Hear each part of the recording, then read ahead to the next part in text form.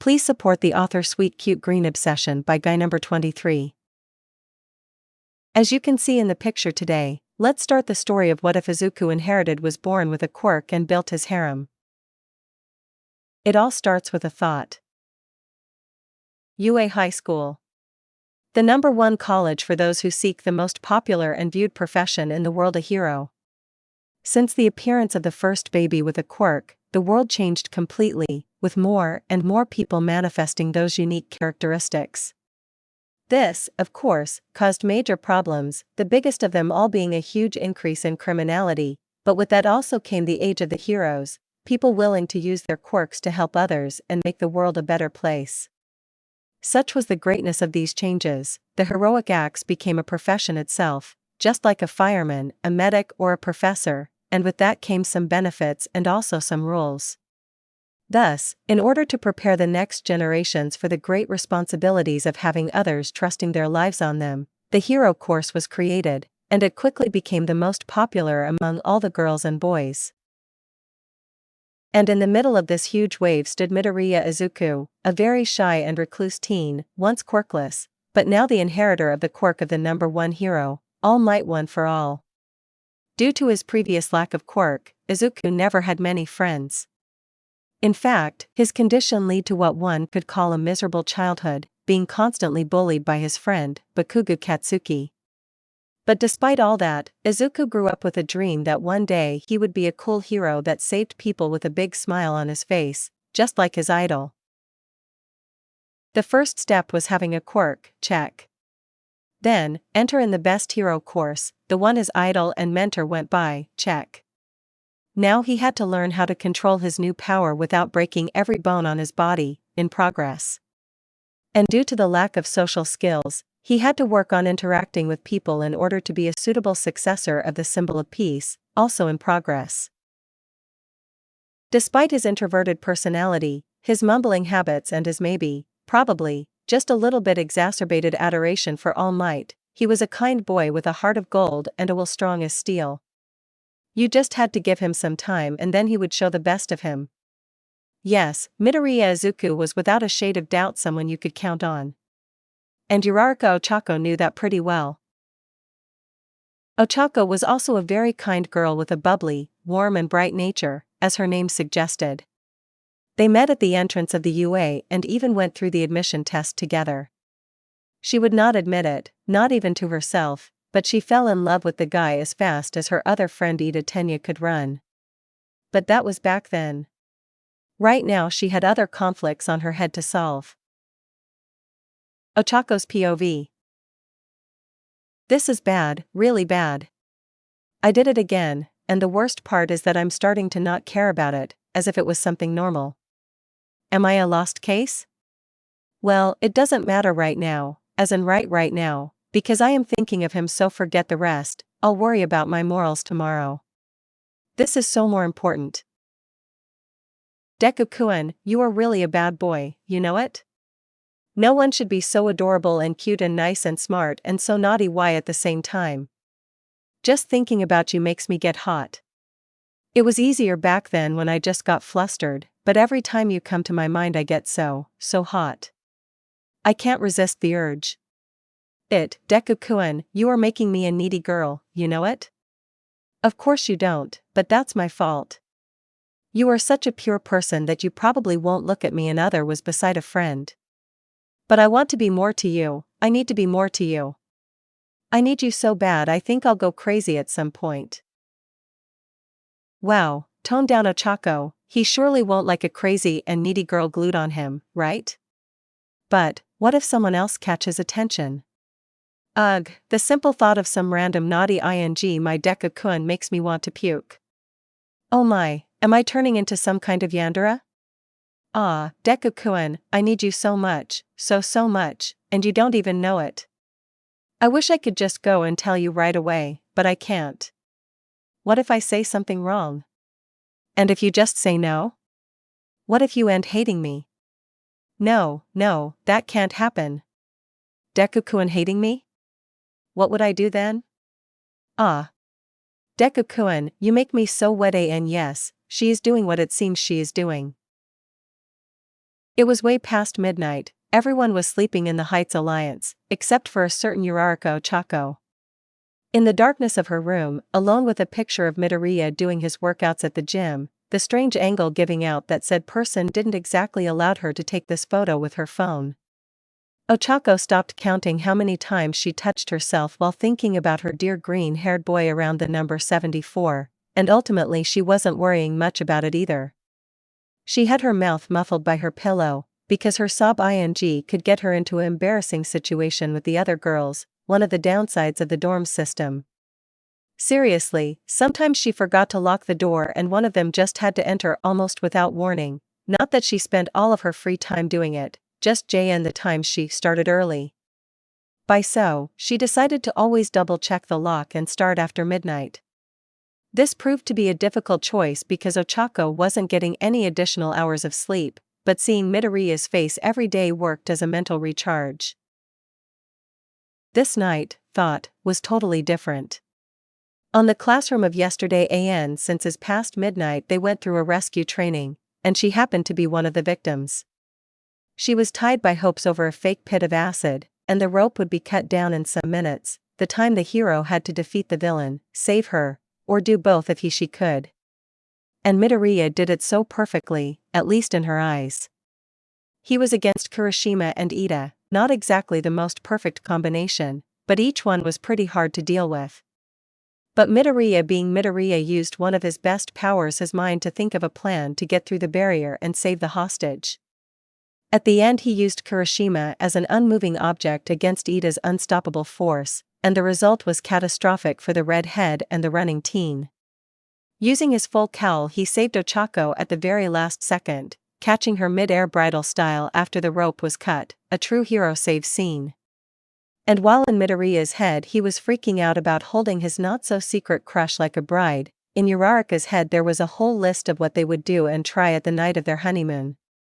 Heck, she had to hold herself in order to not wet her hero costume. And with that event in mind Ochako could not wait to midnight to come.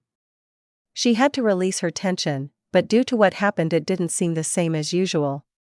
She came 4 times already and was still feeling hot. Hot? Was really it? Maybe it was frustration. Yeah, she was frustrated for a lot of reasons. For one, she didn't have the courage or the nerve to ask her crush out, not even to a simple outing between friends, let alone a date. Second, she noticed it before but now it was clear to her that simple pictures of Midoriya would not satisfy her needs. The ones she had weren't in the slightest. This one where Midoriya had his arms exposed and a very small portion of his abs showing was the closest thing she had. Third, and maybe most important, her fingers and imagination had a limit, a very high limit, but a limit nonetheless. The waves of pleasure coming from her inwards didn't have the same effect of the first times. She was very ashamed of herself for doing it, thinking about Midoriya above all things, but now it was just a good feeling. She fell on the routine, and to get out of it and release her tension, she would need to reach new levels, go beyond. But the question was how? How to get a closer feeling of her dear Deku-kun? She could try these toys she heard about sometimes, but it would be too risky to leave possible crime proofs in her room. Then something clicked on her light head. The best way to get closer to Deku-kun was having the real deal. Ochako's POV. I can't do it, he's too beautiful, too perfect, too pure. Do this to him would maculate his very image. I feel guilty of being playing with myself having him on my head. Not that this will stop me. I can get over this low level of guilt. Deku-kun, if only I could have you for a single moment, 1 minute to memorize your everything. Deku-kun's curly hair, his cute freckles, his bright eyes, Deku-kun's strong arms, his toned abs that I know he has, his defined chest. Deku-kun's his mentally screaming Deku-kun's rod? What, Ochako, what the hell are you thinking? What are you? Eh? Get yourself together, I can't give up to the temptation. Even if it is Deku-kun's virginity, wait, what if he has already done it? No, he isn't that type of guy. Just lay on your bed and sleep, Ochako, that won't happen, not today, not tomorrow, probably never happen. Yes, stay on the bed, today is Saturday after all. She was telling herself that, but she already on the balcony of her room. There, in the middle of night, she took a deep breath as she pondered what she was about to do. Looking up at the starry sky, she thought about all the consequences that could come from that idea, both for her and Midoriya. A gentle cold breeze blew by, brushing her hair. It also sent shivers down there because she was hot and wet. She has set her mind. Using her quirk to make herself lighter, she jumped from her balcony and started climbing up to the roof, as silent as she could, to reach the boy's side. She climbed one balcony after another, her cheeks puffed as she was fighting her sickness of using her power. Impressive how a turn-on could help so much, she had to see it better later, maybe. She finally reached her destination, releasing her zero-gravity effect. Luckily the glass door was open, so it was easy to get in. Once inside the dark room, she laid her eyes on her dear Deku-kun, the bluish-white light of the moon illuminating his tranquil face. Ochako didn't know how much longer she had been staring at his sleepy form, but she shook her head and cleared her mind. This was the last time to consider things, there was no turning back after that. Her deep thought wandered to naughty things so quickly that all the restrictions she had put for herself went flying through the imaginary window. Hell, she was drooling a little. Ochako's POV. And just to make things clear, in this part the normal text is one voice in Uraraka's head and the italic is another voice. Deku-kun is sleeping, I shouldn't do it. I feel like a sinner for disturbing his sleep. But when will I have such a good opportunity? But what will he think of me? What if he hates me? I just have to make sure he enjoys it so much he will ask for more. No. Deku-kun isn't like that. He is such a great person. He surely is, but I want to see how great he really is. No comment. No, me too. His sleepy form is so beautiful. Forgive me Deku-kun, but I must do it. I cannot resist you any longer. Uraraka reached for his blanket and removed in a swift motion, and for her most happiness, he was sleeping without shirt, only using boxers. No lost opportunities, she took some good shots with her phone. Sitting at the end of the bed, she leaned over his legs, reaching for his boxers and carefully removing them. After that hard task she allowed herself to appreciate her hard work, Deku-kun's exposed inner regions. Her breath immediately became irregular as she was getting excited. Her head hovered over her target, but centimeters away from JT she heard something that would change her life. Uraraka, not here, they are looking. My name. He said my name. Deku-kun is dreaming with me. She felt in heaven, so much that she didn't even consider what kind of context she was on his dream. That aside, she became so and love blind that her mind focused on a single thing. If he was awake, Midoriya would see pink hearts on Uraraka's bright eyes and a kind of menacing and naughty full aura around her. Just wait, Deku-kun, you are going to feel amazing. I promise. And with that she took hold of the sleepy boy's member and started ing off at a slow pace at first, increasing the speed until it became hard. Uraraka had to cover her mouth not to let out her gasp when she saw his member. Her eyes were big like saucers. And then came the final blow to the girl's unstable mind. Midoriya let out a small sob. Yes. Deku-kun sobbed. I am all yours, Deku-kun. Take as much of me as you want. Without second thought she put her tongue out and licked the tip of his rod, then licked along the entire thing, enjoying herself the taste of her loved one. It was unusual, different, but wonderful in a way she could not describe in words. The more she licked the more she wanted. Opening her mouth, she started taking it while using her tongue to lick the tip inside her mouth. With her now free hand she removed her and started herself. Indeed, this was a whole new level of pleasure. It was totally worth the risk. She could feel his body tensing, his rod getting even harder as she taking it in, and it only made her hornier. Ochako dared to go beyond and tried to put his entire rod inside her mouth, but she gagged when it reached her throat, making her back off and gasp for air. Deku-kun so big hee. She tried again and again until she finally managed to touch the base of his rod with her lips. She had to focus completely on this in order to not choke on this huge, and waited some time like that to get used to the feeling. Once her lungs could not wait anymore for air, she backed off again, breathing heavily. Right. I think I got it. Be ready, Deku-kun, Uraraka Ochako will make humanhood liquid tonight. With this unique motivation, Uraraka dived back at the manhood of her loved one, determined to give him the best night of his life so far, even if he was sleeping.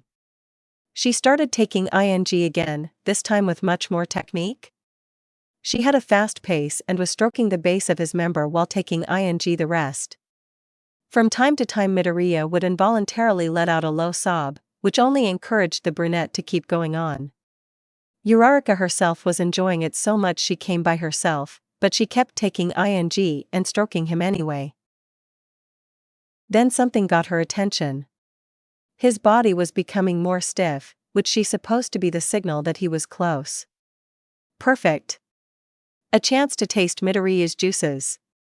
She sped up a bit and felt his member twitching inside her mouth. It was the time.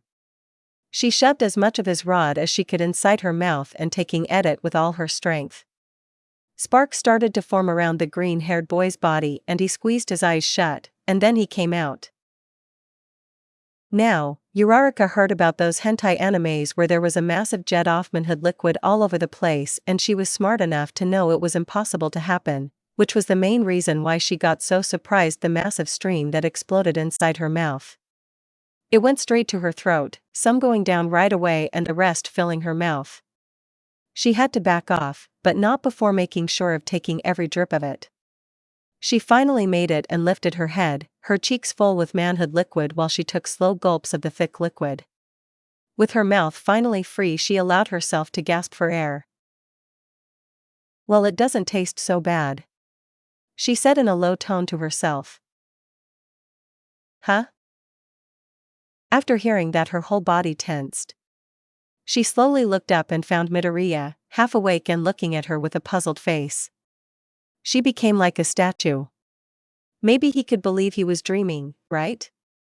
But the progression from confusion to understanding and then panicking told her otherwise. Urara. Shoo, shhh. Uraraka quickly covered his mouth with her hand. Unfortunately, or not, she used the hand that was down there inside her, so it was covered with, which only made the boy panic even more. Inside Midoriya's head was like a tornado. He was flustered that he had such a naughty dream with Uraraka, and then when he woke up he was without pants and with Uraraka herself on top of him in a very suspicious position. Could it be the attack of a villain? No, wait, why would a villain attack him like this? And at UA on top of everything. Another wait, could there be quirks related to, naughty? He never heard about it before, so. Deku-kun. Uraraka whispered. Huh? You are mumbling again. On the bright side, it wasn't an attack, at least of a villain. On the dark, terrible side, it really was Uraraka on top of him covering his mouth with a hand suspiciously wet. But before he could ask what the hell was happening, he saw something that completely threw him off. Uraraka was crying. Small tears formed in the corners of her beautiful eyes and rolled down her peachy cheeks. For a second he stopped to acknowledge just how precious she looked when in light of the moon. Sorry, Deku-kun, I did something unforgivable. What? Uraraka-san, what happened? I couldn't contain myself. I needed it so much that I. What is it? What did you have to do? I taking ed your rod. Sorry, I didn't hear it. I taking ed your. Wha? There's no need to repeat, I thought I heard it wrong. An odd minute of silence. Can I ask why? The two of them were a mess of blush and awkwardness, so Uraraka decided to throw what was left of her dignity away and tell him right away. There couldn't be any better time. Well, Deku-kun, it happens that I love you. I really love you. So much that I cannot get you out of my head, and I got so that it's a shame to simply say it. You really love me? Huh? Yes, I really do. I love you, Deku-kun. There was no way he could get any more red than now. Oh, I see. Well, I love you too, Uraraka. There was no way she could get any more red that now. You are not lying? No. Since the first time I saw you I knew I loved you. I just never had the courage to say it. Sorry. Midoriya was looking to anywhere but the girl on top of him, but when he said it he had to face her, and he found her with tears on her eyes. He was about to go on his famous sequence of apologies, but he was interrupted by a big smile forming and a deep passionate kiss from his crush. At first he was scared and lost, but soon he gave in to the kiss, closing his eyes and enjoying it himself. He felt her soft and small hands caress his face and his hair, and he also allowed his hands to wander around her body as well. In other circumstances the fact that she was only wearing a long t-shirt would worry him, but now he was more interested in kissing the girl of his dreams than thinking. So much that Uraraka easily held his hands and guided one of them to her private parts. When Midoriya felt a wet sensation, his brain restarted to function properly and he broke the kiss. You Uraraka, what are you? Shoo, please, let me enjoy it a little too. She guided his middle finger inside her as she went into bliss. Midoriya now could see the pink hearts on her eyes. By some reason he felt that he had to give this to her, maybe because of what she did to him earlier, so he went on and kept sliding his fingers in and out her wet hole. The small sobs of the brunette completely turned him on, and he was liking the vision he was getting. He could see a small part of her boba-s. Well, it got better because now she removed her shirt and shoved her boba-s in his face. Deku-kun, can you taking them? Please? How could he say no? Uncertain at first, he started slowly, but Midoriya was a fast learner and soon he got the way of how to make her sob and tremble. He even used his other hand to caress her other boba, alternating between them. Deku-kun, can you lick my womanhood? Caught in the moment, he nodded a yes, and so she lifted herself and put her wet hote in front of him, her face filled with expectation. He licked it and she felt a jolt of electricity course through her entire body, and when he stuck his tongue in she had to cover her mouth to stop herself from sobbing too loud. Her eyes were starting to roll up and her insides were on fire. Midoriya ran his rough and scarred hands on her round bum and thighs, feeling her tremble as he did so. Uraraka played with her boba points, almost crying of happiness. After all, she was being pleasured by the person she loved, and the best part, he loved her too. It was like all of her dreams becoming true at once, so much that she was afraid of being asleep, so she pinched her boba points, just to be sure. Ends out it ed her even more. As for Midoriya, well, he was surely having his time too. He never really thought seriously about having a girlfriend before, due to his focus on being a hero and also because of his low self-esteem, so when Uraraka said she loved him, he felt the best in the world. Also due to his lack of social skills and his pure nature, he never thought about doing what he was doing now. To be honest, he never really understood why Kaminari and Mineta would always talk about this kind of topic.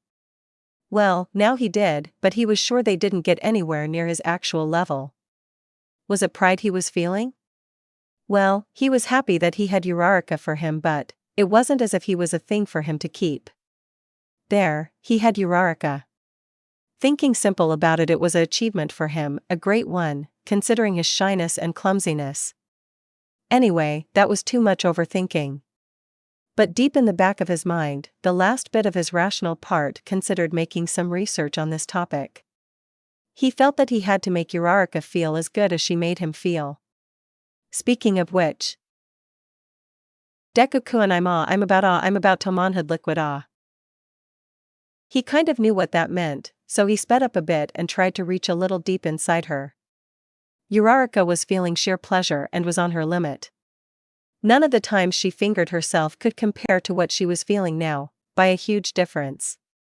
At her breaking point her whole body tensed and she moved at her hips forth while holding Midoriya by his head, and then she came. She had to hold her breath to stop the screaming from coming out loud. She was shaking and her inwards were wet and hot as if they were on fire. A huge wave washed over her and she finally relaxed, all that while Midoriya tried to take in her juices without making a mess. Both were short-breathed, but Uraraka had the most naughty full face Midoriya has ever seen. None that he saw a great number anyways. His reference was a teen magazine with Midnight on the cover that he saw once when he was at the comic stand. That view of Uraraka would be cauterized in the back of his eyes forever, he was sure of it. The brunette then seemed to get back from naughty land and looked endearingly at her green-haired crush, that now was more than just a crush. She laid her naked body over his and rested her head on his chest. Deku-kun, did you like to touch my boba s? Yes. Deku-kun, did you like to touch me down there? Yeah. Deku-kun, did you like to lick my womanhood? Yes, I did. Deku-kun, forgive me for making you do it. I just... Stop it. You didn't force me, at least not after I woke up. I feel very ashamed of doing it. Do you hate me? Do you think I am a... Don't even say it, Uraraka. I would never hate you, and you are not a, well, you know, that kind of woman. You really mean it? Yes, I do. Deku-kun, can I be your girlfriend? Sure. Can I be your boyfriend? Absolutely. Can I well? Do you want my bum now? What? No. Can I call you by your first name? Oh, sure, but it is better not tell the other right away. They would make a lot of noise in a good way, I guess. Yeah, I was also thinking of that. Ochako then locked her new boyfriend in another passionate kiss, the juices of each other mixing in a strange yet nice mess inside their mouths. You taste wonderful, Izuku. You too, oh Ochako. Another glimpse of the pink hearts. Was he seeing things? Well, anyway, with that she playfully kissed his forehead and left the bed, picking up her shirt and moving to the balcony so she could go back to her room. Izuku got up and reached for something on his bed. Ochako, why you forgot this? Oh, this? You can keep it as a memory of tonight, okay? As she said it she winked playfully and jumped up while using her quirk to make herself lighter. And Izuku was left alone with her pink striped. Looking closer at it, it was clear to him that she was wet way before she got here. She must have been looking forward to it for a long time.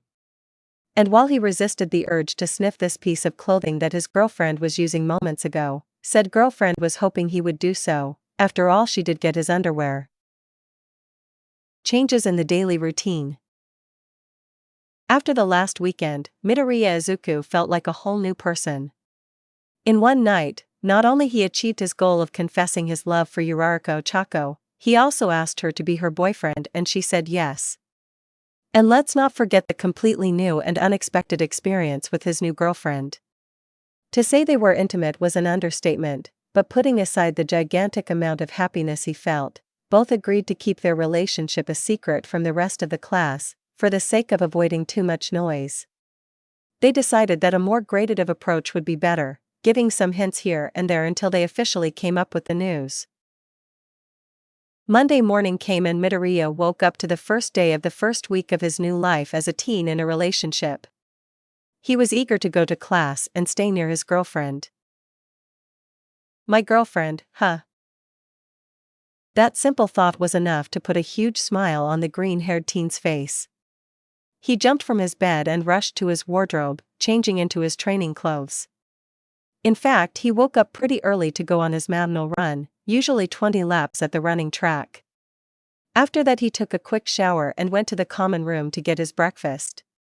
He decided to go with some cereal today and sat with his bowl at one of the tables, letting his mind wander freely around Uraraka in the meantime.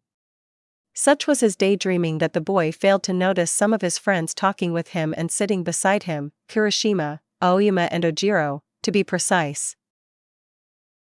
"Oi, Earth to Midoriya. Is someone there?" Kirishima waved a hand in front of the distracted boy's face, bringing him back to the real world with a jump. "Oh, Kirishima. Good morning." "Morning, Midoriya. Man, you wake up pretty early. Do you even sleep?"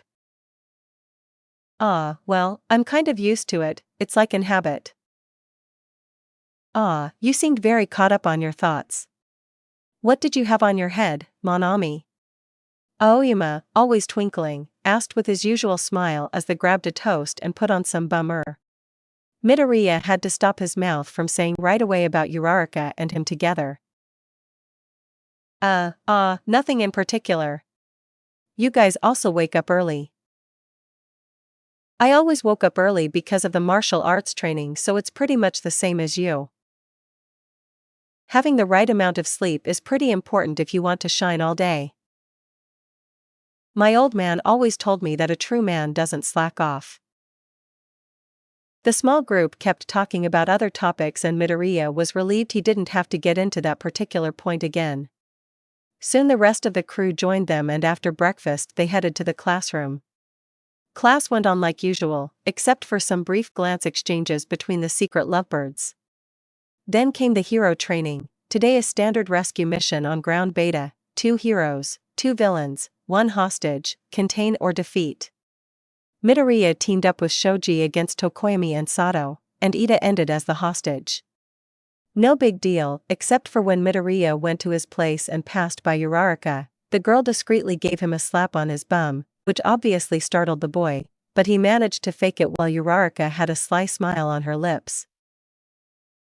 And so the week went as usual, normal classes and hero classes, lunchtime, etc., but here and there Uraraka would interact with her boyfriend, always avoiding possible observers, like touching some, compromising parts in intimate ways, and locking him in passionate kisses while he training alone or walking by.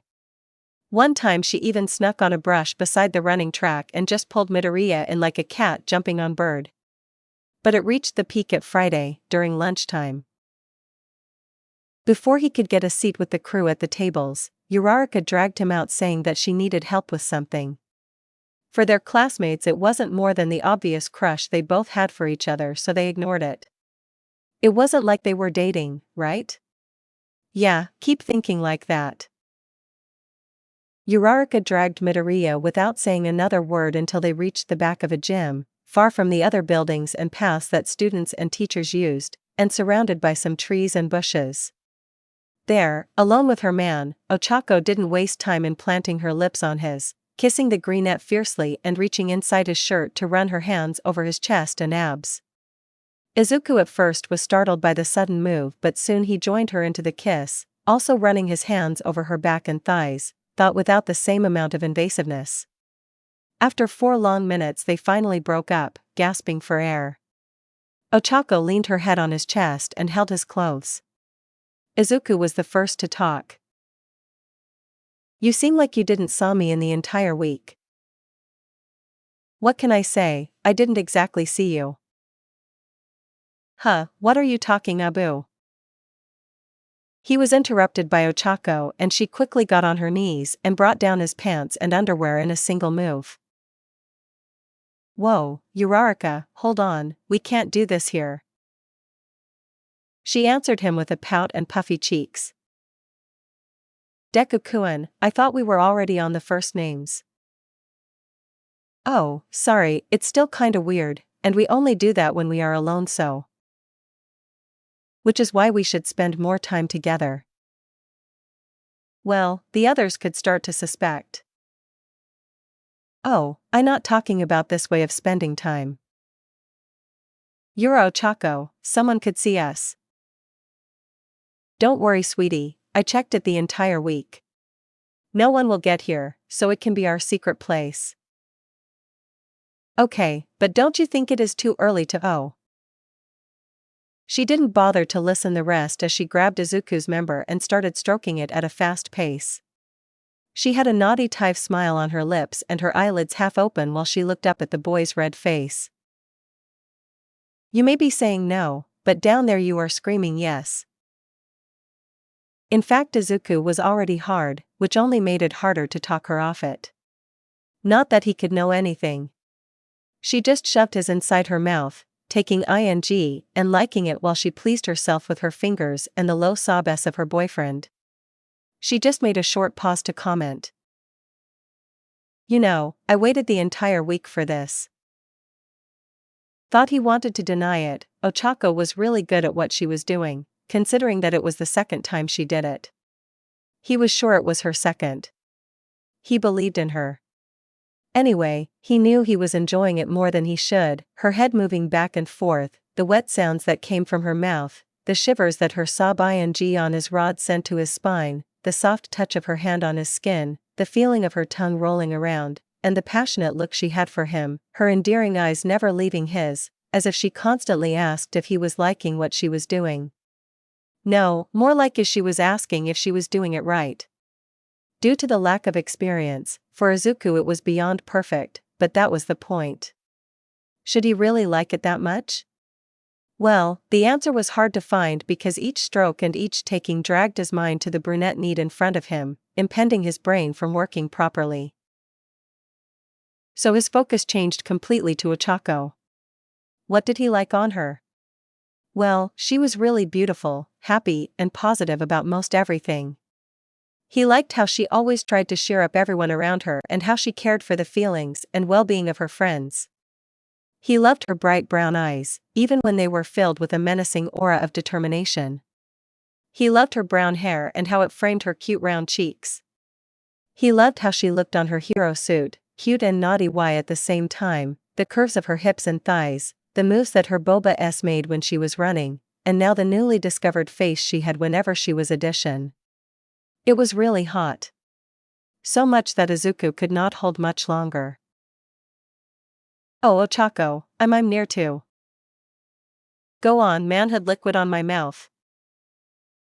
What? Manhood liquid on my mouth, Izuku. I want to have it all. But. Can you manhood liquid for me, Izuku? Without saying more, she went to taking him again, only with her mouth, looking straight up at him, her eyes pleading for him to concede her wish, and also with pink hearts. He couldn't say no to her, not in this situation, hell, not in any situation. He was caught up in her eyes, her bright eyes, glistening with joy and naughty. And so he held her head gently and moved at his rod inside, reaching her throat.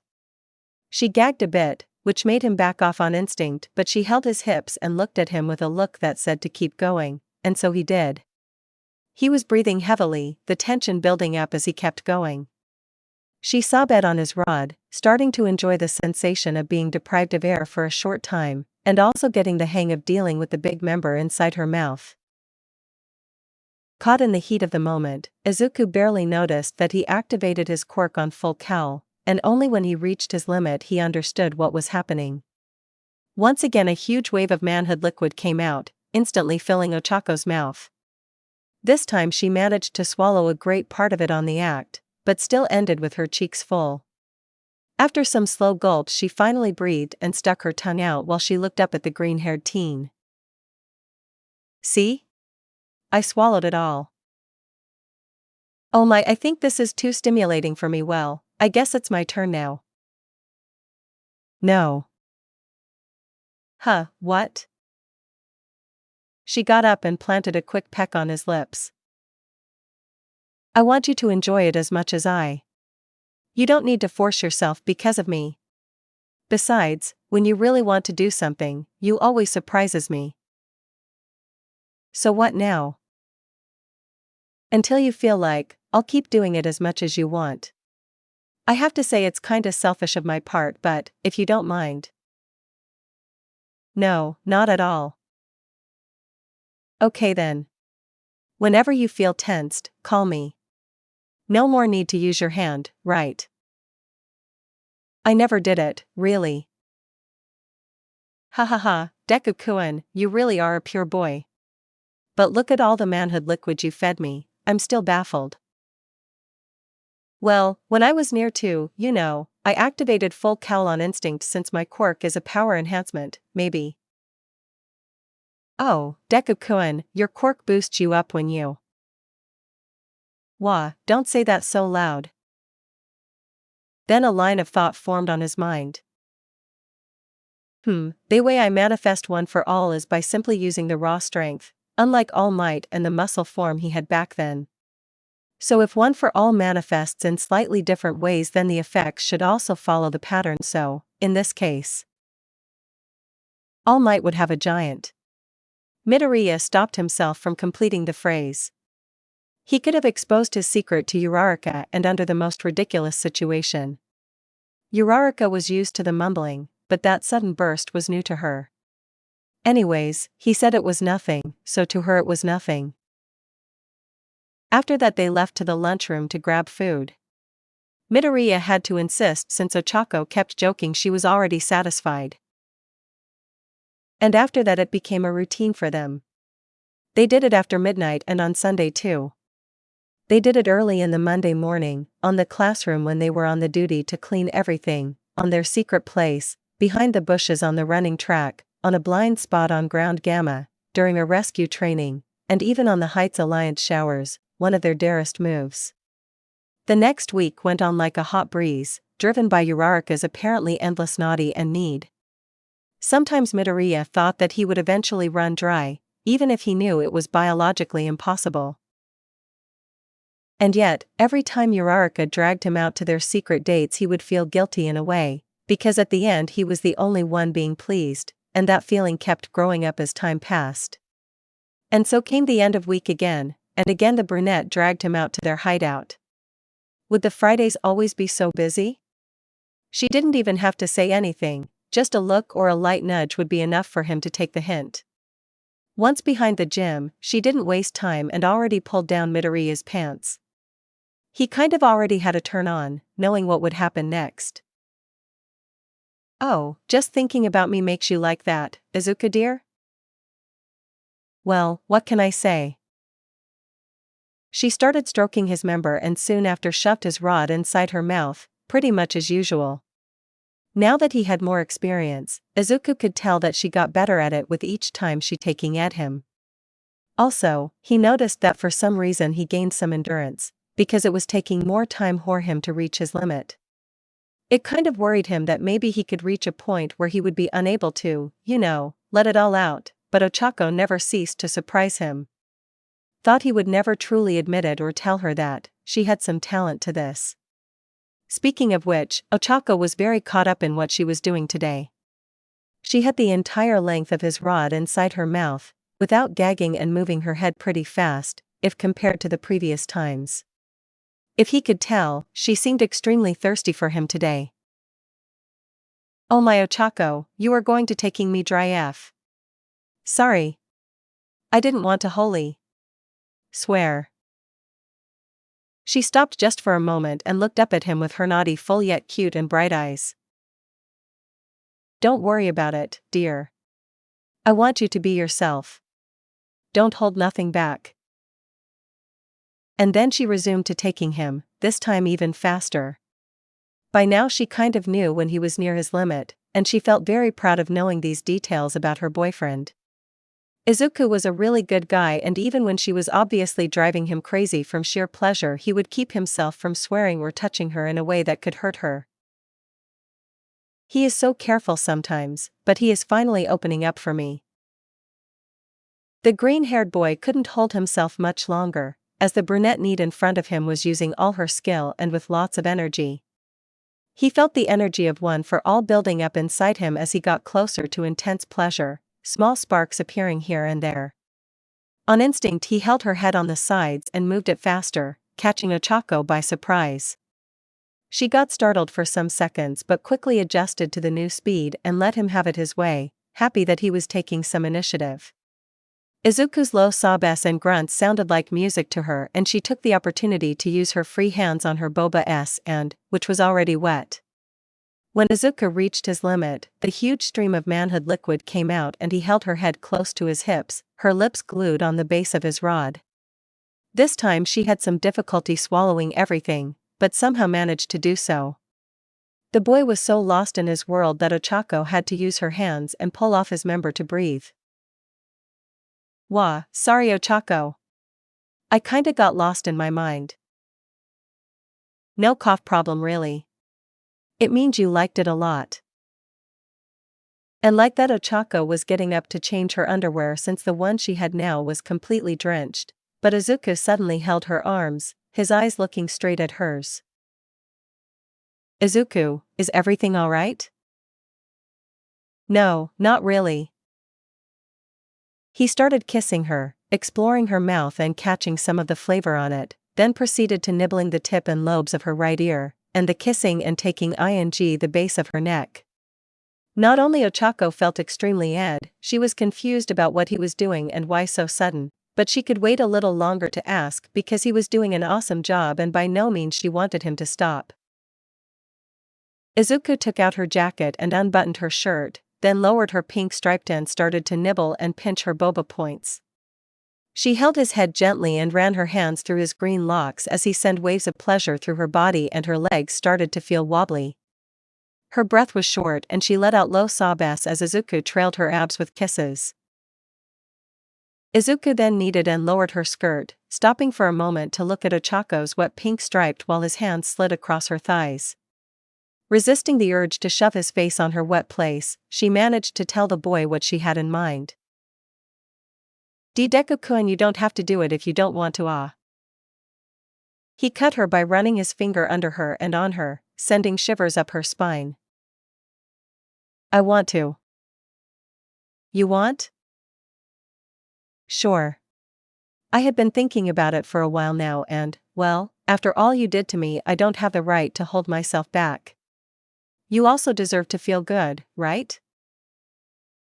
This is very kind of you, sweetie, but it is hard to focus with your fingers inside my F. Hee, I suppose so. Well, then let me show you what I mean by taking actions. Izuku took off her and put them aside, now sliding his fingers in and out her womanhood while his other hand squeezed her bum and thighs. Her legs felt like jelly, so she had to put some of her weight on him. After a while, Izuku made her lie on her back in the small path of grass and opened her legs a bit. Ochako had anticipation stamped on her face as she bit her thumb naughty-tively and played with her boba's. Izuku lowered his head and then gently blew over her, earning a little yelp from the girl. He then started licking and sliding his fingers inside her womanhood, and Ochako almost instantly started to sob and shake a bit, breathing heavy and even drooling a bit.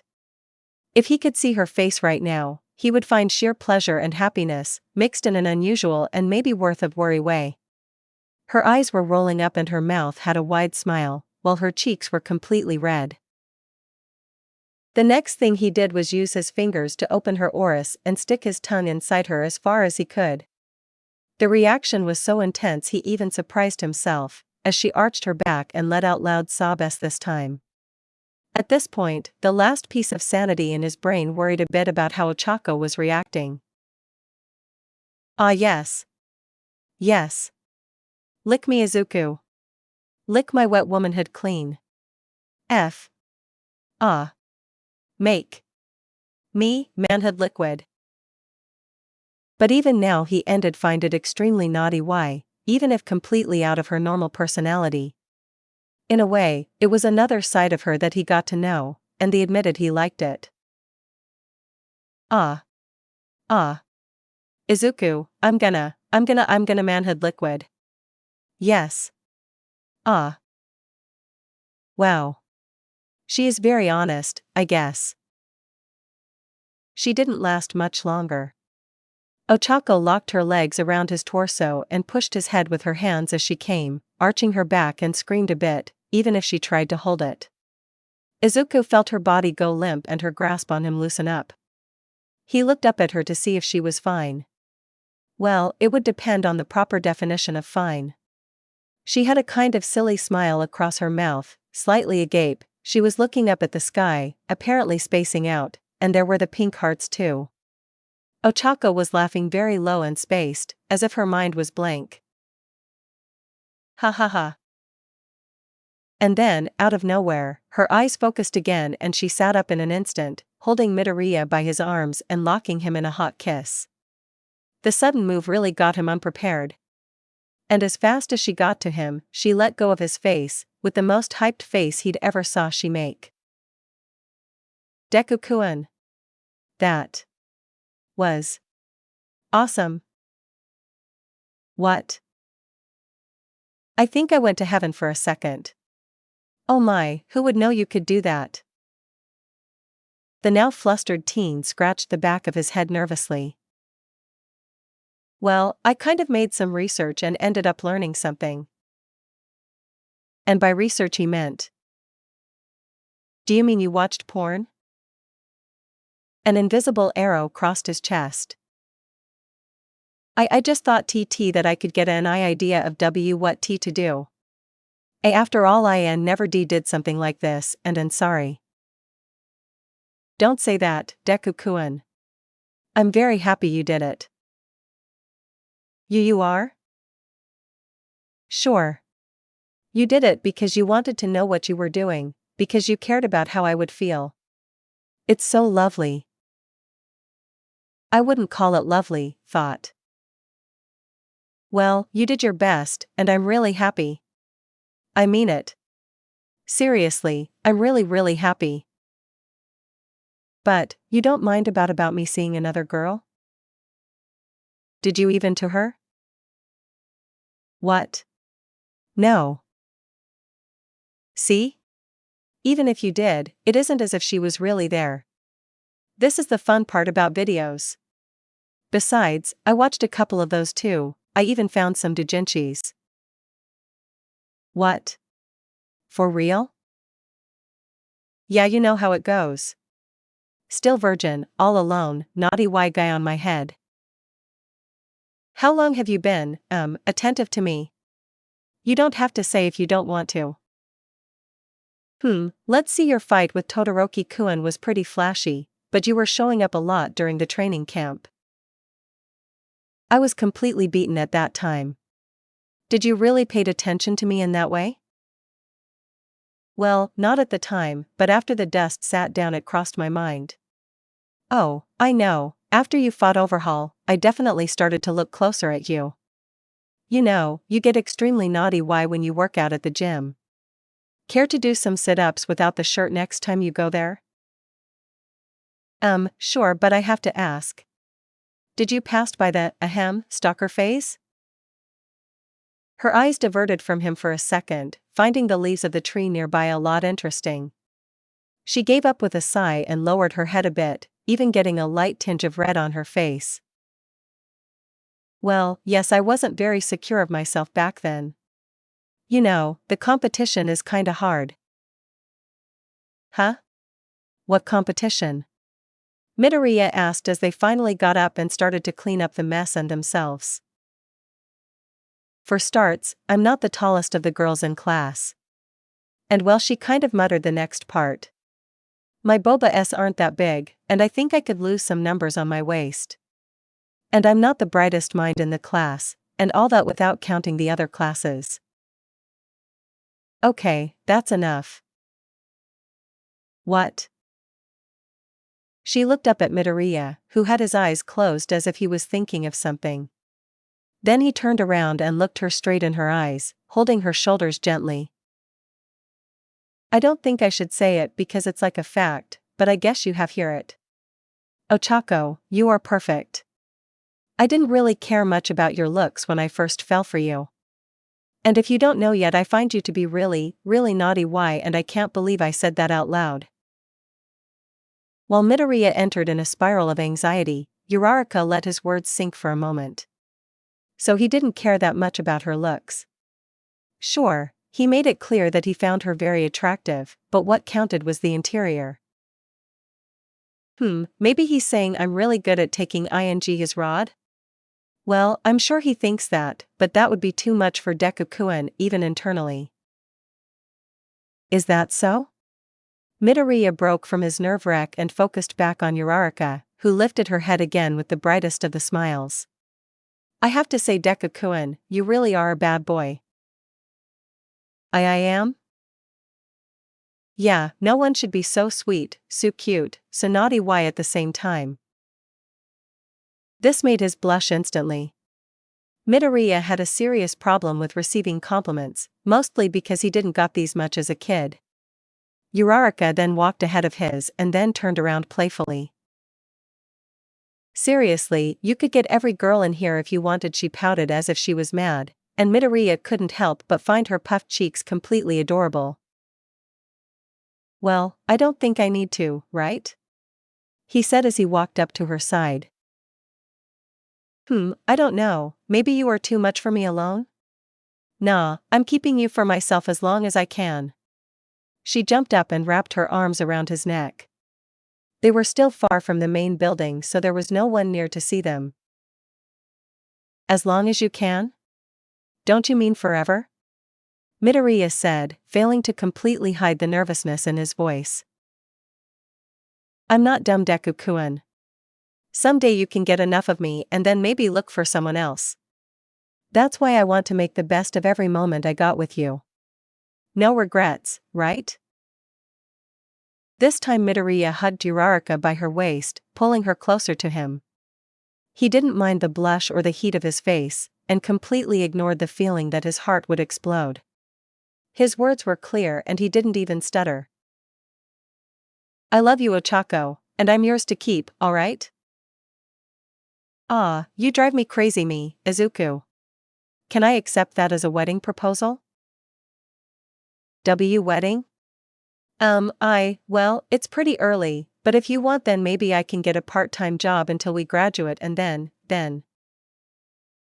She stopped the mumbling train before it left station with her light laugh. Sorry, Deku-kun, you are so cute when you get nervous. No need to rush things, right? Also thank you for being there for me. Always.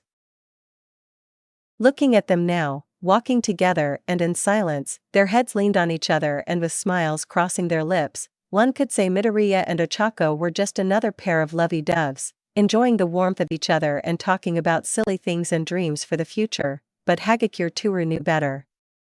After all, she just saw Midoriya going wild over Uraraka, and the poor gravity girl couldn't do nothing against it. She saw it. Not all of it, her eyes didn't handle it, but she clearly saw Midoriya lacking trousers and underwear, invading Uraraka's private places with his fingers. She hid behind the corner full of shame, fear, and confusion. What if they saw her? No, the real problem would be if he saw her. Uraraka needed help, but Hagakure wasn't sure if she could help, knowing Midoriya and his powerful quirk. She dared to look again, slowly poking her head around the edge and completely oblivious to the fact that she was invisible, and the next thing she saw was Midoriya with his face buried in the middle of Uraraka's open legs, which instantly made her react by bringing her hands down there in a protective way. They were a little bit far, but she could hear the noises Uraraka was making, the poor girl. She could not even imagine what she was going through right now to scream like that, which only made her feel even more guilty. She heard about it before. What was the name again? When someone, licks a girl in, that part? She had the name on her mind, but she quickly brushed the thought away as she felt her head getting hot. If someone with infrared vision passed by, he or she would notice that it wasn't only her face that was red. I'll leave you free to wonder. When she heard Uraraka scream loud and then go silent, she panicked and ran away as fast as she could, hiding in the first spot she found. What if he found her and decided she was the next? She didn't know that happened at the end back there, and Uraraka would have to forgive her. She didn't want to find out. Getting behind a large tree, she took good 5 minutes to catch her breath and get her heartbeat down to safe levels. That aside, she couldn't move right, for the sight of Midoriya, the boy that everyone found so unharmful, aside for himself and villains, was doing such a thing. That counted as crime, right? Was he going to turn into a villain? What if he was bad all the time? Could he be responsible for all the attacks that they suffered before? No, stay calm, Toru. Just think about it. Midoriya-kun wouldn't fight so much and break all his bones every time if he really was a villain. Or would he? No, he isn't a villain in secret. But what he did, why did he do it? Didn't he like Uraraka-chan? Could it be that he liked her too much? Oh, this is bad. I thought that she liked him too, but what if she don't? Oh no, does this mean she will never get married? Hagakure was interrupted in her line of thought when she heard some familiar voices. She looked around the tree and saw Midoriya and Uraraka, walking together and hugging each other. The first thing she thought was that maybe Midoriya would force her to say she was his girlfriend. He could easily do it, with all the strength he had. And being the good friend she was, Hagakure had decided to help her friend Uraraka out of this huge problem and knock some sense on that green-haired head.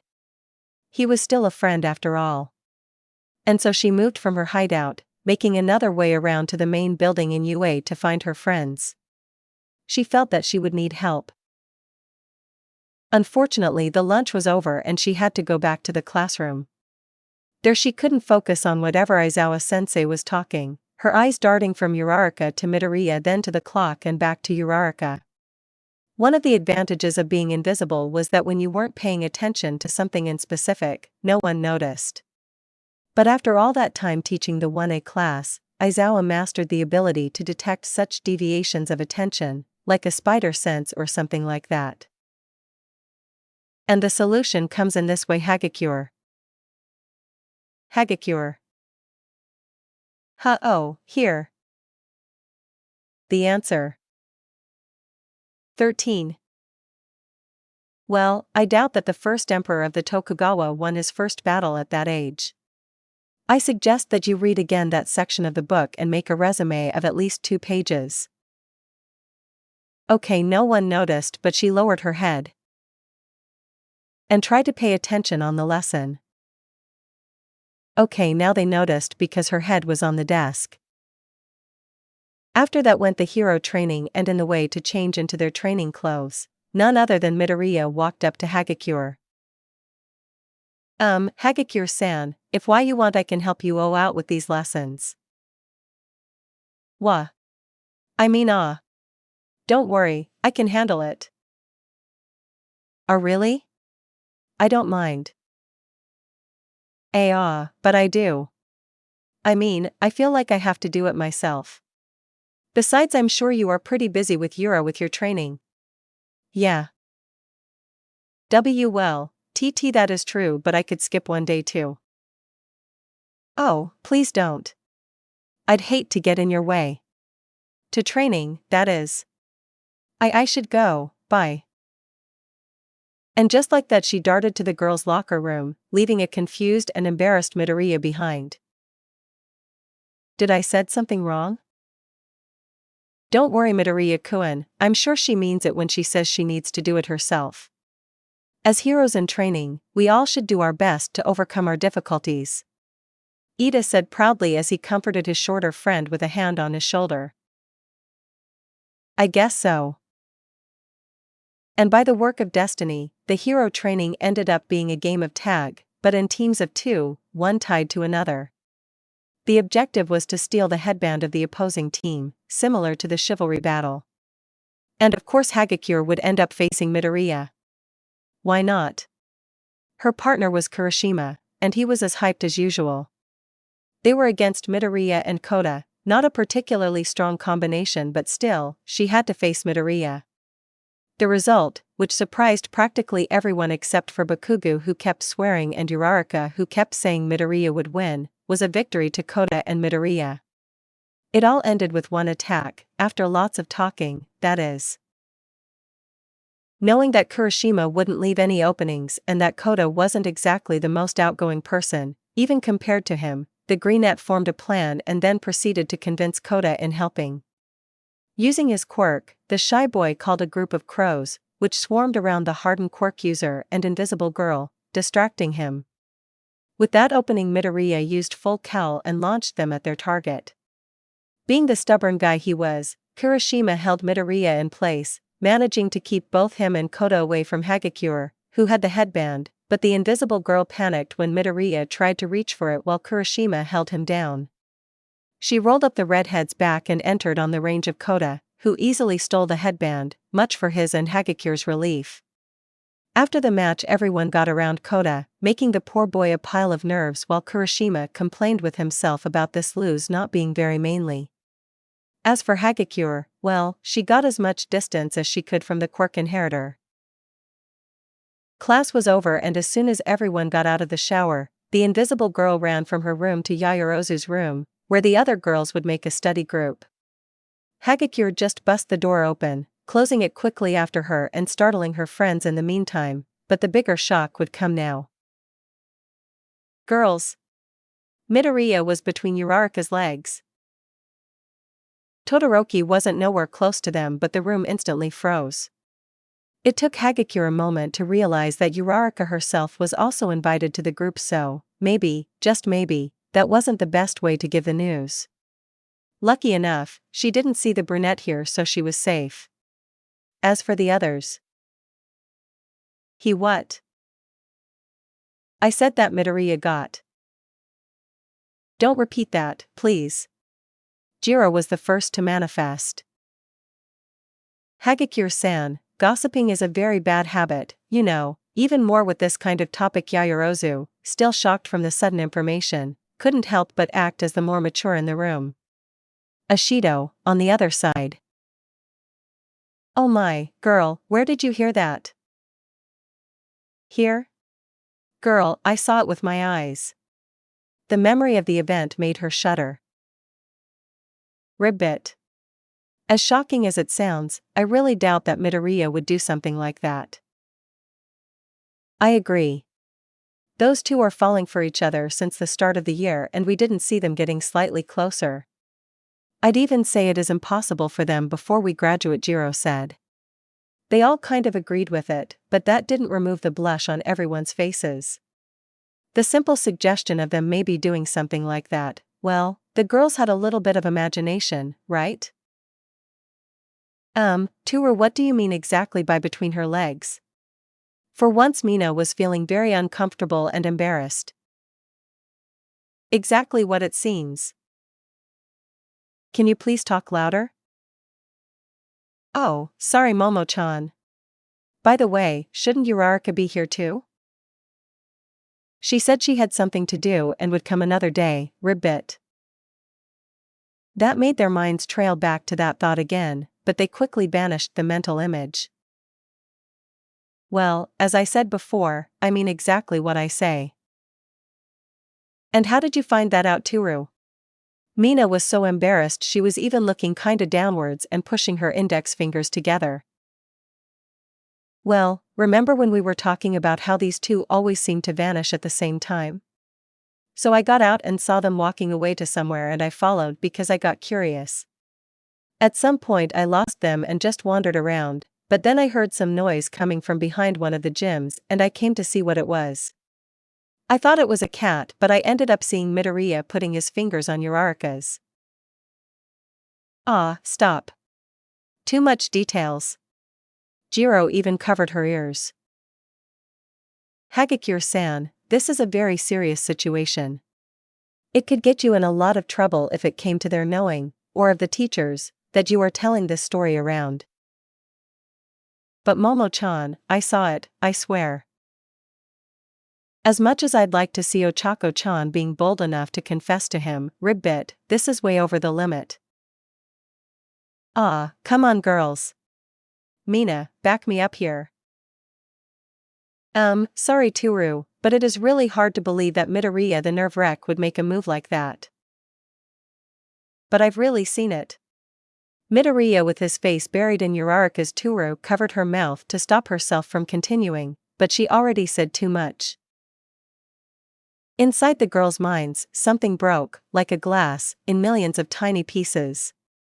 The mental image of the green-haired boy and the brunette doing that naughty thing, it was too much. The cold of the room soon turned into an uncomfortable and unwelcome heat. After all, they weren't completely oblivious to this topic, given their age. Once again Momo felt that it was up to her to act as a more mature person. Well then. As serious as it seems, we should not jump to conclusions. They didn't notice you, right? Well, no. So there was some distance between you and them, right? Yeah, but then they could be doing something else. Who knows? Maybe someone with an illusion quirk played a prank on you. Yeah, it could be that too. Not you too, Mina.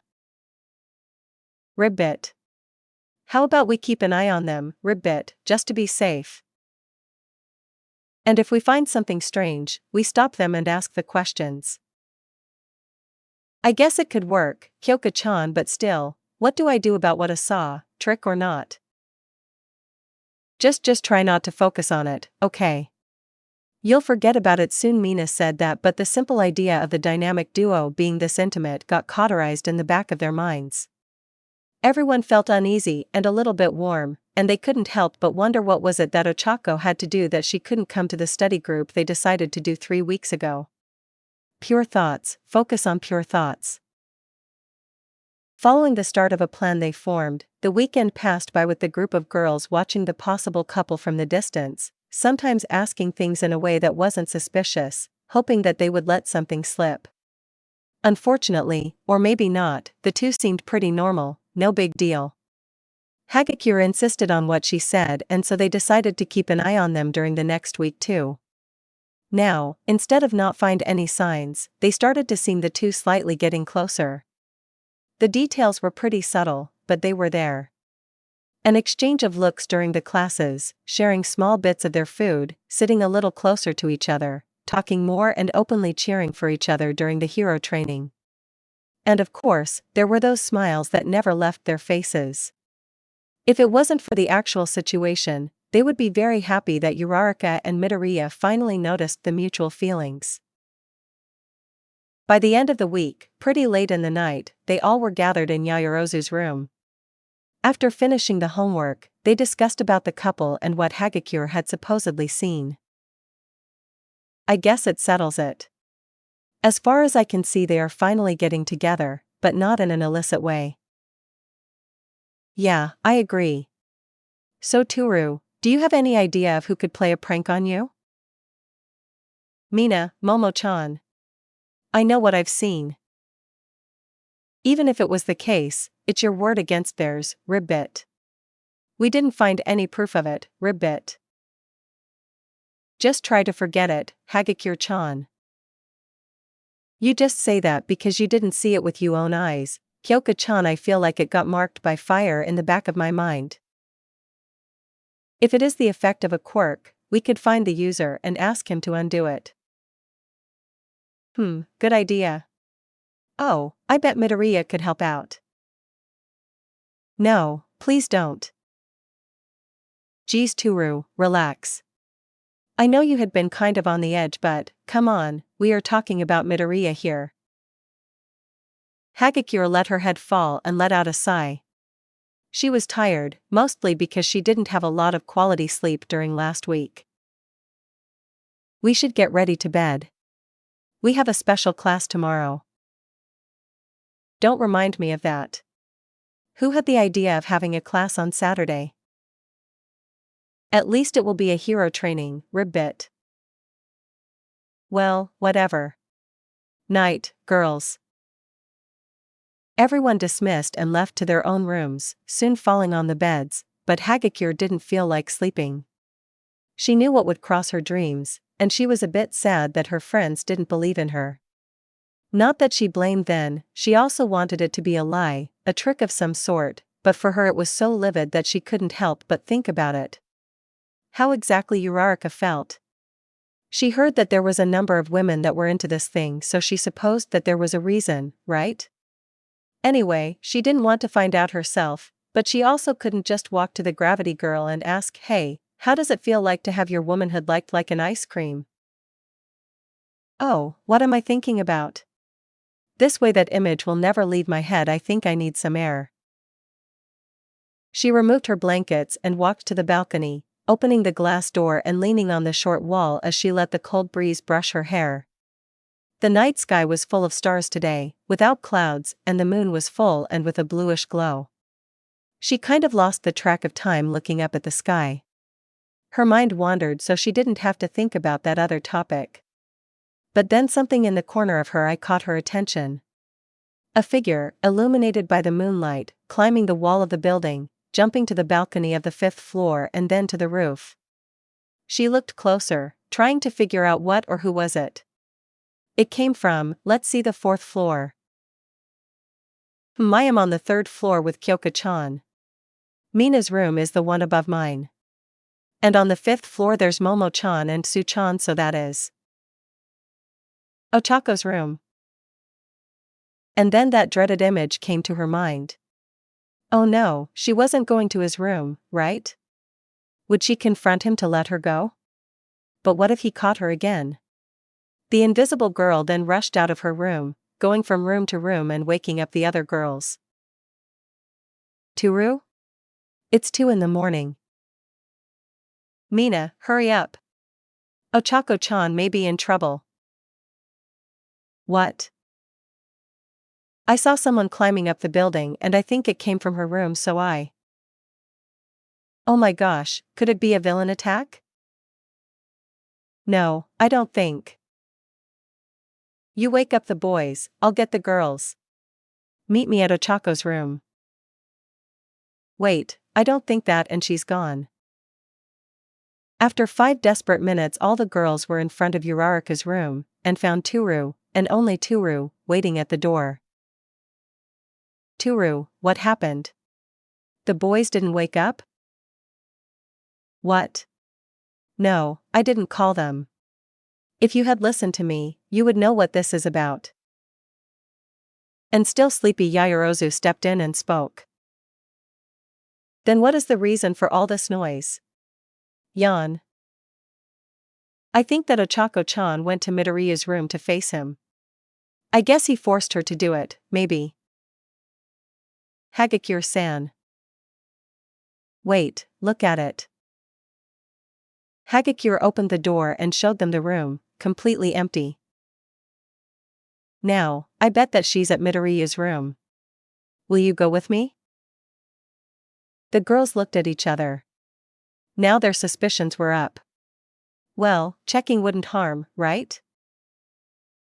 They went to the boys' side of the dorm and quietly walked by the corridor, reaching for Midoriya's room. They hesitated for a bit, looking at each other. They even whispered, afraid to wake up someone. What will we say if he wakes up? Ribbit. We could say we saw something outside and thought it could be a villain. Well, what are we waiting for then? Toru, open it. What? Why me? Well, this was kind of your idea. Kyoka-chan, that's not fair. Okay, let me do it. I can deal with Midoriya later. Taking the lead, Momo-chan? Ribbit. Someone has to, the sooner we do it. Yaoyorozu turned the knob. I was locked. She looked behind her and all the others had those expectant looks, waiting for her to act. She sighed and waved her head as she created a small lockpick. The others took a mental note to talk about Yaoyorozu's hidden ability later. The lock clicked and she turned the knob again, opening the door so slowly so it wouldn't make noise. The room was slightly less dark than the corridor because of the moonlight shining through the glass door, which was open, letting the cold breeze enter a little bit. They entered almost together, one glued on the other, their eyes getting used to the darkness, and then, when they looked to the side, most specifically to Midoriya's bed, they saw the naked forms of Uraraka and Midoriya, the former currently with her head lowered between the latter's legs and with her mouth busy.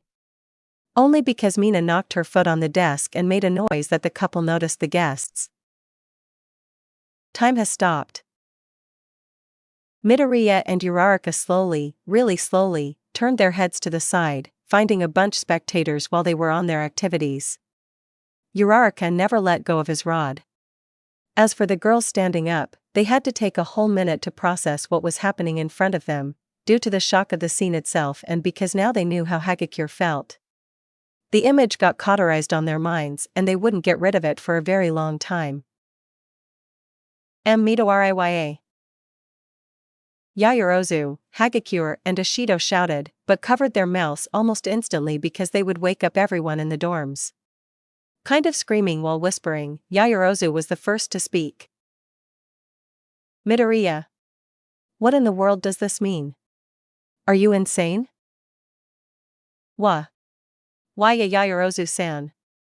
I can explain. Explain?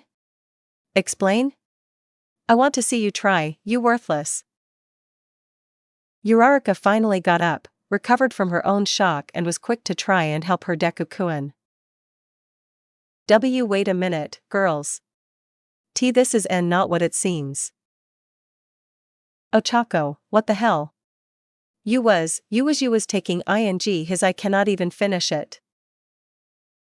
Mina-chan. Girls.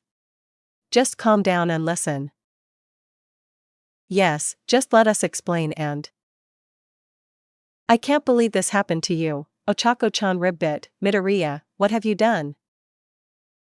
I told you guys I saw them before. Midoriya and Uraraka tensed.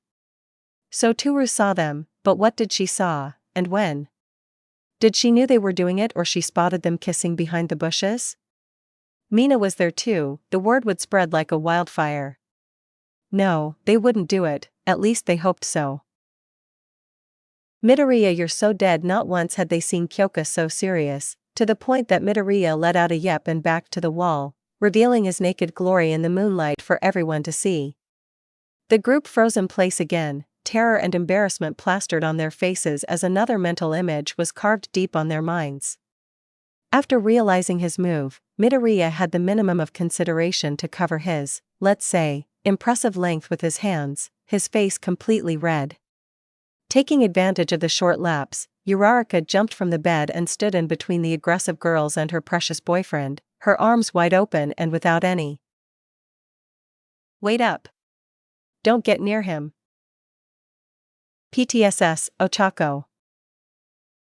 What? I can see it all from here.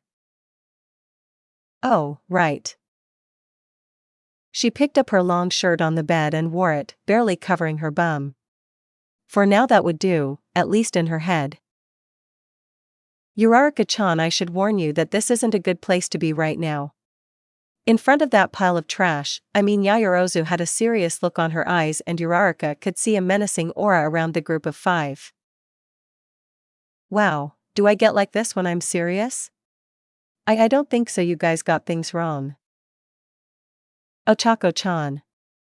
Ribbit, you don't have to defend him. We can take care of it. No, you don't understand, Deku-kun did nothing wrong. Are you out of your mind? He got you naked on his bed. Well, yes, but Ashido-chan. Talk no longer. No matter what he said he would do to you, you don't have to do what he wants. Now, Midoriya, come here so I can tie you on a straitjacket and throw you on the nearest river. Boy, Yaoyorozu was seeing red. Hey. I can use my acid with he doesn't die, right? Right? Now you all, stop. The last shout was loud and clear, which made the girls flinch. Uraraka then went back to whispering. Are you even listening to yourselves? How can you even think about hurting Deku-kun? Ochako, look, if he said something to force you into this then. No, he didn't, Ashido-chan. What? Uraraka took a deep breath. I'm here because I want to. And I was doing what I was doing because I wanted to. The girls got taken back by the honest and unexpected answer. This wasn't likely for Uraraka to do, not in the slightest. No, something was wrong, something had to be wrong. Maybe Midoriya had a second quirk of mind control, or maybe he asked someone else, but Uraraka couldn't be doing it by her own will. That was not possible. The anger melted into worry for the gravity girl. The poor thing must have suffered some kind of brainwash, or maybe he threatened her with his quirk, or even blackmailed her with some kind of past secret. And so, deciding that the well-being of Uraraka came ahead of serving justice to Midoriya, Yaoyorozu put a hand on Uraraka's shoulder, confusing the girl. "Don't worry, we'll work this out, okay?" "Huh?" Ashido was the next one. "We won't tell to nobody. Promise." And with that they moved out of the room, pushing Uraraka all the way while she tried to resist. "No, wait, you didn't get it again." And she was already out. As for the 5 girls standing on the door, they turned around for a second to send a death stare towards the green-haired teen, now covered by his blanket. Midoriya felt like he was looking at death itself. They moved out and closed the door, leaving him alone with tons of questions and scenarios in development about what would happen next. And of course, a deep feeling of fear for his life that he had never felt before. On Yaoyorozu's room, they all gathered around Uraraka, asking what happened and what Midoriya did to make her do it, and the girl was getting more and more frustrated with each question. "As I said before, I went there by my own. There is no point in hiding it now. He is not here and we won't judge you." For the 11th time, Yaoyorozu-chan, I wanted to do it. Do you remember what happened last week, dear? Yes, Ashido-chan, perfectly. No one brainwashed me. Whoever did it made a good job. Oh, for the love of, can I go now? Ribbit, I don't think you should be alone. He could get to you while you sleep, Ribbit. Well, that would be a lovely surprise, but Deku-kun isn't that forward, at least for now. How many times? We taking at each other? I don't know, 20, 30, maybe. Terror was stamped on the girls' faces. Tea that much? Yeah, maybe. Oh, right, Toru, you said you saw us before. When was it?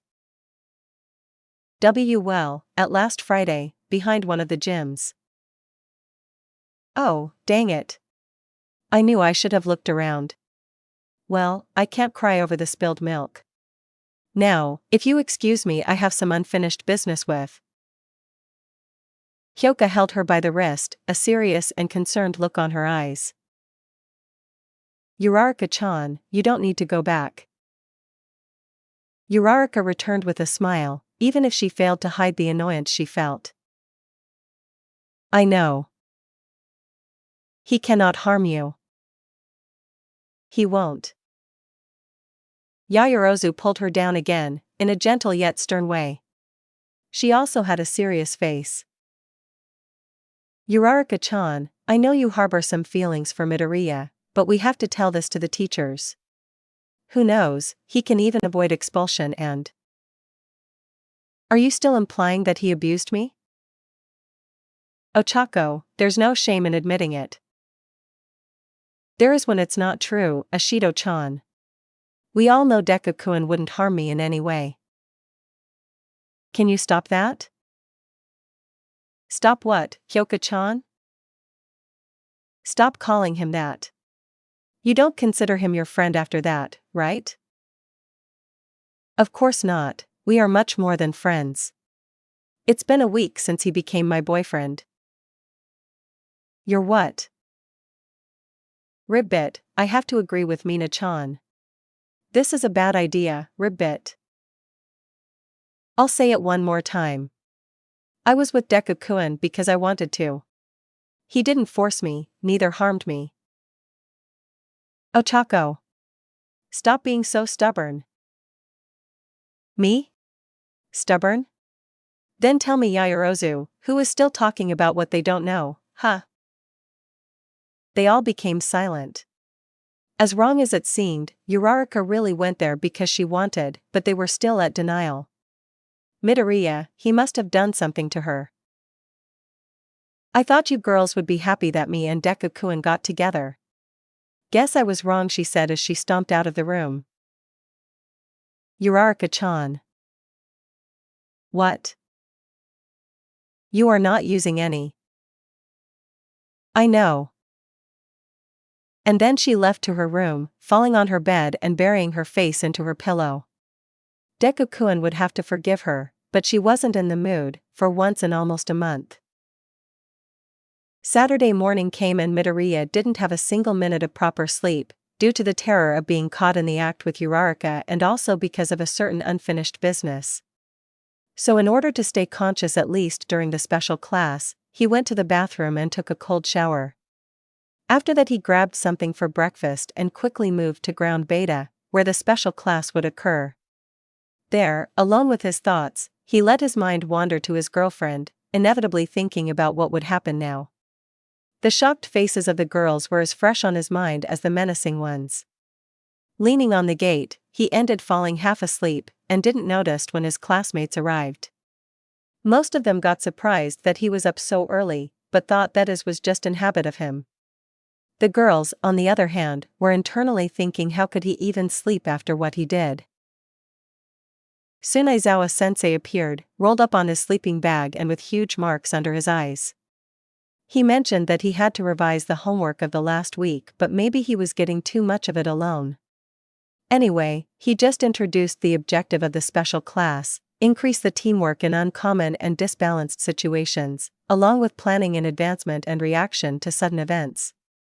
That said, he just rolled out to somewhere else while the responsible teacher carried on with the class. I'm here to take care of the special class. All Might. Cheered the students. All Might appeared in his muscular form, then instantly blew off smoke and the skeletal form of Yagi Toshinori appeared. Since the last flames of One for All vanished, this was kind of the way that All Might greeted the others. It was kind of funny when you got used to it, a towering and muscular form puffing out into a short and skinny man.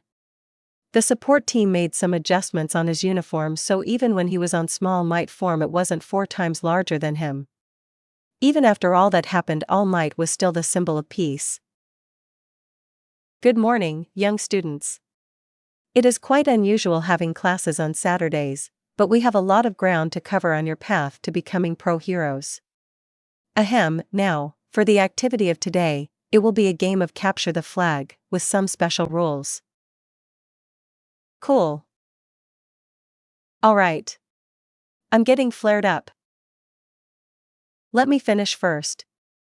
Well then, you'll be grouped in 2 opposing teams of 5 each, chosen randomly. This simulates real-life situations in which you have to work together with whoever is at the place. The objective is to take the enemy flag and carry it back to your base. You can select any place to hide your flag and make your base. I see, this way we'll need to take care of our flag and also think of a way to discover where the other one is. As expected from the teachers of U.A. Always thinking ahead. Ida-kun, there are more rules. Oh.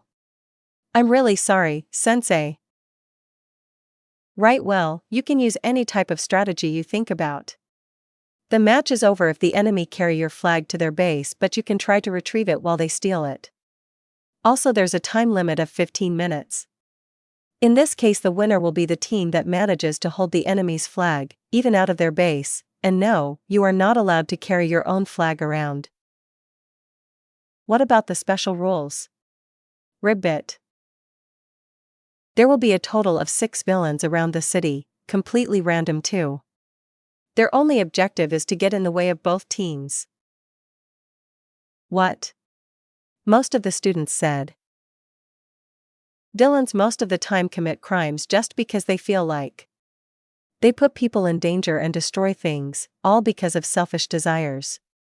As heroes in training, you need to learn how to deal with this type of obstacle and also focus on the objective in front of you. Think about a person that you have to carry to the hospital, or a hostage or victim of an accident. Everyone suddenly got more serious. There was this thing about All Might that, even on his small might form, he inspired the others to do what was right, exceed the expectations, go beyond. The symbol of peace was really indestructible in that way. They passed to sorting out the teams, and the first one was Yaoyorozu Momo, Hagakure Toru, Shiro Hanta, Shoji Mizo, and Midoriya Izuku. The second team Kaminari Denki, Kirishima Ijiro, Azui Tsuyu, Ashido Mina, and Sato Rikido. The villain of this round Todoroki Shoto, Ojiro Mashireo, Mineta Minoru, Jiro Kyoka, Aoyama Yuga, and Bakugo Katsuki. The two teams got into ground beta by different ways while the villains scattered around. The remaining students and All Might went to the monitoring room. Turning on the speakers, he said, "You have 15 minutes. Game start." The horn soared and immediately the teams started to make their moves. Team A. As soon as they found a good place to hide their flag, Midoriya started to form a plan. Considering his team members, it would be the best to leave Hagakure and Shoji at the base. Shoji could detect the enemy easily and Hagakure's stealth nature would work better at the defense since she didn't have much physical capacity. As for him and Shiro, they would act as a first defensive line, taking advantage of the mobility the tape hero and him on full cowl had. But the main force would be Yaoyorozu. She didn't have the top skills in combat, but that wouldn't be a problem, being the strategist she was. His idea was to attract the attention to him and Shiro, giving her plenty of space to find the enemy base, sneak in and steal the flag. That said, he also had to consider the other team and their components. Sato and Kirishima were bound to be on the offensive, given the nature of their quirks and their own personalities. As for Ashido and Tsuyu, well, they also had a lot of mobility, so there were some possibilities they could act as scouts and cover more ground.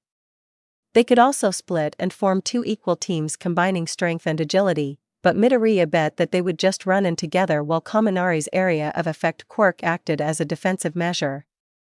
That said, there were also the team of villains, but since they could run into any of them at any time he didn't bother to plan anything now. The Greenette shared his thoughts with the team and his mates pretty much agreed with everything, but he expected Yaoyorozu to add some details, or at least make a comment on their strategy, but the girl seemed to be determined in ignoring him. Hagakure herself kept quite a distance while they were inside the building they chose to hide the flag. Shiro and Midoriya were now moving across the city using the roofs to gain view of the area and possibly drag some attention to them. They were doing well and the plan seemed to be working, but maybe too well. All of a sudden a sparkling beam of light crossed the air and cut Shiro's tape while he was in midair, resulting in him falling and rolling on the rooftop of a building. Midoriya saw that and instantly jumped back to help his partner, but almost got caught in a huge explosion, barely dodging it with a flip while in the air. He ran to Shiro and helped him up, then moving quickly to under a water tank. They then heard footsteps and a very known voice. "I'll make something clear for you, Deku. You are not going to get past this point," said Bakugo as small explosions formed into his hand, his face menacing and with a toothed grin. "Man, that's really bad." Facing Bakugo right in the start, it couldn't be worse. Shiro was about to jump out of the hideout but Midoriya held him. "Not yet. Somewhere on the right building's Aoyama is watching us. He will cut your tapes before you can escape." "Then what will we do?" I'll think of something." Team B. Once they found a good place to hide the flag, Team B left to pursue the enemy flag while Kaminari stood at guard, just like Midoriya had predicted. In their heads, having Todoroki and Bakugo as villains was a major problem, enough to discard the idea of going alone. It could be a little bit slower, but they wouldn't find much difficulty to get past obstacles, a single and powerful offensive, going straight for the objective. Kirishima wisely added that Midoriya would have predicted that and that they should end it as soon as possible. The team agreed with the redhead, mainly Mina and Tsuyu, but for other reasons. They didn't want to cross paths with the boy right now. And as the horn soared they started to move, but before they could make any significant progress, like finding the direction of the enemy base, the first obstacle appeared in front of them, a huge iceberg out of nowhere. This was a very bad sign. On top of the cold mountain sit the half-cold half-hot teen, Todoroki Shoto, with an amused face. Oh, so I met with the team B first. Maybe I should have insisted and not changed my direction with Bakugo. I bet he found Midoriya already. Down on the street, the group of students had nervousness plastered on their faces. Man, this is bad. Don't worry, Ashido. All we have to do is get past him. Easier said than done, Kirishima-kun. A true man never quits a challenge. Except that we are girls, ribbit. What matters is what is in your heart. Hey, you are not going to just ignore me, right? I know Todoroki draws attention, but I'm here too. Jirro walked off an alley, surrounding the group of 4 and taking a fight stance. Now, I have to work hard or else he will get the spotlight alone. Standing back to back, Team B found themselves in a pinch pretty soon. What should we do now? I don't know, Sato-kun. We have think of something. Team A Yaoyorozu. She quietly moved around the streets and alleys, looking around every corner before sprinting to the next cover. Yaoyorozu even created a pair of binoculars to find the hideout from the distance, and she planted tripwires with small rattles as she passed by to prevent a surprise attack from behind. As much as she hated to admit it right now, Midoriya was very ingenious when it came to analyzing the present situation and planning in advance. It didn't pass 2 minutes and she heard a loud explosion far away, coming from the direction the boys went to.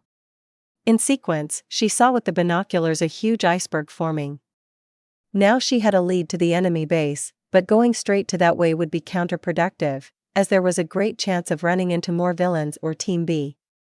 With that in mind, Yaoyorozu decided to make a small detour, but now she could move faster since she knew where she had to go.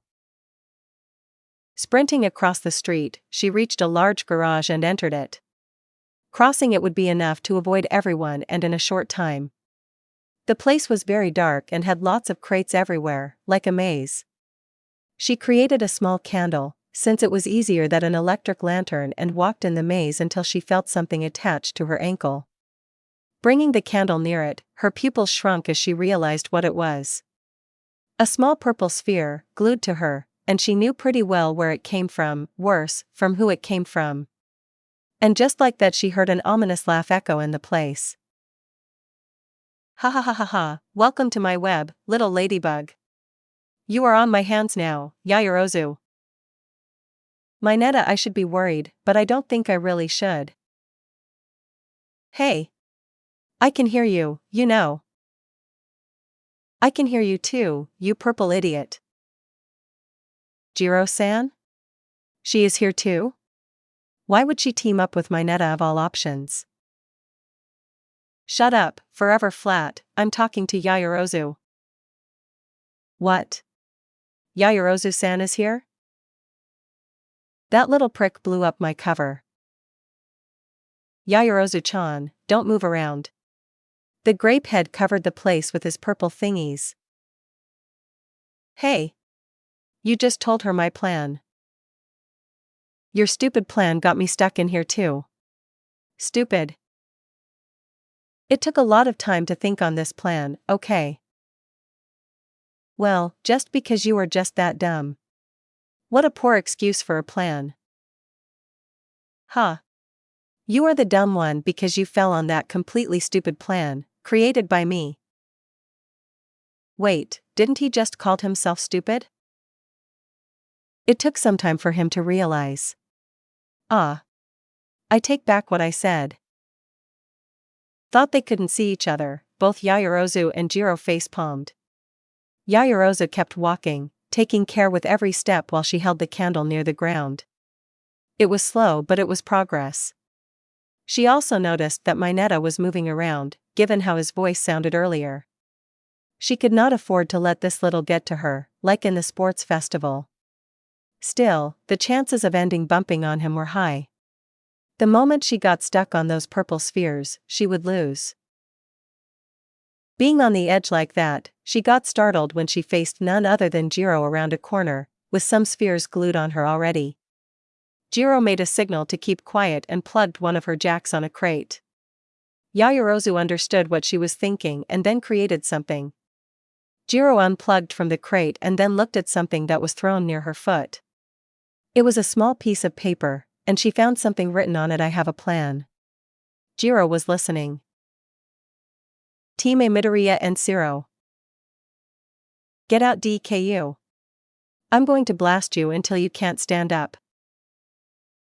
Geez, he's really aggressive. It could be worse, move me. So what is the plan now? Jirro asked while they kept hidden under the water tank. They tested already, and if Jirro launched a tape to get out, Aoyama would cut it with his naval laser. And Bakugo was waiting for Midoriya out in the open. He wanted to fight, but he also doing his job and getting on their way, since Midoriya couldn't get out to take Aoyama and Jirro didn't have a chance against the explosion quirk user in combat. Unless... Jirro-san, I have an idea, but it's gonna be risky and we have to act really fast. I'm listening. And then they got ready to act. Midoriya activated full cowl and made a running stance on the ground, while Jirro got ready to launch his tape.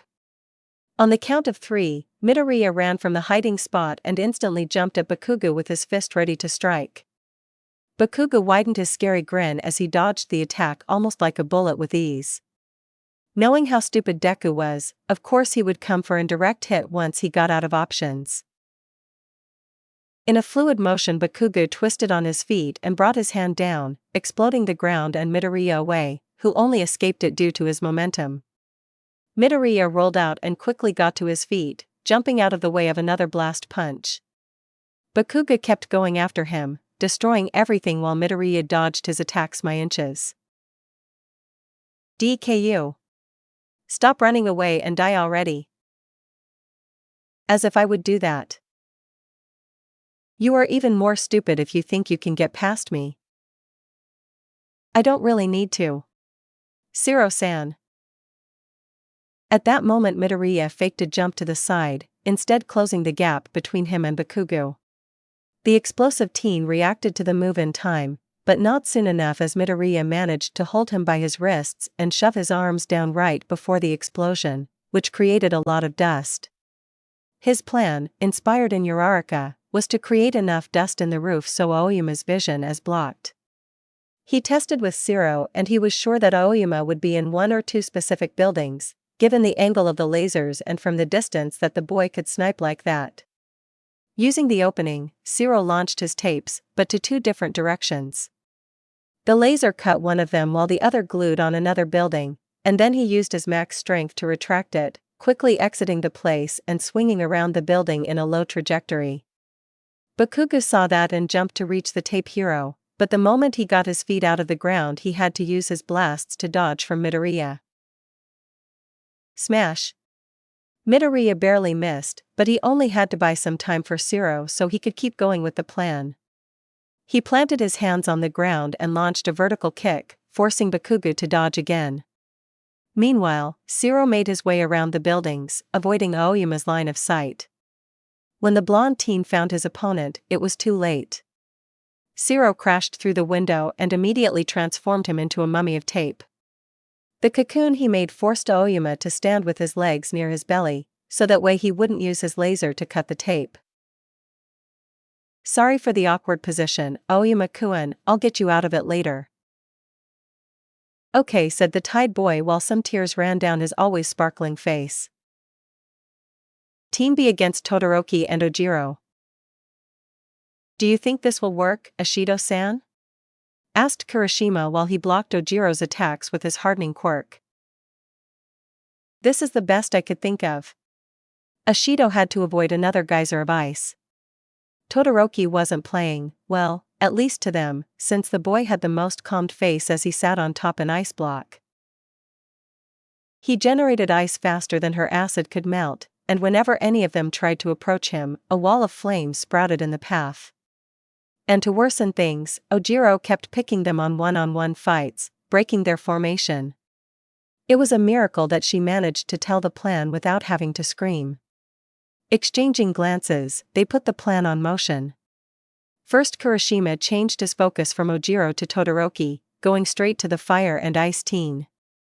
The tailed teen went after him but had to deal with Ashido blocking his way. As for Kurashima, he ran past Sato, who grabbed him by the arm and made a power throw with him, sending the redhead like a cannon at Todoroki. An ice wall appeared, but thanks to Kurashima's quirk it shattered to pieces. Now in close range, Kurashima had a chance to stop him, but he would still have to deal with the flames. They didn't exactly burn through his hard skin, but the heat was too much for him to handle, even with the extra protection his quirk gave him. Unless Red Riot Unbreakable. Todoroki knew it would end bad for him if he let Kurashima stay near him in this state, so he trusted in the strength of his friend and increased the amount of heat and flames he was projecting, completely engulfing him in a giant inferno. But what he didn't expect was to Kurashima to bust out of the flames, his arm stretched for behind, preparing a powerful blow. If he didn't react it on time and created an ice pillar in between them, he would fly much more than a few meters. Kurashima's punch completely broke through the ice and hit Todoroki, thought with much less force than he intended. "Seriously, are you sure you guys aren't monster?" said Todoroki as he got up, still with a smile on his face. Says the guy that makes ice mountains out of nowhere and creates an instant hell. Kurashima also had his usual grin, but he seemed tired. In fact, his quirk was losing effectiveness and his skin became normal again. "Man, I need to work more on my resistance." "Are you sure you can stop to breathe?" "Yeah, sure. I did my part." As he said that, the glacier Todoroki created first when he appeared shaped. He looked at it and saw Sato punching through it and opening a hole, then giving way to Tsuyu, who was quick to cross it and leave the place as fast as her legs allowed her. "Oh, now I understand, but I cannot let you do as you want. You have to face me now." Sato ran to Todoroki with his fists ready to punch him, but he reacted quickly by creating another ice wall, but this one was thinner than the last he made. "Hee, you seem to be running out of ice, Todoroki-san." "And what about you, Sato? How many sugar bars have you eaten already?" "Who knows, teehee." Meanwhile, Ashido was still holding Ojiro. She was happy that her plan worked out. Tsuyu was one of the fastest around and they had problems with both the flames and ice of Todoroki, so she had to get out of here first. But for that they would have to distract Todoroki so Sato could break the barrier and keep Ojiro away at the same time. Luckily for her, Ashido was very athletic, and while it didn't exactly compare to his martial arts skills, she was handling him pretty well. The main deal was his tail. Since she couldn't hope to win in power, she wanted to take him down by throwing him out of balance using his own strength, but that tail was very useful, and Ojiro refused to meet the floor. Not only that, that tail was also very unpredictable and dangerous. And then another idea popped on her mind. She started to run around him, rather skidding with her acid, barely avoiding the blonde teen's attacks.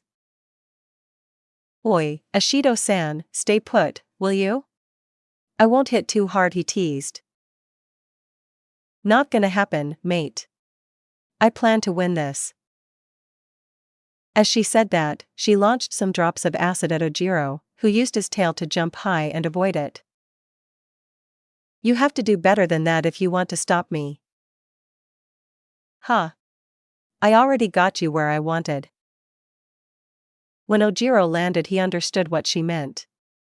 The floor was covered in a viscous liquid and he fell right before he landed. His tail was useless as a counterweight if he couldn't keep his feet firmly on the ground. He kept slipping on the slime until he felt a sudden weight over him. Ashido had melted a lamp post at the base, making it fall over him. It wasn't very heavy, but without a proper place to firm his hands and feet, he wasn't going anywhere. Well, that was unexpected. "Don't worry, I'll get you out of it later." As she said that, something went flying above her head. Some minutes before, Jirro reached the place and saw the confusion. He didn't understand what was really happening, but he knew that getting involved in it was a bad idea. He had to get past them without letting them a chance to catch him, so he launched tape on the buildings and took some steps back, making an inhuman slingshot. As the tension on the tape reached the maximum, he jumped up and retracted, flying at high speeds over Team B and villains, much to Ashido's surprise. "Oh no, you are not getting away."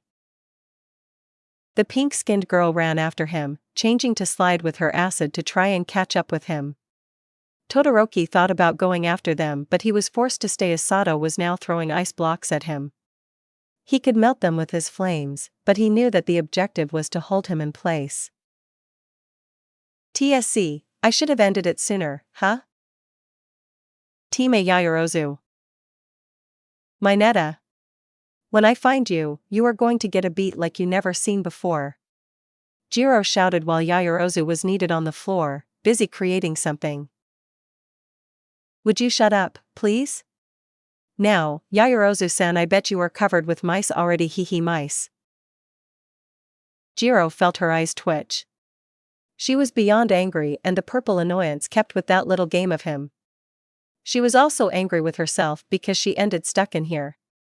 The game started and she just wandered through the place, sure that she would end crossing someone's path. She had decided to use this area in specific because the buildings were closer to each other and she could use her quirk to detect people nearby, but she entered this garage and when she noticed there were 3 purple spheres stuck on her clothes. So that was what the tiny was doing. Listen up, you midget. You are going to have a bad time. Trust me. Huh? What was that? I cannot hear you under your flat chest. That doesn't make any sense, stupid. She shouted while plugging one of her jacks on a crate. It doesn't have to make sense because you are flat. I'm gonna kill him, I'm sure. As tempting as it sounds, we cannot do that. I know, Yaoyorozu-chan. You ready? Ready. Now we need to find the grape head. Leave that to me, he keeps running his mouth non-stop. With that they started to move, careful to avoid the traps Mineta laid around.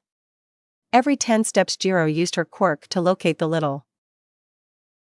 How can be so many of those things? As soon as we entered ground beta he ran away. Guess he found this place and kept throwing those things around. Yeah, sure, but there was a limit, right? Huh. And for what do you think my training was? Let me tell you that my limit go doubled, no triplicate. He's making this up, right?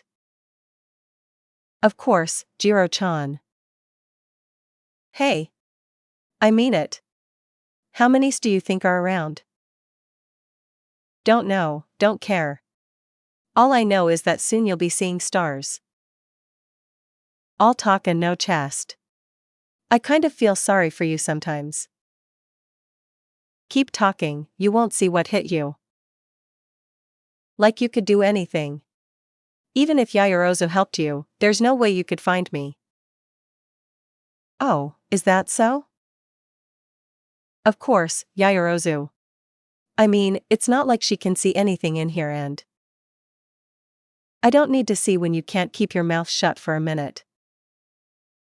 Mineta felt a chill run down his spine as he looked up, the heads of Jirro and Yaoyorozu hovering over him. It could be the lack of light, but their faces were pretty scary right now. Well, look, I'm sorry I made such a silly trap. I didn't have any hidden intentions behind it or anything. Jirro cracked her knuckles while Yaoyorozu snapped what seemed to be a belt. She also had some kind of clothing on her hand. Mineta gulped. He knew he was screwed. And so, the grape-head boy ended with a dizzy head, his ears ringing a bit, tied on a straitjacket upside down and with additional restraints in the form of leather belts tightly wrapped around his small body. And just because he talked a lot, he also earned a belt over his mouth. Small tears of regret fell from his eyes, not from having this idea, but from wasting a justificable chance to touch Yaoyorozu. Outside the garage, the two girls let out a tired sigh of relief. Yaoyorozu took some steps back while she created a staff and took a fight stance, leaving Jirro with a confused face. Huh? What are you doing? Well, you are on that villain, right? Oh, that. Well, All Might said that villains do what they want, and I'm not in the mood for that right now, so let's just say you won, okay? What, really? Yeah.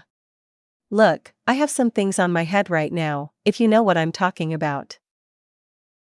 Oh, that if it helps, I don't think he will be coming over here. Oh, that's nice. Well, you should be going. One thing, don't take the main road, Todoroki is near this place. Thanks. See you later. And while Yaoyorozu resumed her task, Jirro found a place to just lay down, the two of them with a certain green-haired boy on their heads. Team Midoriya. Bakugo was mad. He was sure because whenever he got that way his left eye twitched and he kept grinding his teeth. Seriously, one day he would shatter his own teeth, Midoriya always warned him. So you want to take a beat so much, huh? I don't plan to take that option. So, in other words, you are saying that you plan to win? Yes, Kaken. I'll make you know your place. A huge blast propelled Bakugo forward, and a second one made him spin in the air, dealing a great impact on the ground as he missed Midoriya by inches. He kept after him, throwing explosive punches that barely missed the green-haired boy. Midoriya was clearly on the defensive, which only made Bakugo even angrier. Did he think he could win by just running away? Well, running away was what Deku did, because he was Deku. Still, that ed Bakugo off. Deku should just give up and lay dead on the floor. DKU. Are you FING playing with me? As if I had time for that. Midoriya made a fake step and closed into Bakugo while he threw a punch. Like it would work twice. I know that. Midoriya dived under Bakugo, dodging another blast. He planted his hands on the ground and used his shoot style to kick Bakugo on his side. Though a strong blow, Bakugo managed to hold it, maybe by sheer rage, and grabbed Midoriya's leg, spinning him and slamming the boy on the floor. Midoriya got up a bit dizzy and Bakugo held him on an arm lock, threatening to explode him on point blank. Give up, Deku, and maybe I'll let you get out with just scorches. You should know that by now, Kaken giving up is not an option. Midoriya jumped up with full cowl, getting both of them high. Then, using his free arm, he got a hold on Bakugo's shirt and twisted them in the air. Oklahoma Smash. The force of the spin sent Bakugo flying away, crashing on another building while Midoriya landed. With that, the Quirk inheritor gave a last glance at his rival before dashing away.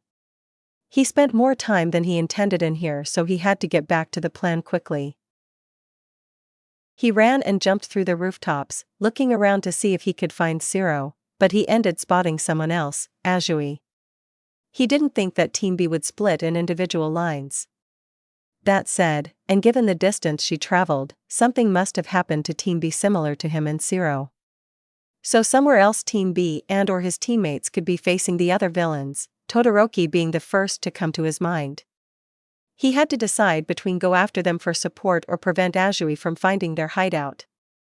At this rate they would have to deal with Bakugo and or Todoroki, and considering her agility, just defensive measures wouldn't delay the frog girl for long, resulting in them having to recover their flag while facing the villains.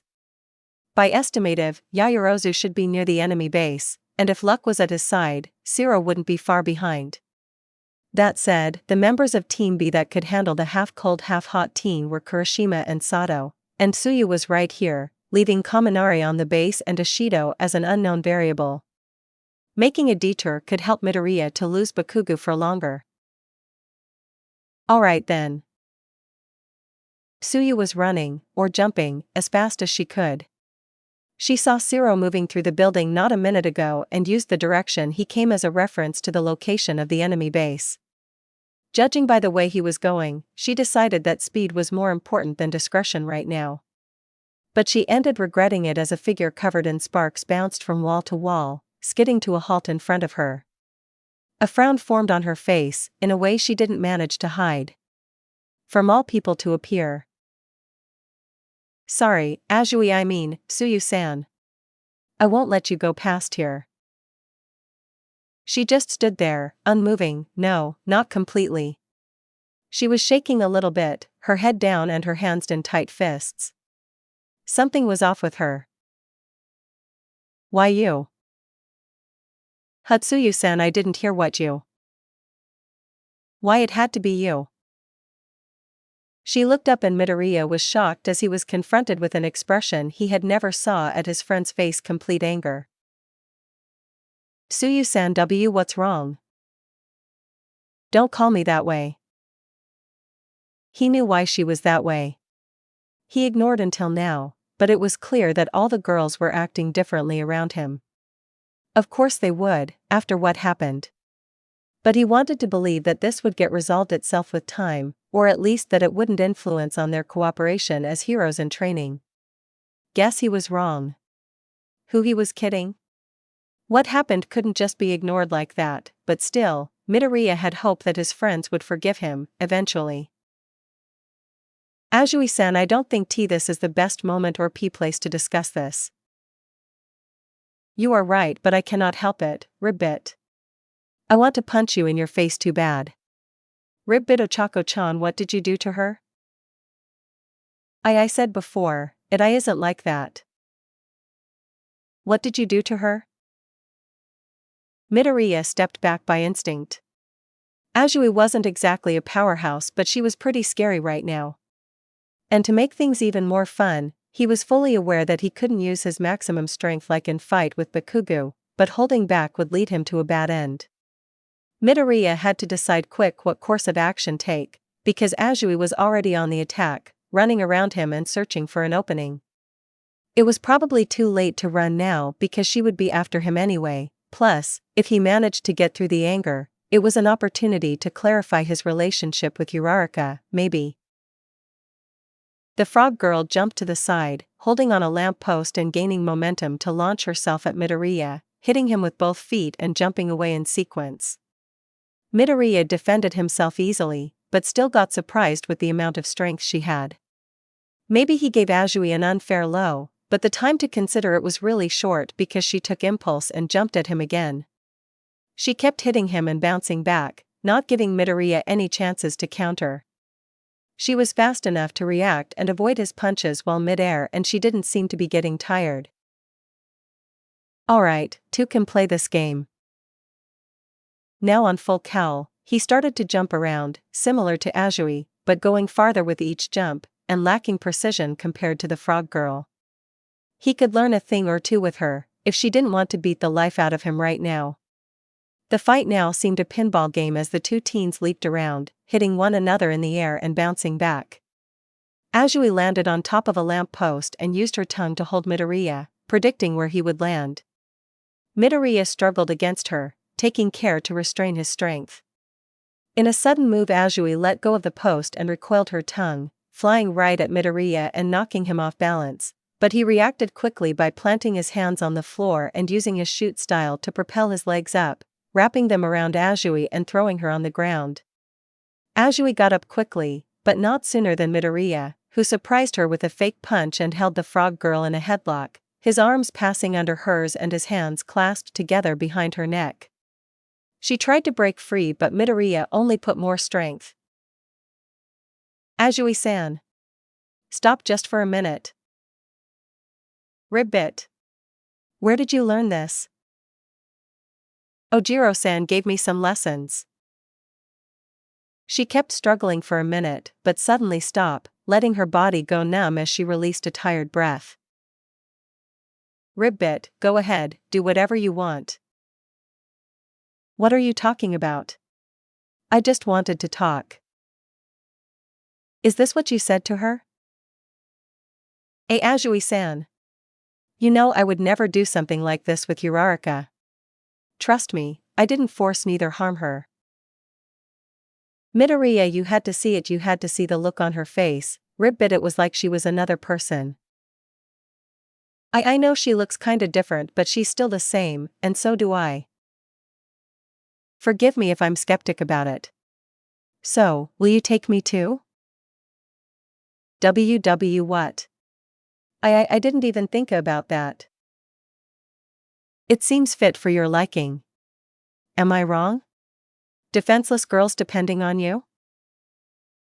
Is this what you think of me and Uraraka? He never heard the answer because on the next second a loud sound blast hit him and Azui. He let go of Azui to cover his ears and ended receiving a kick on his stomach. The sound ceased, and when his head stopped ringing, B saw Jirro helping Azui to get up. Jirro-san? Are you alright, Tsuyu-chan? Did he do something? I'm alright, but I'll feel better, she glared up at Midoriya. When I hit him straight in the face. Not only Azui, but Jirro too, looked ready to kill, and Midoriya was the target. I already lost too much time and I didn't even got to explain anything. It seems that everything got worse. I have to leave now. Jirro-san will be hard to deal with.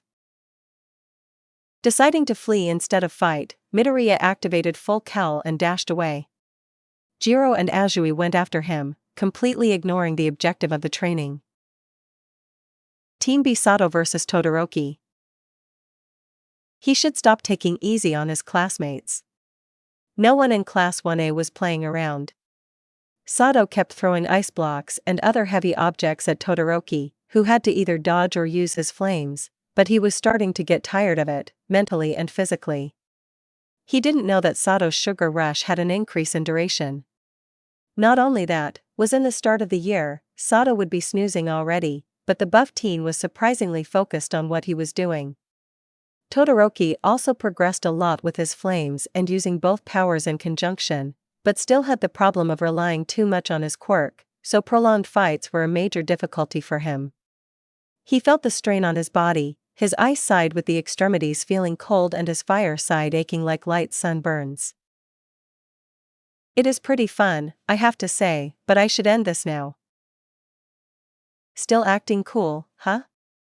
I guess that suits you. Sato picked up another ice block and tossed it at Todoroki, who launched flames and instantly melted the ice into a cloud. But then from the cloud came a piece of metal, that Todoroki found to be a street sign, swung by Sato. Todoroki created an ice pillar, but it didn't came up fast enough, so it only reduced the damage. Sato went after him while he bent the street sign in the form of an U. He thought that Todoroki was weak enough to be held in place for some moments, and that would be the end of his part. Kirishima used his quirk as much as he could until he ran out of stamina. Right now the redhead was resting inside a building. Todoroki was getting up, breathing heavily from the hit to his side. Sato towered over him, ready to bind the teen on the ground, a smirk on his face once the thought of defeating the prodigy Todoroki Shoto crossed his mind. That smirk faded into a confused face and then complete surprise when he got stuck into an ice pillar. Huh? How? I thought that you were out of ice? Well, I have some problems with relying on my quirk so much. One way to get around is always having a little bit saved. I thought I would get to act cool defeating you. Don't worry, I'm practically out of the game.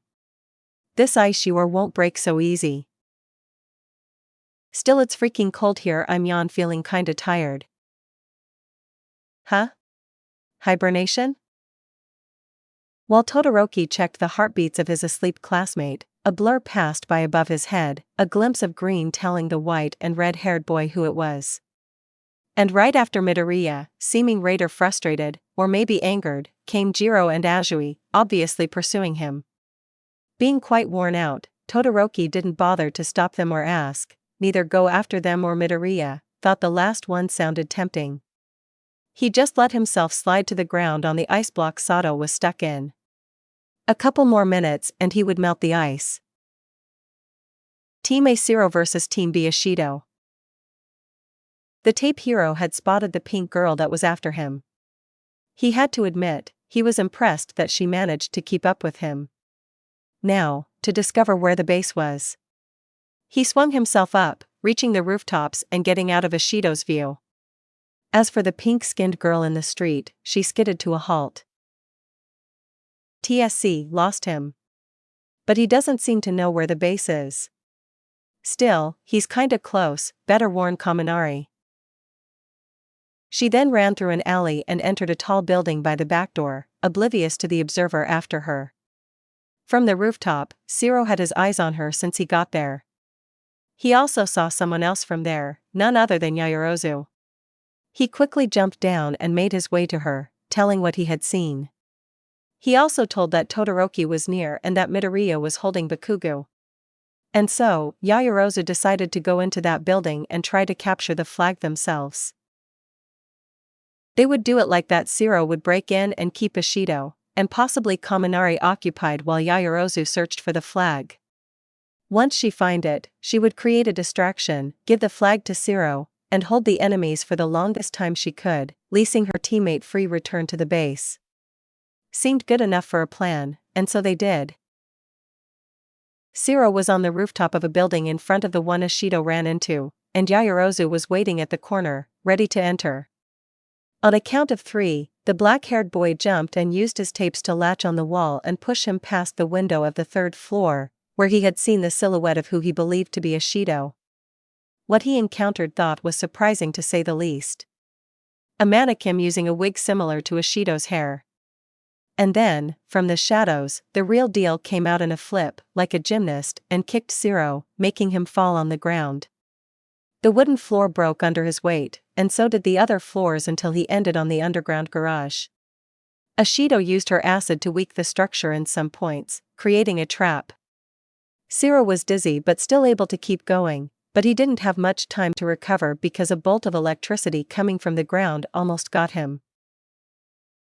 Hey Jirro-san, what took you so long? Kaminari? So if you're here then this must be the base. Huh. Think again, buddy, we hid it in another place. Kaminari. Don't tell him that. Ashido just got through the stairs and ran directly to Kaminari to give him a slap behind his head, then ran again to cut Jirro's escape routes. Give up man, you are not going anywhere and you are outnumbered. Jirro was desperate, looking back and forth while searching for an opening, and the he looked up the he fell into, gaining a smirk on his face after that. I think you don't know to count, Kaminari. Who said I was alone? Smash. The ceiling above Kaminari revealed Midoriya, his fist breaking through the concrete. Moments ago, Yaoyorozu, who had heard Kaminari talking out loud about the hideout, spotted Midoriya running and called for him, giving the boy a quick explanation of their plan. He quickly understood and prepared to enter on another fight. Now on the underground, Midoriya jumped at Kaminari, grabbing him and tossing the blonde away, while Jirro tried to immobilize Ashido, but her acid was melting his tape. Midoriya. Change. Right. The One for All user jumped at one of the walls and then leapt at Ashido. Acid Veil. Ashido used her special move and created a wall of acid, but she didn't count with Midoriya's next move. 5% Delaware Smash. The strong wind created by the flick of his finger made the acid wall be blown away, and some ended falling over Ashido. The acid wasn't strong enough to hurt, it only stinged a bit, but could melt clothes with some ease, and it did in the worst way. Ashido's pants melted near her abs, revealing a light pink underwear with small red ribbons on the sides. Both of them froze in place, their eyes never leaving the pink-colored piece. When Midoriya broke the ceiling, he ended breaking some pipes too, so there was some water around. Jirro was winning over Kaminari easily because his tape could isolate most of the discharges Kaminari threw at him. Using a tactic suggested by Midoriya, Jirro jumped around Kaminari, dodging his attacks with ease and throwing some tape here and there, but never hitting him. He had to say that the blonde had some skills, but not enough to get him. "Are you going to keep running around? This ain't funny at all, Jirro." "You're already dead, man, hee. I always wanted to say that." Jirro pulled one of his tapes, starting some kind of chain reaction that pulled all the others, wrapping the electric teen in a cocoon of tape. "Spider trap. What do you think about this name?" "Sounds nice, but it needs to be more flashy." "Like what?" "Oh, something like indiscriminate discharge." Kaminari let out his max output, sending electricity through the ground. Jirro had one of his feet on a puddle of water, and before he could jump away he received the charge, being electrocuted and fainting after, small trails of smoke leaving his uniform and a light smell of burnt tape in the air. As for Kaminari, as expected, his brain went into short circuit and he just stood there wrapped in tape and with the dumbest face ever. Back to Midoriya and Ashido, still staring at the former's underwear. Midoriya was the first to react. I'm sorry, Ashido, I didn't want that to happen." Midoriya. Showing off or not, she went after him like a lioness hunting a gazelle, her hands covered in acid. Midoriya's eyes went big like two dishes, jumping back and barely avoiding being burned by the acid girl. "RWAA. I can't believe you did this. Idiot. Enemy of all women. Ashido. It wasn't on purpose. Like what you did with Uraraka? That was an accident too?" "No, that was different, oof." Midoriya just received a kick from behind that sent him flying at a column. Midoria and Jirro had just arrived. He barely got up, a kunai got stuck near his head, completely scaring the boy. He looked up, kind of knowing where that came from, and found Yaoyorozu glaring at him from the floor above, already creating more dangerous objects. She must have seen the scene from the upper floor since she was the one that gave Jirro a signal. He never thought that he would be afraid of hearing his own name. Midoriya. Neither that amount of menacing auras together. I'm sorry? Let's go back some minutes back in time, more precisely to when Todoroki and Sato were fighting. Like Sato said, he was keeping Todoroki occupied, and with that opportunity, Kirishima started to run as soon as his body recovered some energy. He probably couldn't use his quirk normally, but he was still able to move. As he ran around the streets, he heard the sound of explosions in the distance. Bakugo. Soon he met with the explosive teen, who ran to him and grabbed his uniform while shouting. "Hard head. Where's Deku?" "Midoriya? I didn't see him, but I bet he's probably reaching our base by now." "Where's it at?" "Huh? The FING base." "Where?" "This way, the small store in the middle of two tall garages." Bakugo let go of him and ran into the direction Kirishima pointed, but before he left, he called Kirishima. "Hard head. There." "Huh? What? Are you FING stupid? The flag is there." Bakugo pointed the direction and Kirishima saw a column of smoke not too far away. "Make sure you get it. Deku won't win nothing today." He said that and took off using his explosions to propel himself. "Huh, so this is your way to help, alright, can't throw that favor in the trash." Kirishima followed the smoke, and when he got closer, he couldn't help but feel a little bit nervous. There was this huggy on the side of a store and he could see Shoji moving rocks around, as if he was looking for something. And then he heard a known voice. "Shoji-san. I found the flag." Both Shoji and Kirishima looked at the blue uniform jumping up and down while a small green, the flag, hovered above it. At that moment Shoji noticed Kurashima and they changed a glance before the 6 AM's teen turned back to his invisible teammate. Hagakure. Get out of here. Eh? E. She also saw Kurashima, already running after her. Shoji stood on the redhead's way to buy Hagakure some time. Going somewhere? Yeah, I have a flag to capture and a game to win, so I have to go now. Only over me, buddy. Sure. That's how a man do things. Kurashima was aware that it would be hard to get past Shoji without his quirk, so he had to think of something. The extra limbs were pretty hard to deal with. Shoji was also kinda tired. Out of nowhere Bakugo appeared blasting everything and shouting Midoriya's name and a selection of foul words, most of them referencing the green-haired boy. The flag got lost in the middle of the rubble and he shielded Hagakure from a secondary explosion caused by a small gas cylinder. The explosive team just left then after not finding Midoriya. They had to change the location of the hideout because it was practically no more, but first they had to find the flag. And right when Hagakure found it, Kurashima found them. They were in a stall, exchanging some punches here and there, but without a sign of making the other back off. It was at that moment that Kurashima decided to try something different. Ashido. Tsuyu. Go after Hagakure. I'll hold Shoji here. Shoji heard that and thought for a moment. Kurashima arrived here alone, but if Midoriya was right about the moves of Team B, the rest of them should be near, but he wasn't detecting no one on his radar.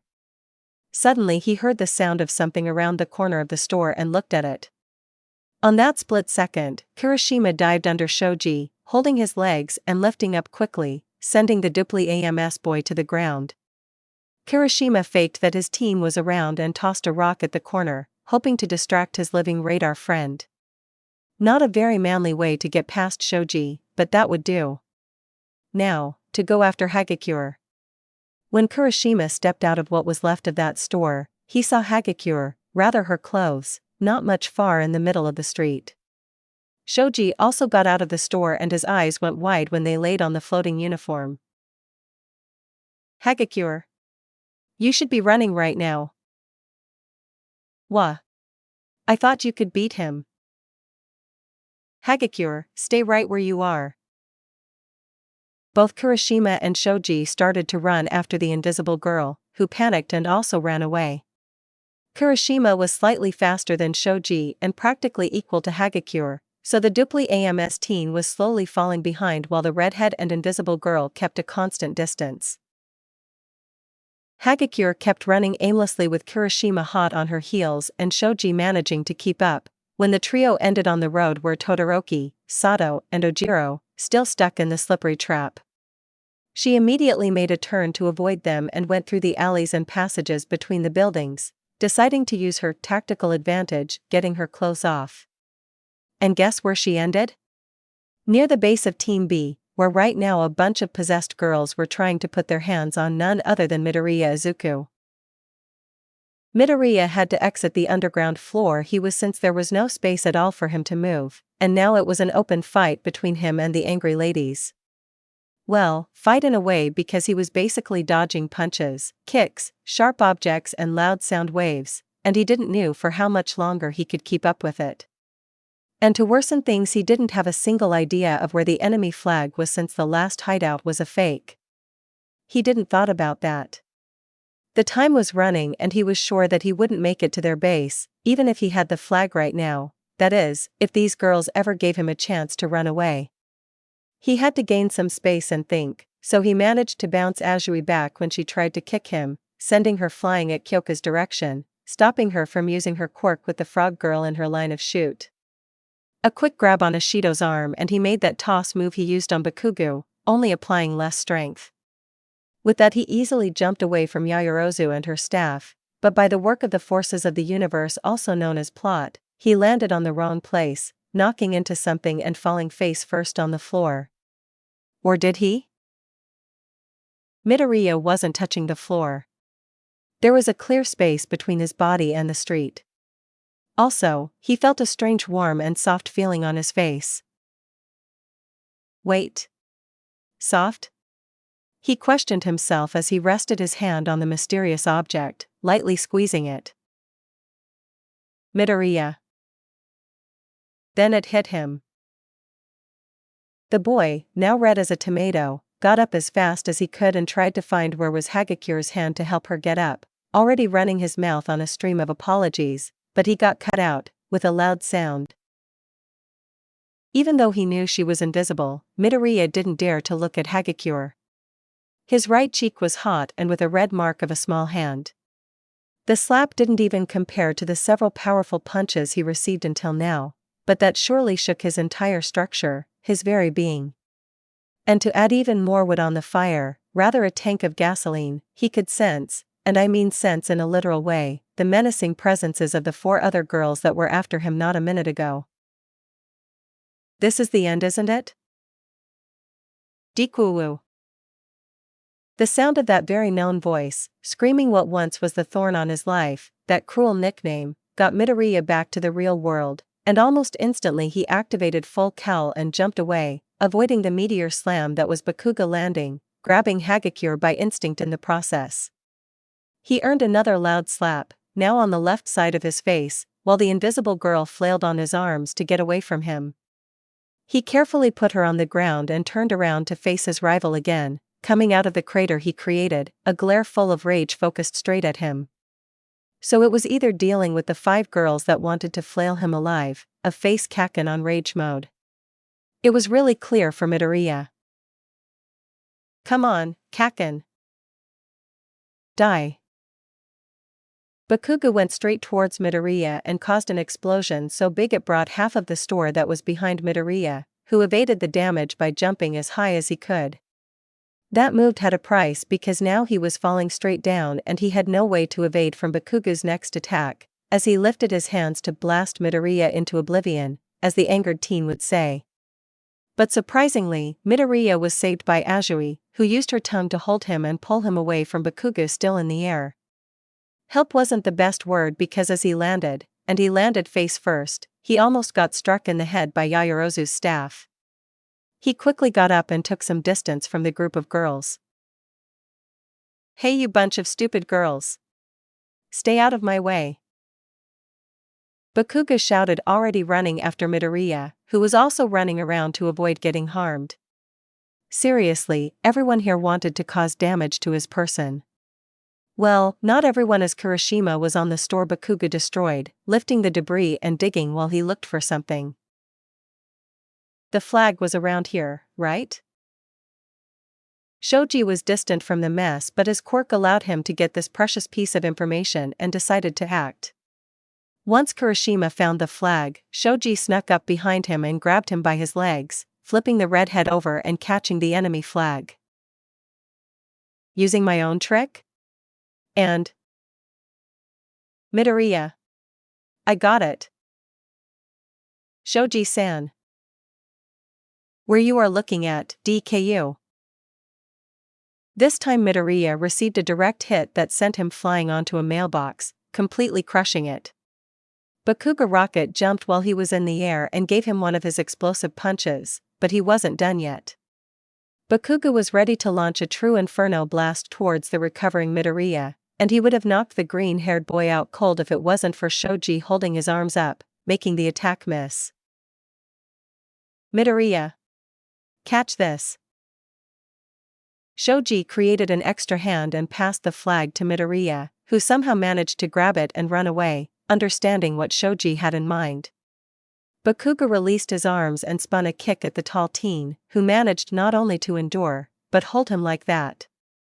Kirishima was already up and running after Midoriya, when he spotted the Team A flag floating near Ashido and Azui. Ashido. Tsuyu. Get the flag. We win if we bring it to the base. They didn't listen, going after Midoriya, who activated full cowl once more, wincing as his body ached from the blows he received. No. The other one. In Hagakure's hand. Azui barely missed wrapping Midoriya with her tongue, as he jumped in the last second. Bakugo freed himself and Rocket jumped at the green-haired teen ready blast him. Kirishima was about to reach Hagakure. And then the horn finally sounded. Game set. Team A wins by having the enemy flag at the end of the time. Kirishima even tripped over and fell on the ground. So close.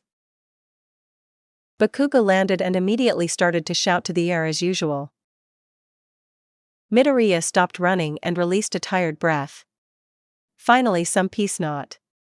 Poor Midoriya received a tackle from behind that brought him to the ground, and after that a pile of girls formed on his back, every single one of them wanting to tear his limbs apart as they held him. He had to resort to his quirk once again to get up and move, very slowly. It took Kirishima, Shoji, slightly burnt Zero and Todoroki to free the boy from the grasp of his pursuers. By now Midoriya had scratches and bruises all over his body, but his bones were intact, so that kind of counted as a minor damage. The reason for All Might not doing a single thing once things went haywire was because he had to leave and take a medicine that helped him to not cough blood all the time, but he forgot it at the teacher's room. Instead, Tokoyami, Ida, Uraraka and Koji stood there, watching the fights and the hunt at the end of the game, too shocked to say anything. Somewhere in the town, Aoyama finally broke out of his prison, focusing his laser in a very thin line that passed by the little space between his legs, without cutting them. He was very proud of his feat. Mineta was still hung up, still crying and still regretting the lost opportunity. The other match went on much better, with both teams focusing on capturing the flags of each other during the entire time.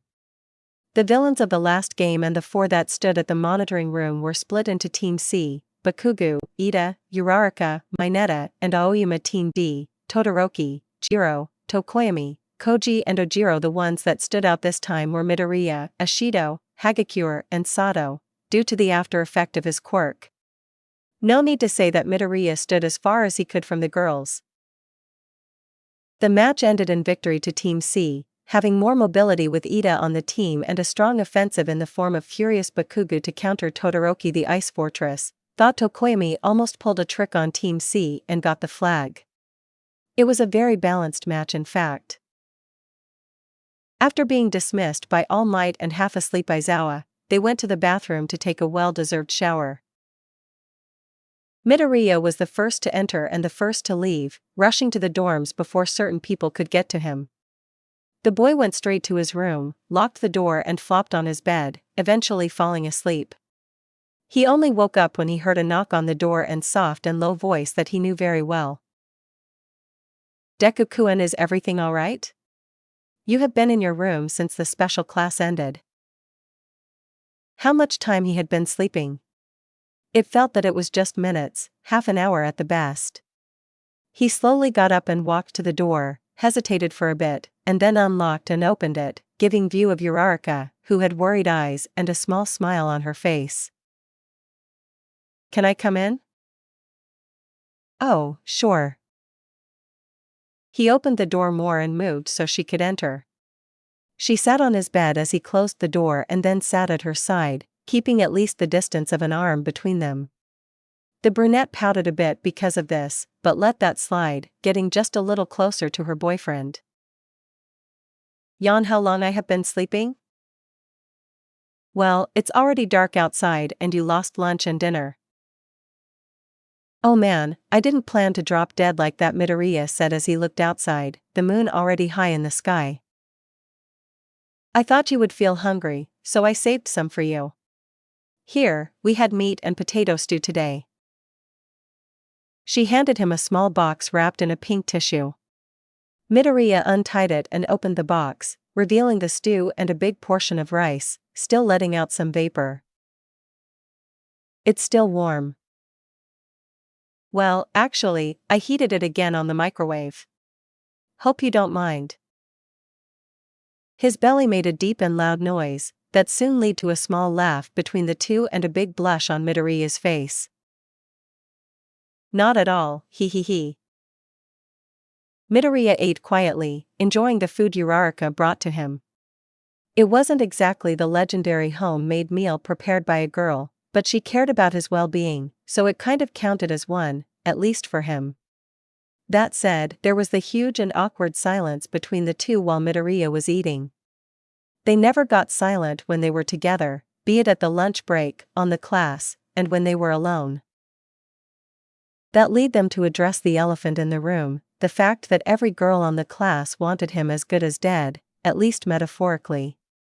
Midoriya gave Uraraka the now empty box, thanking for the food, and stood another long minute silent, looking at his carpet like it was the most interesting thing around, until he gave up. Letting out a sigh and holding his head on his hands as he loomed down, he finally spoke. I messed up, Uraraka. I messed up really bad. What? No, Deku-kun. What happened wasn't. Yes. Yes, it was my fault. I should have thought about it better. I mean, it's not that I don't like you, or that I don't enjoy what we do together, but they're right. There's a right way to do things, right? Deku-kun, I told them already, and I'll tell again if I need. I did what I did 'cause I wanted to. In the end, I'm the one to blame. No, I'm not saying that you are guilty of nothing.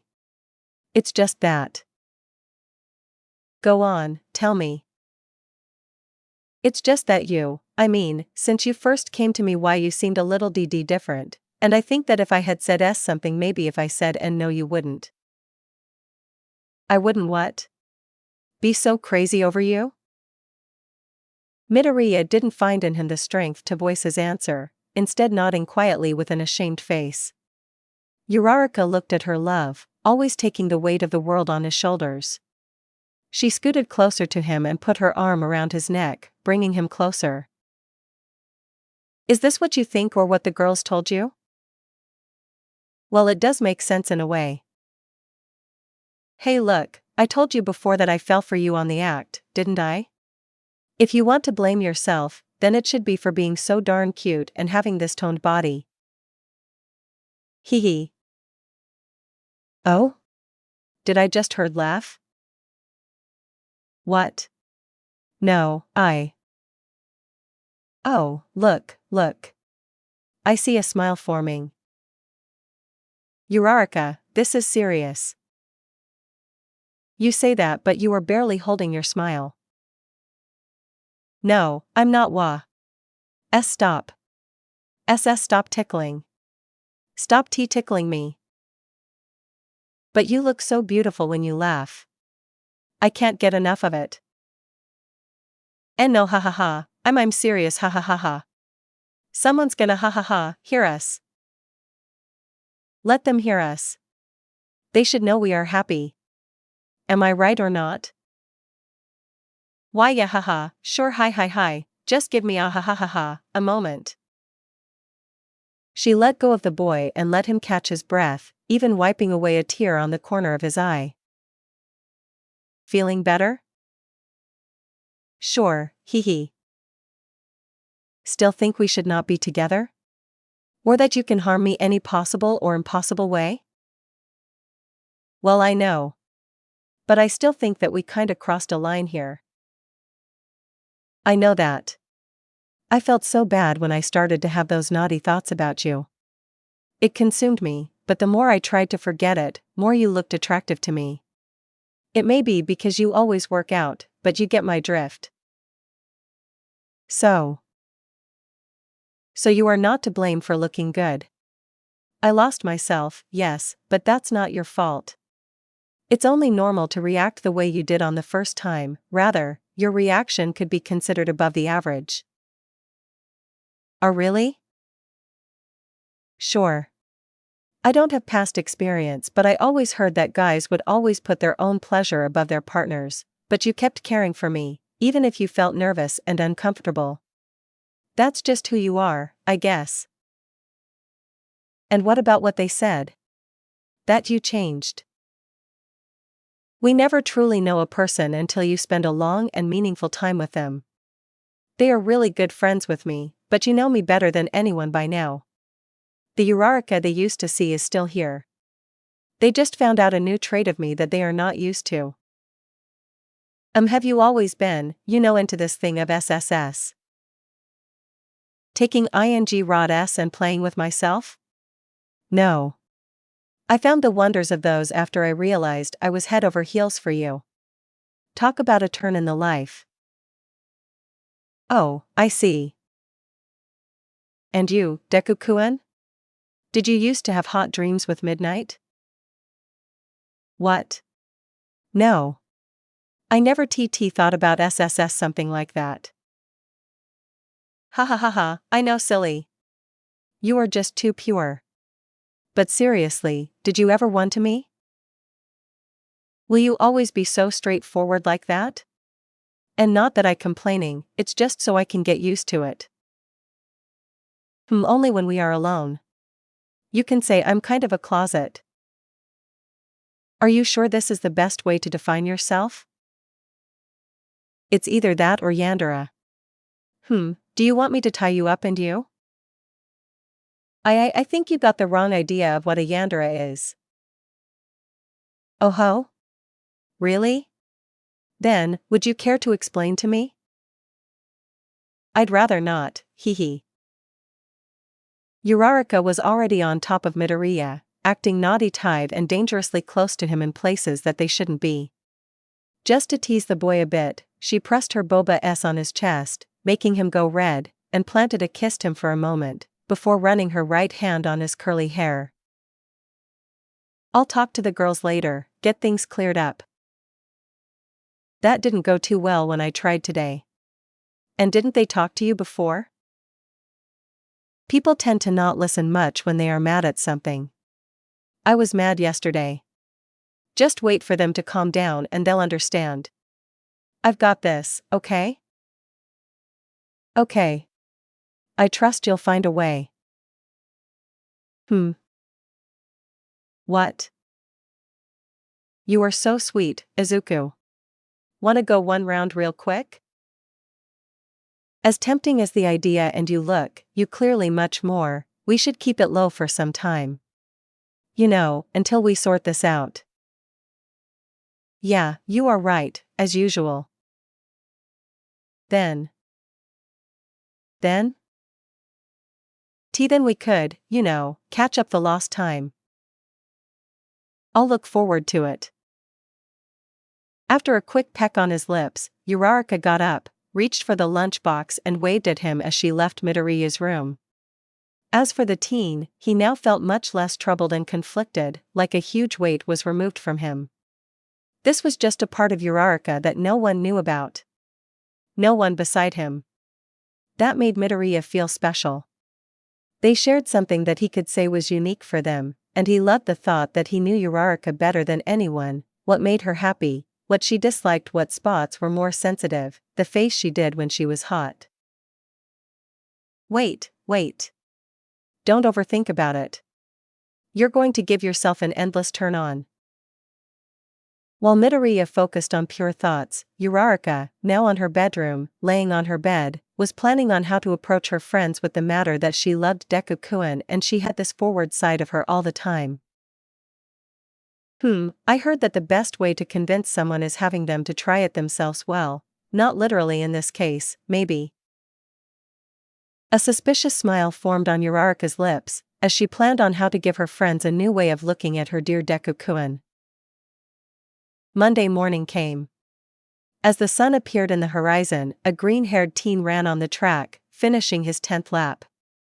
Midoriya was still nervous about the whole deal between him and the girls from his class, so he decided to exercise in order to distract himself. He had spent half of Sunday on the gym lifting some weights, and the other half swimming at the pool. It also allowed him to keep a safe distance from the possible aggressors.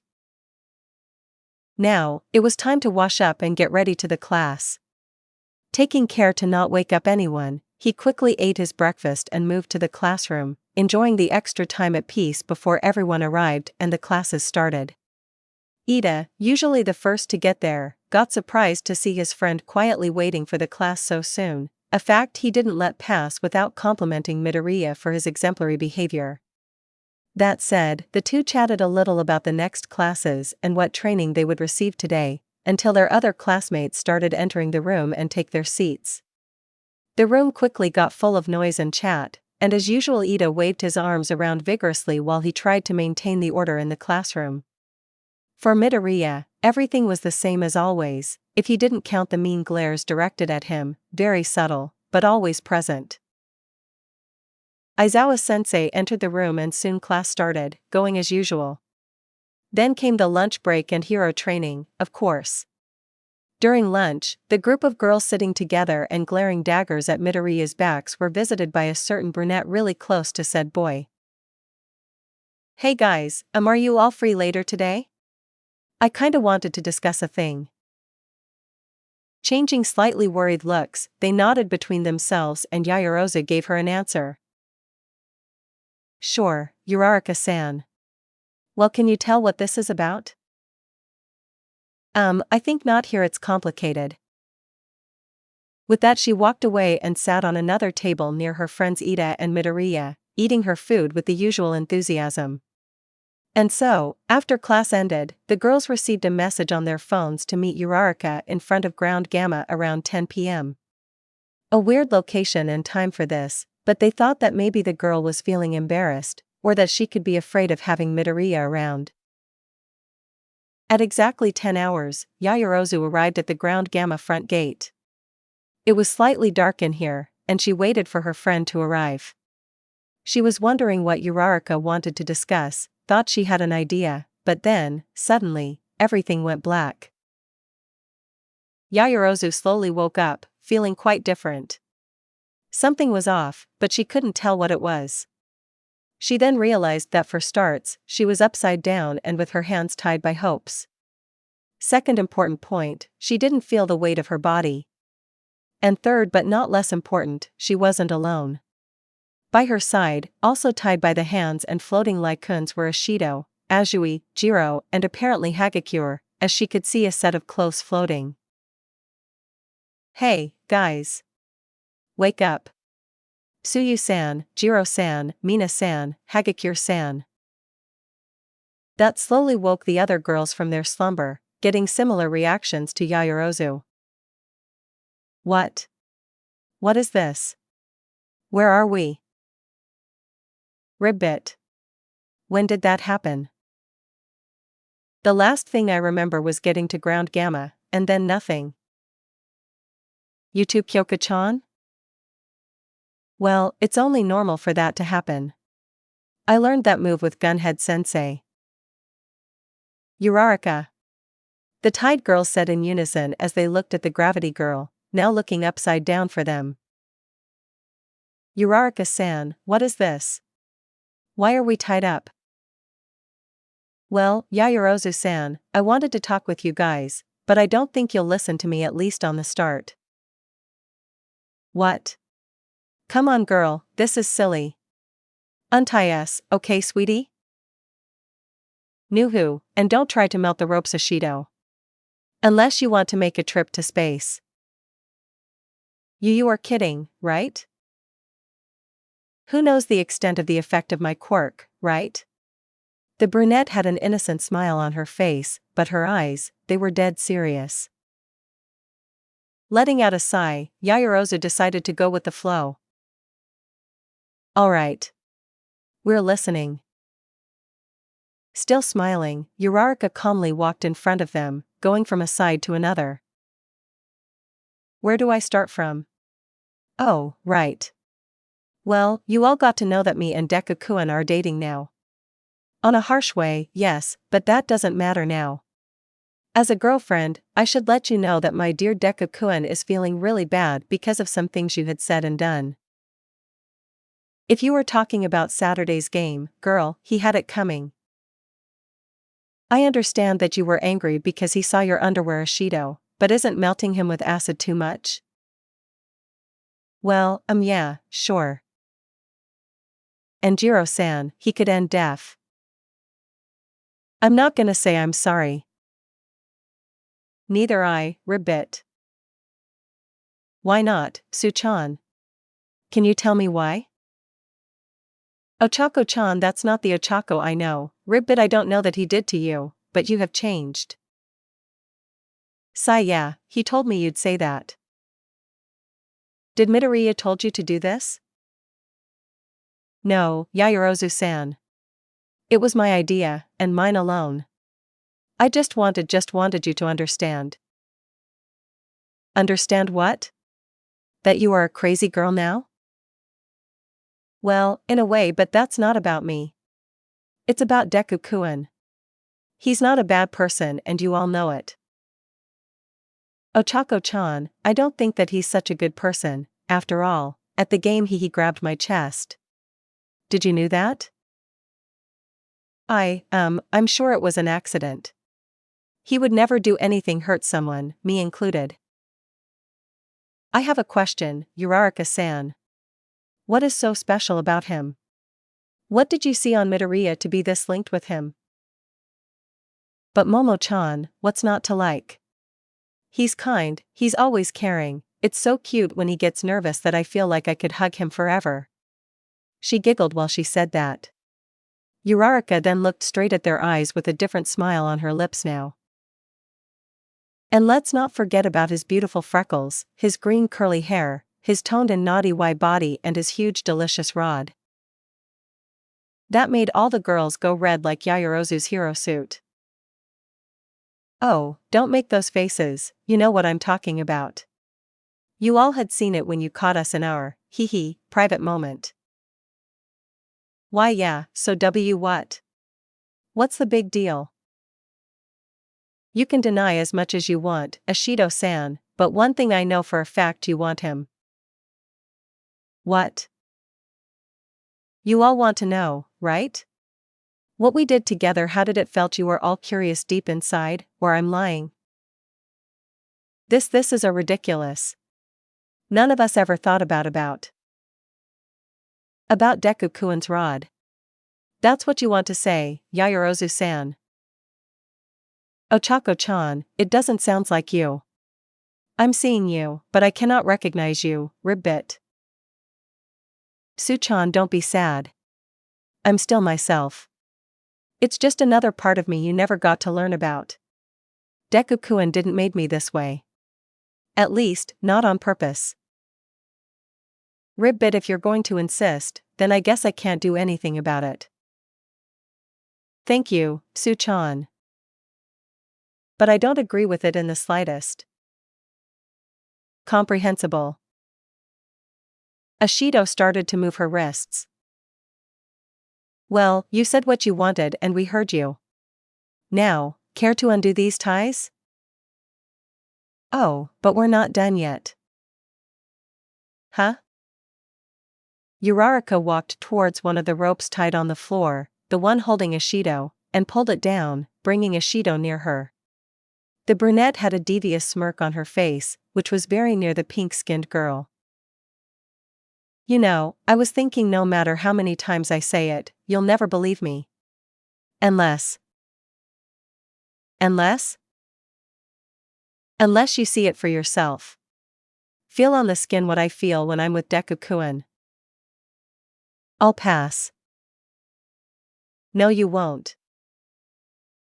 Uraraka held Ashido and made the pink girl lay on the ground facing down, and sat on top of her. Hey! What's the big idea? Do you know why I went after him? Can any of you imagine why? Uraraka slowly ran her hands over Ashido's bum, making the girl squeak. I couldn't hold myself. Holy. And not everyone is so thirsty to get into his pee pants like you, you know? It's because you don't know him like me, but we can fix that. He should be getting here any time now. What? You called him here? Yes. You're all gonna like it, trust me. Just don't get jealous because I'll have him all for myself. Okay, you are definitely out of your mind. Let me go. Nope. Uraraka, let me Uraraka silenced Ashido, kind of, by sliding her hand under the pink girl's underwear, touching her on that place. Slowly but steady, Uraraka explored Ashido with her fingers, making the pinned-down teen squeal and sob while she protested against it. The others watched in horror as they saw the scene unfolding in front of them. Ashido-san, I'm not hearing you complaining anymore. Could it be that you're liking it? I'm not, she said between heavy breaths. Uraraka is crazy and she's making me go crazy too. Ashido-san, look up here. The face you are doing is so adorable. Ashido did her best to resist, but she was burning inside. She felt completely ashamed, but she also felt good. This felt good. Did Uraraka get to feel like this every time she was alone with Midoriya? Oh, I feel so much better. Did I say that out loud? Yes. The voice you are making is adorable too. I wonder what Izuku would think. Izuku? No, not him, he cannot see me like that.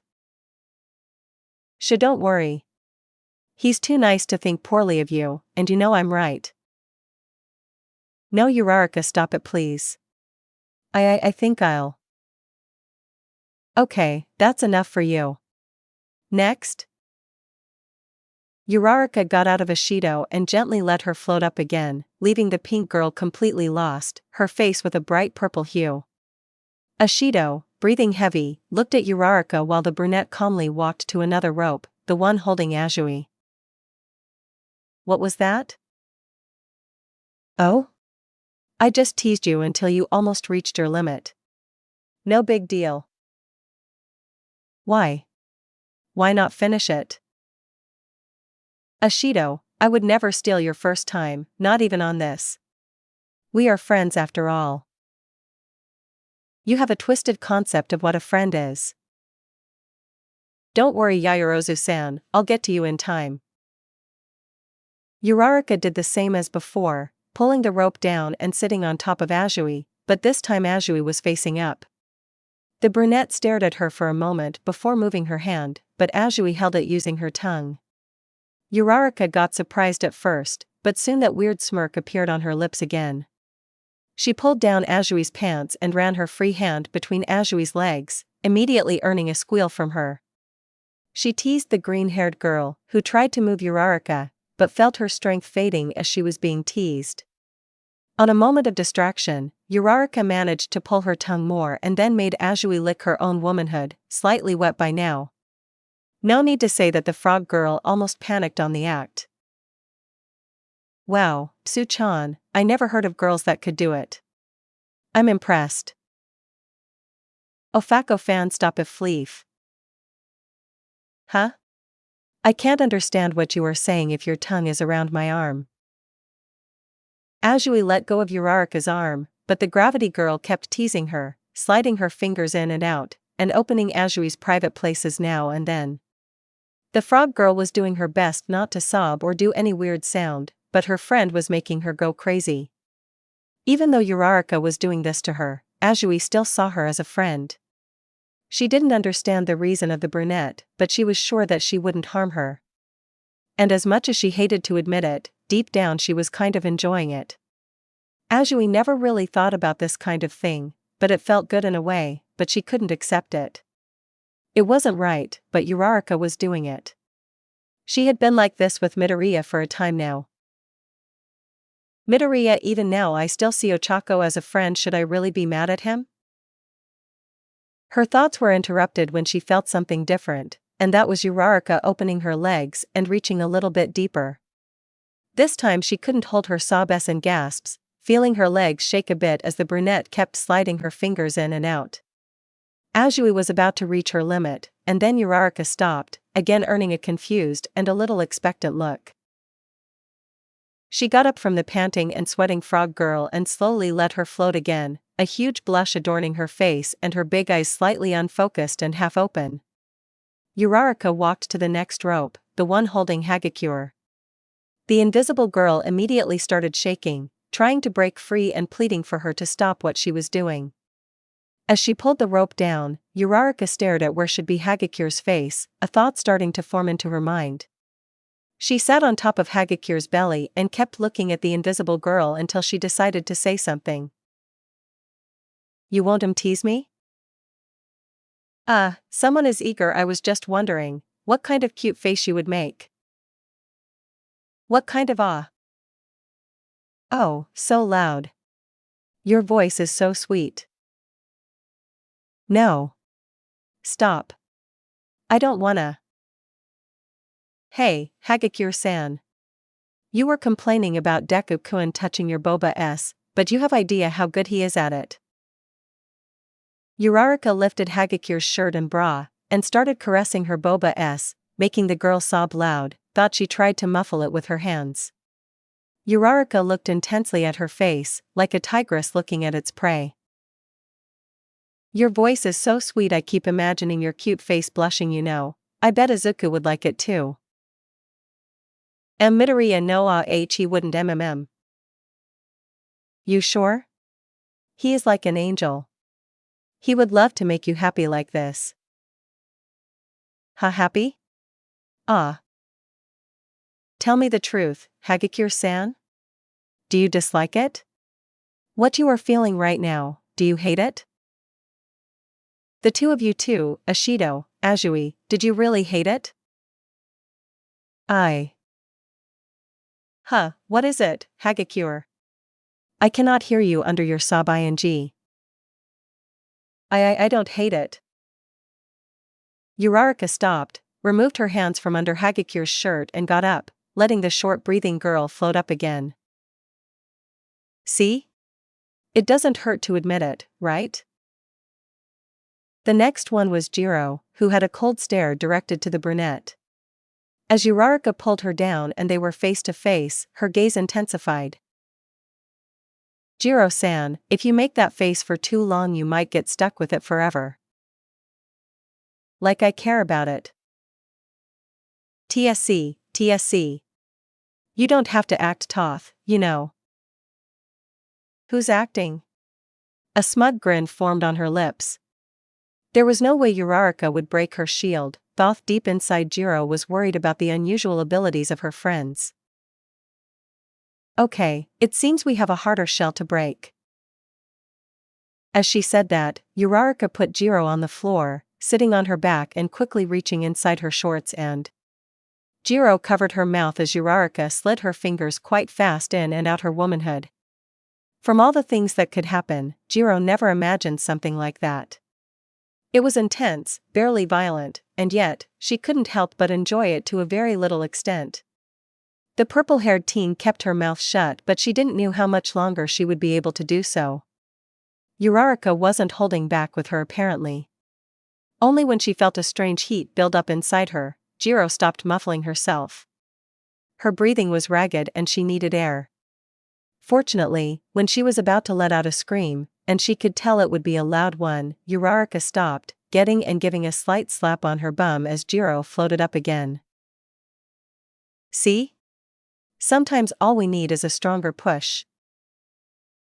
Uraraka walked to the last rope, the one holding Yaoyorozu, who had closed her eyes for the entire time. "Don't be so timid, Yaoyorozu-san, there's nothing to worry about." Before Uraraka put Yaoyorozu on the ground, she opened her eyes and looked straight at the gravity girl with an intimidating face. "Do whatever you want, you won't convince me about this." "Sai, I have to be honest, you were always my biggest worry." "What?" "Since I realized I liked Deku-kun, I got worried that maybe he didn't like in the same way. I thought, what if he doesn't like my looks? What if he ain't interested in another girl?" As she said that, she hugged Yaoyorozu, putting a hand on her face and caressing her. "I thought if at least I could be more like Yaoyorozu." "Like me?" "Sure. Just look at you. Gorgeous, smart, polite, talented. You are the closest to a perfect girl I had ever seen." Uraraka had her face really near, and Yaoyorozu could feel her hot breath brushing her chest, since Uraraka was shorter and she was still with zero gravity. "I had a lot of competition, not only you, but all the other girls. You all guys are so awesome, and I didn't even consider the other classes at the time. What if some senpai got her eyes on him? How can I win against this? And still.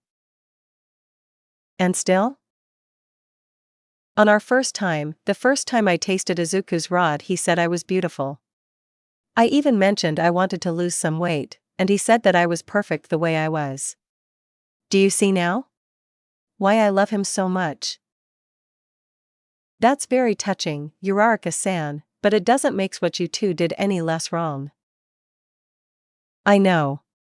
I know this is wrong, but I feel so good. Uraraka sat on top of Yaoyorozu's back and ran her hands over her arms, torso, and tights.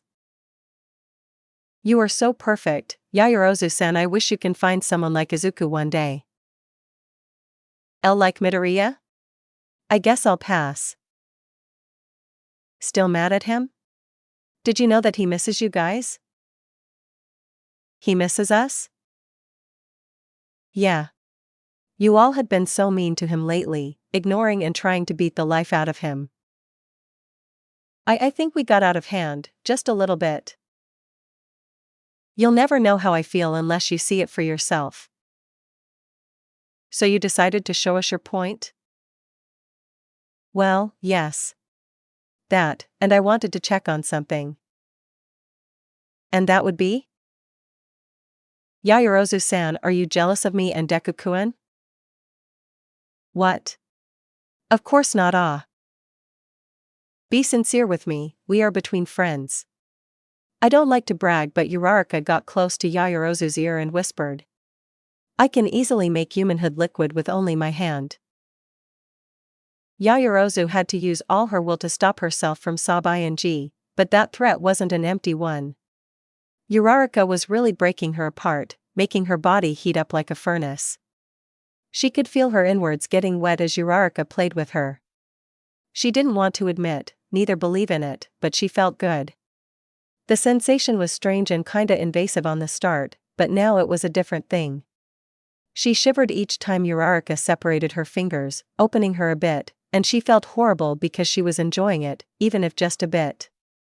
If she knew about this before, then maybe she would not be so mad about Uraraka and Midoriya doing it.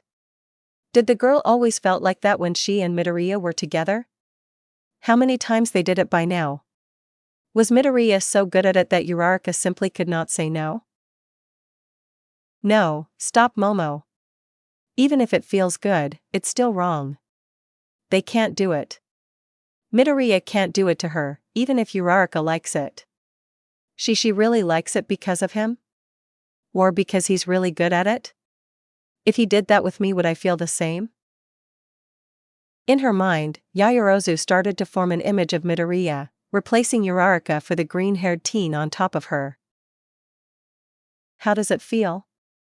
How does his fingers feel? His touch? He's really kind, I know. He's a good person. But how about when he's doing it? How is it? Midoriya. Oh, did I hear that sob right? Did you say his name? Yaoyorozu frozen for a second. She got so lost on her thoughts while Uraraka played with her that she ended thinking out loud. But the most shocking part was that she was thinking about Midoriya in a way she never did before. And that thought alone was enough to heat herself up completely. And it only got worse. Ochako, you there? I got your message and oh my god, what happened here? Izuku baby, you finally came. Back at the Alliance Heights, Midoriya was doing some homework when he received a message from Uraraka, telling him to meet her at Ground Gamma, but without mentioning the reason. He wondered why, thought. Maybe it had something to do with she and the girls talking. Did she manage to come to terms with them? Well, it would be very nice, but Midoriya didn't really think it would be that easy. Well, there was also the possibility that she wanted to have some time alone with him, and considering the risks of doing that near everyone, he kind of guessed how this would turn out. So he finished his tasks and left to Ground Gamma, searching for the place Uraraka pointed out, and now that he was here Midoriya couldn't be more surprised. In the middle of the small and dark warehouse were 4 of the girls of his class, tied by ropes, floating in the air like coons and with red and purple blushes crossing their faces. More to the side, a 5th girl pinned down by a 6th one, which happened to be his girlfriend. Needless to say, shock and confusion flooded Midoriya's mind as he tried to make some sense out of the strange scene, to say the least, that was presented to him. Uraraka, what is this? Why are the girls tied and up in the air? And why are you sitting on Yaoyorozu? Oh, that? It's nothing really. I was just showing the girls a new point of view. About what, if I dare to ask? Well, about you, dear. And me? Not exactly you, maybe we together as a couple. You know, you only understand when you have a taste of it. And by taste you mean? Don't worry, I didn't go too far. They didn't even manhood liquid. Oh my Uraraka, I really don't think this was a good idea. I said I was going to convince them, didn't I? Yes, but there are better ways to do it. Are you angry with me? No, you had the best intentions but we shouldn't invade their privacy like that, since we'd like to have our own. Also they should choose if they want to do that kind of thing. You are right. I'm right? Now, we should untie them. Yeah, but since we are here. Uraraka got up and Yaoyorozu floated up, speechless due to the shock of Midoriya seeing her like this, the same with the others. Her face was feeling hot and she knew she had the biggest blush on her cheeks. Midoriya of all people, seeing them with those red faces. There was no mirrors around, but they knew that right now could pretty well define how they looked, and that only made things worse. Thought this whole time they had been avoiding looking at the green-haired teen, they followed with the eyes as Uraraka walked to a confused Midoriya, wrapped her arms around his neck and locked him into a deep kiss. Midoriya at first showed some signals of resistance, but soon gave into the kiss, until a minute or so passed and he backed off. Uraraka, this is not the best time. Why not? It's just the 2 of us and a little audience, but who cares? I think they would care. So you okay with doing it out here? No, I didn't say that. Come on, Deku-kun, just a little bit. It's nothing they'd never seen before.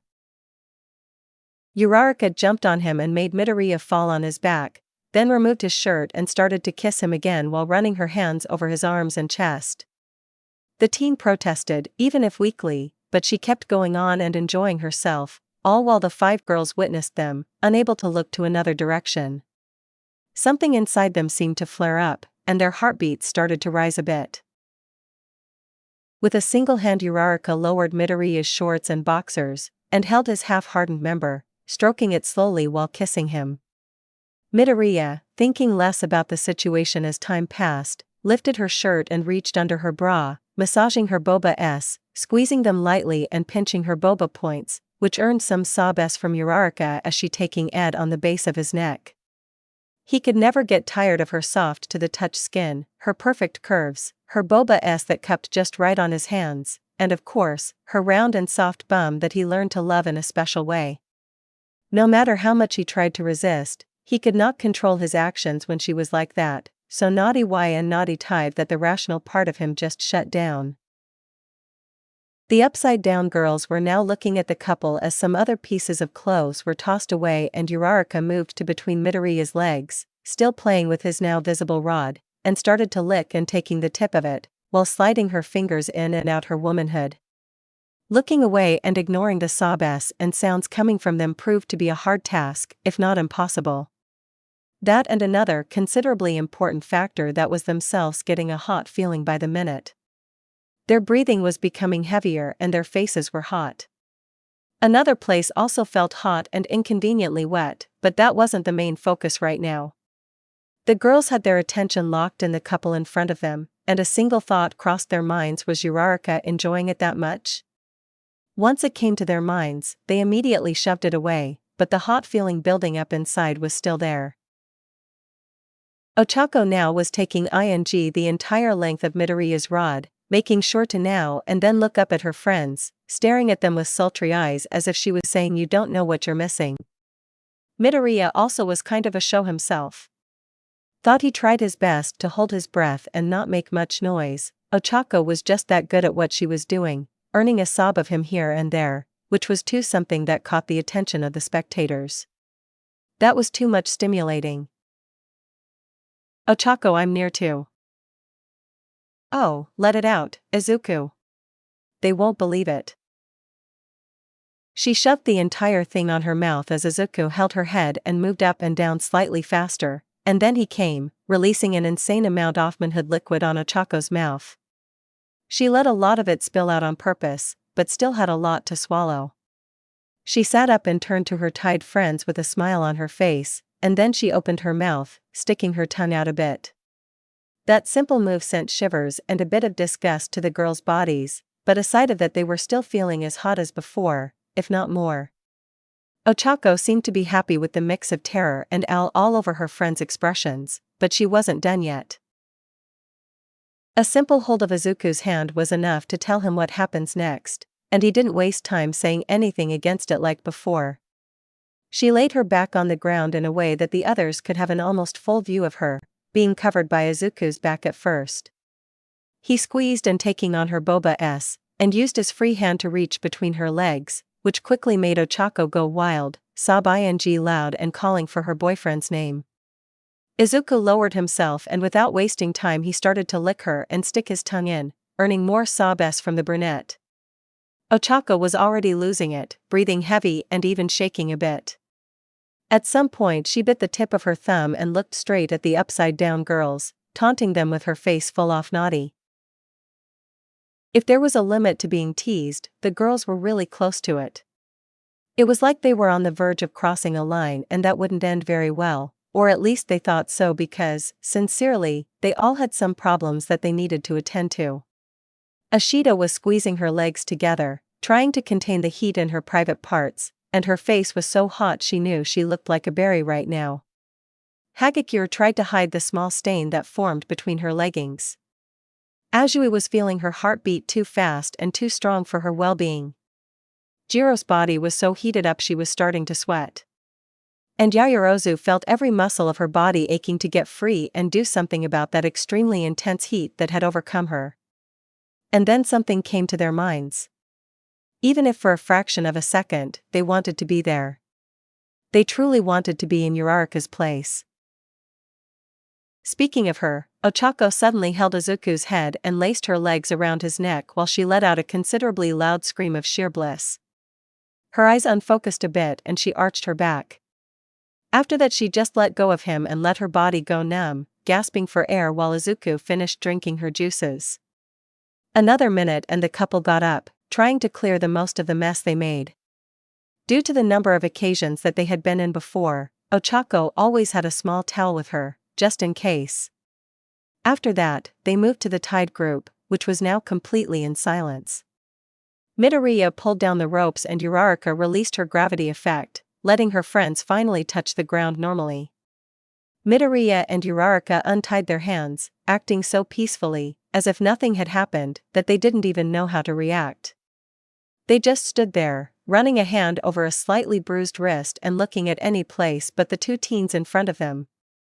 There was this extremely awkward silence between them and there was no right way to start a conversation. Heck, right now Ashido was considering just running away and Yaoyorozu wished she could bury herself. Hagakure wanted to disappear but that would involve getting naked so no. Jirro was stiff like a statue and Ashui's mind was blank as much as her expression. The first one to do anything was Uraraka, who decided that enough time in silence has passed. Okay. That was kind of what I wanted to discuss. I guess I made my point clear, so hope we are all good now, right? She received small nods, except for Ashui who was still kinda out. Midoriya was the next one, feeling that maybe things only got worse, thought he didn't felt the assassin aura that was coming from them before. We should all go back now. It's kinda late and someone could get worried. With that, Uraraka held Midoriya by his hands and they walked away from the group, leaving the 4 girls standing on the warehouse. The next days were the definition of strange for Midoriya. For starts on the following days to the discussion between the girls, aside for Uraraka, none of them dared to even look at his face. The simple mention of his name was enough to make them flustered, that when they didn't desperately try to change subject or just flee from the place they were. Class duties were becoming hard as whenever he was chosen together with one of them, either they tried to do everything alone and as quick as possible, or they just left everything for him, the latter being more recurrent. Not that he didn't know the reasons behind these actions. He fully understood and even accepted that these were the expected reactions that they would have, after all that happened. What was really bothering him was how things were between Uraraka and the girls. They didn't want any contact with Midoriya, okay, but with Uraraka was another whole level. It wasn't just distance, they're this kind of fear whenever the brunette walked in, as if she was a Shinigami ready to harvest their souls. Midoriya had asked her what exactly happened before he arrived, and Uraraka was quick on telling him how she, quote, gave them a small taste of Izuku magic, unquote, in a level of details that he had some difficulty focusing on listening. She assured him that this wouldn't be enough to traumatize them, after all everyone had been in much worse situations due to villains attacking, and she even went further saying that the only way to get them like that would be if Midoriya himself had gone too far. What do you mean by too far? Something like you going deep on them with your D. Okay, I got it, don't finish that sentence. Uraraka had a point. Kind of. So for what reason the girls were acting like that? It could be the huge shock that was Uraraka's other side. Even him got surprised this time, but the rage against him seemed to have vanished, being replaced by unstrong but unharmful rejection, and they would almost freeze in place whenever Uraraka entered the classroom of the common room at the dorms. She also stopped being invited to the study group, which led her to her very smart and reliable boyfriend, thought it was really hard to focus on the tasks sometimes. And Uraraka didn't even seem to notice. Aside from the study group, things were still the same. Uraraka kept her bright and upbeat nature, and they still talked to her and did things together on the class, but there was this hidden hesitation and smiles that seemed a little faked, as if they had to keep things going on as usual. That made Midoriya worry for Uraraka. He could endure the ice treatment he was receiving, but he wanted Uraraka to be okay with her friends, even more if the reason for these problems was himself. After thinking a lot, Midoriya decided himself. He would get to each one of the girls and talk to them, even if it meant getting a slap or a punch across the face. I always thought that you liked Kaminari. Jamming we? Now I'm hurt, Midoriya. There's no way I would like Kaminari. Not that I hate him, but he's just too annoying. I thought that since you teased him so much, then. Yeah, I get what you're saying. He's just that fun to tease, just that. So, are we free to go now? Jirro-san, It's the last thing I ask. Just for tonight, she leaned in, stopping half an inch from his face, feeling his hot breath brush her face. Can I be your girlfriend? She didn't let him actually speak because she kissed him again. Midoriya wanted to get out, but the moment he moved, Jirro held his wrists down on the bed, enjoying the kiss herself. She never felt like that, in so much agitation that her mind didn't work as usual, focusing only on the boy under her. She felt powerful that she managed to hold the great Midoriya Izuku in place. She felt kinda loved because of what he had said earlier. She felt, for the second time in her life, and somehow proud of herself because she could feel the growing bulge under Midoriya's shorts. So she could turn him on. That was good, I guess, but Jirro wanted more, she wanted him all. Using her earphones skillfully, Jirro removed Midoriya's shirt while keeping him pinned down and then took some time to look at his developed chest and toned abs, tracing a finger across his muscles, which made him shudder at her touch and blush, much to her delight. He had this adorable face while he tried to resist, even if it was becoming more and more clear to her that he was also enjoying it. She envied Uraraka for a moment because she had such a loyal boyfriend to herself. Next were his pants, making more visible that Midoriya had. Daring to make another move, she moved one hand down there, running her fingers around his member, which only made him shudder even more.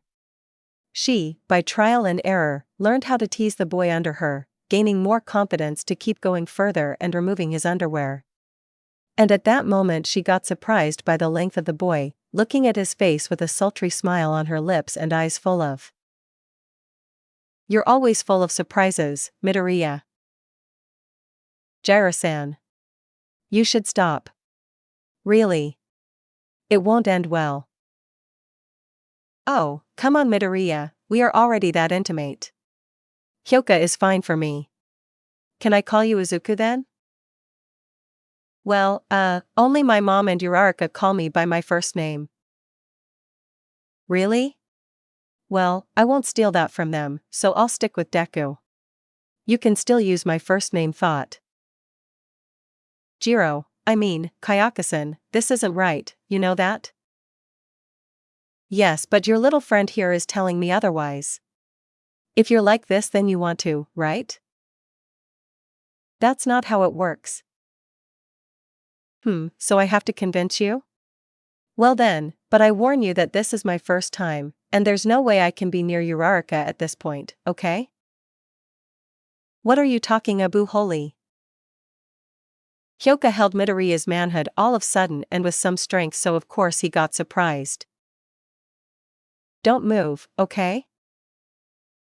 She glided down to his nether regions and took some time to look at his member before she reproduced what she had witnessed when Uraraka tied her upside down and with zero gravity on her body. She licked the tip of Midoriya's manhood, feeling a bit strange at first but soon getting used and even enjoying it. When she put it on her mouth and ate a bit, Midoriya couldn't hold back a sob from escaping, which only made Hyoka more excited. She alternated between licking his entire length up and down and some of it while she ate him of, making it very hard for Midoriya to restrain himself. Once again he found himself enjoying the situation too much. Why did things have to always end like that? Hyoka managed to get him on the edge, barely holding back. Midoriya could not guess if she knew what was going to happen next, so he felt the need to warn her before it was too late. "Kayaka-san, I'm about to manhood liquid." "Is that so? Then show me what you've got." Increasing the speed of her hand, she looked fixed at his face, endeared with the cute faces Midoriya was doing. And if she remembered right, she had to pick up in the white stuff, like Uraraka did. "Well then, here we go." She shoved her mouth on his rod and ate as fast as she could, moving her head in rhythm with her hand, until she felt a throbbing and saw some sparks flow from his body, and then the flood came. She wasn't prepared for the copious amounts of manhood liquid that Midoriya let out, which led to some gagging and a lot of white stuff spilled. After recomposing herself, Hyoka looked at the green-haired teen laying on her bed, his arms wide open and his chest going up and down as he breathed heavily. Midoriya just gave up. Hyoka got what she wanted as he once again was unable to stop a crazy girl from having her ways with him. Lucky enough it would only be for tonight. Midoriya got brought back from his thoughts as he felt some shifting in the bed, and that was Hyoka crawling back on top of him. She stood over him and her eyes never left his. "So, I made you manhood liquid. Can I get my reward now?" "What are you talking about? Isn't that how you two do? She is your huge manhood and then you make her go crazy." "As I said, it's not how it works." "Ah, you are not being fair at all, Deku-kun, didn't you said you would help me out?" "I feel so hot right now," Hyoka said as she unclipped her cloth and removed her panties, throwing them somewhere near her other clothes. "So you want me to do what I do with Uraraka? That's it? Well, you can always surprise me." Then turn around." Kyoka at first raised an eyebrow, but then understanding dawned on her and a sultry look appeared on her eyes. Kyoka did as Midoriya said, standing on her hands and knees right over him. She even wiggled her bum in front of his face, earning another flustered face from the greenette. Her expectant eyes turned back to him, eager to receive her reward. In the end, Midoriya got himself on the same situation that he was with Hagakure and Azui, so either he got this done already or he would be delaying the inevitable. And so he threw away the last restraints on his mind, just for a moment sealing the memories of Uraraka being his girlfriend, or at least the official, as far as he was concerned. Kyoka jumped in surprise when she felt Midoriya put his hands on her rear, lowering her closer to himself. A jolt of electricity ran across her body when she felt his hot breath brush her wet hole.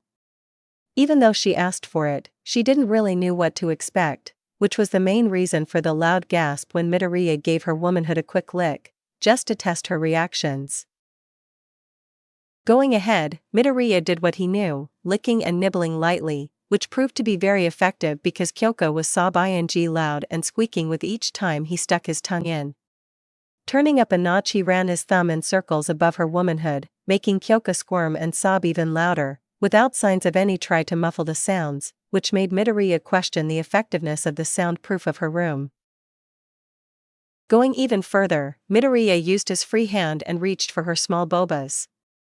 Even though they weren't as big as Uraraka's, or Hagakure for a matter of comparison, they were still very soft to the touch, as he squished them lightly on his hand. He fondled her bobas, pinching her ass and running a finger around them, earning even louder sobs from Kyoka. She was nearly screaming by now. "Oh my! Deku-kun, you are amazing!"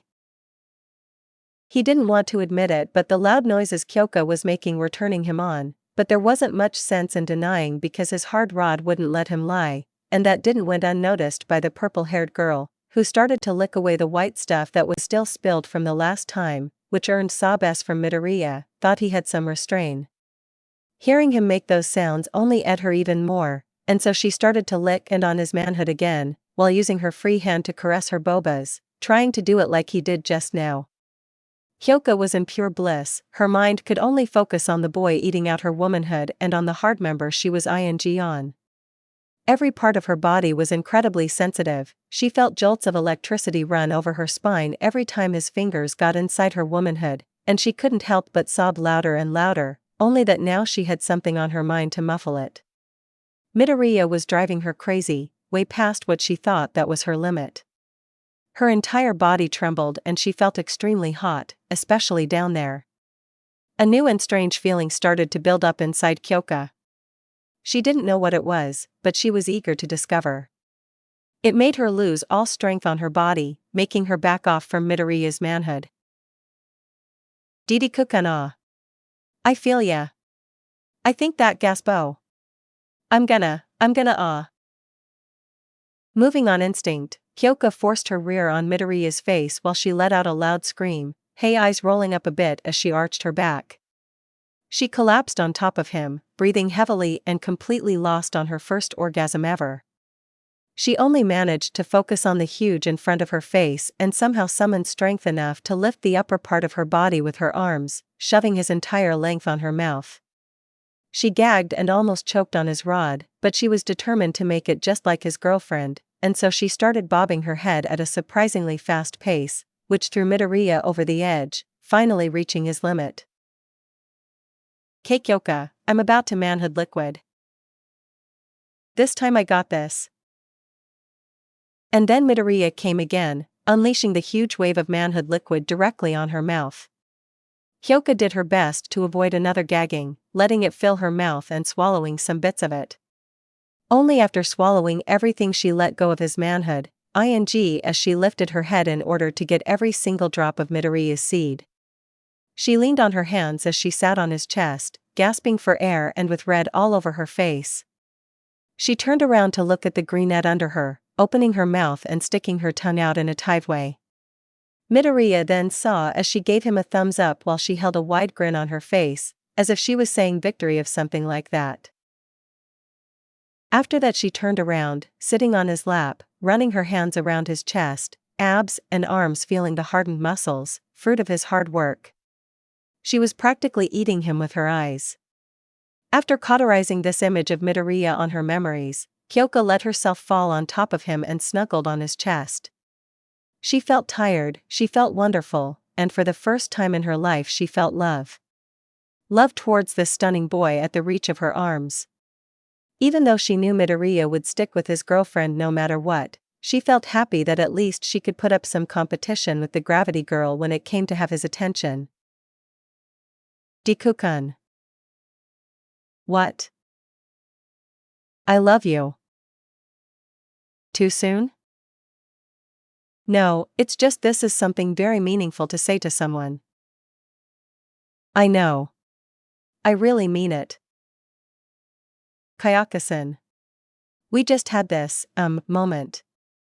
How can you be so sure? I don't know, maybe you have a natural charm. That's hardly a good reason. Yeah, you're right. But you were just that endearing, once I got to know you better. I guess I should thank Uraraka for knocking me out and tying me up. It opened my eyes. Something is very wrong in that sentence.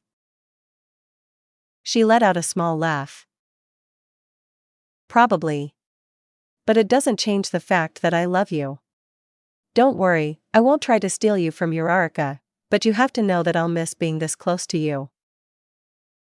After some more time just hugging him, Jirro finally let Midoriya go, who then had to sneak into his room without coming across anyone, and from there he went to the bathroom, taking a cold shower to wash away some of his unstable state. And by midnight the greenette was lying on his bed, staring at the ceiling and running again the events that happened from the night Uraraka sneaked up into his room to the present moment. Somewhere in that meantime, Midoriya knew he made a really bad mistake. He repeated to himself, trying both to discover whatever it was and convince himself of it. On other rooms, specifically of the girls, hot passionate dreams awaited for at least 4 of them. Pink passion. Another night, another waking up covered in sweat, another dissolved set of bed sheets. It would be embarrassing, but at that rate she would need to ask her parents to send her the old acid-proof sheets. She didn't use them since the kindergarten, but the situation called for drastic measures. It was bad enough that she had to come back up with the old habit of sleeping without clothes, and Ashido wasn't going to buy a new set of sheets every time she dreamed with the boy. She didn't want to dream with him in any circumstance anyways, but the boy was ripped, and she couldn't help but wonder how hard his body felt to the touch. If only he could use all that strength with her. Ah, stop right there, Ashido. Get yourself together, girl. Jumping to the class time, Midoriya was present in the classroom, but his mind was way far from there, which earned him not 1 but 3 warnings from Aizawa and at least 7 "Are you feeling well?" directed to his person. The teen just said sorry to his teacher and waved away the worries of his classmates, but his mind kept racing and revolving around his current situation. Midoriya had Uraraka as his girlfriend, but at the same time Hagakure, Azui, and Jirro confessed their love for him, in the most uncanny way possible. Wait a moment, Uraraka confessed in the same way too. What did Midoriya ever do to get this much attention? Okay, they all agreed that he was cute, probably due to his shy nature, but, come on, that can't be enough to make them go crazy over him like this. Sure, his workouts seemed to pay off besides making his body able to handle one for all. That said, he was sure that he fitted the definition of ripped and all, but it didn't seem enough reason for 4 girls apparently falling in love with him. Not that he didn't like it, he was happy because Uraraka felt the same for him that he felt for her. It was just unsettling that in a short period of time the girls around him were one by one coming after him, desperate to satiate their, womanly urges. And why only him? Midoriya was sure that his friends had many attractive traits. Anyway, that was kind of beyond the point. Instead of trying to deny to himself that a group of girls had the hots for him, Midoriya decided to focus on something more important, and no, it's not the class going on. No sir, the next on his list of I need to explain things was Ashido Mina. This time he would plan far ahead enough to predict what she would choose between spaghetti or chicken on lunch. Yes, this time there would be no space for errors, no more crazy girls over Midoriya Izuku. He was also feeling positive this time. All the girls seemed to be very comprehensive and forgiving, plus it had to be a limit of how many girls would be eager to get down with him. If only he knew. Midoriya? Midoriya. Huh. What? He got brought back to earth as someone put a hand on his shoulder and shook him a little bit. Looking at the clock, his eyes widened as it was already time for the hero training. He had been so deep in thought that he just missed the entire class. Hopefully he could catch up with Ida or Uraraka. Scratch that, Ida was way safer if he really wanted to get notes and notes only. But the one to wake him up from his self-induced trance was none other than his actual target, Ashido. She had a worried face directed towards him, and looking around he noticed that no one was in the class besides the two of them, meaning that she waited for him to leave. Shaking his head slightly, he put up a smile on his face and got up from his seat. Dude, are you alright? You totally zoned out there. Oh, yes, I'm fine. I just got lost in thought. I get it, that last math question almost made my brain jam. Yeah, I guess so. He didn't have a single idea of what she was talking about. Anyway, we should go already, or else we'll be late to the training. Oh right, let's go. While they went to the locker rooms, Midoriya decided to start some level of interaction already, just to test where he was at with the pink-skinned girl. Ashido-san, why were you at the class back there? I mean, usually you go together with Hagakure and Azui, right? Oh, that. I forgot to take something, then I came back and you were still there, so. Oh, I see. Well, thanks anyway. Don't mention it. At least she was being friendly. He wondered if she was even capable of keep a cold treatment for a long time, given her friendly nature.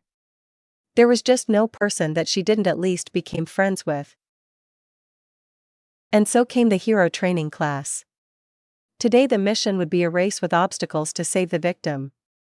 Today's victim was none other than Midnight, and Cementos would be providing the obstacles with his quirk, creating a constantly changing course, forcing the students to adapt quickly to the present situation. They would be split in 5 teams of 4. The results ended with Ida, Jirro, Bakugo, Midoriya, and Azui being the top 5 on the class, in that order. Aizawa dismissed them and Midoriya headed to the dorms and right to his room, where he stayed for the rest of the afternoon, thinking about his approach on Ashido. He passed the details and possible outcomes over and over again, searching for the smallest of the flaws, perfecting his master plan. He was so focused that he ended skipping his daily workouts, which his cell phone remembered him through an alarm. Not feeling hungry at all, Midoriya decided to use the gym since he was free of homework today. As he passed by the common room, he grabbed an apple from a bowl on one of the tables as he headed to the gym with a towel over his shoulder. He really felt proud of the work he did under All Might's coaching at the beach. After all, the place was a dump before and he managed to clean it practically by himself, but he couldn't deny that using the installations of Udade were just awesome to use. At this gym they had so many different equipments that he could spend the entire day here without using the same twice, not to count the equipment specialized for the most diverse quirks.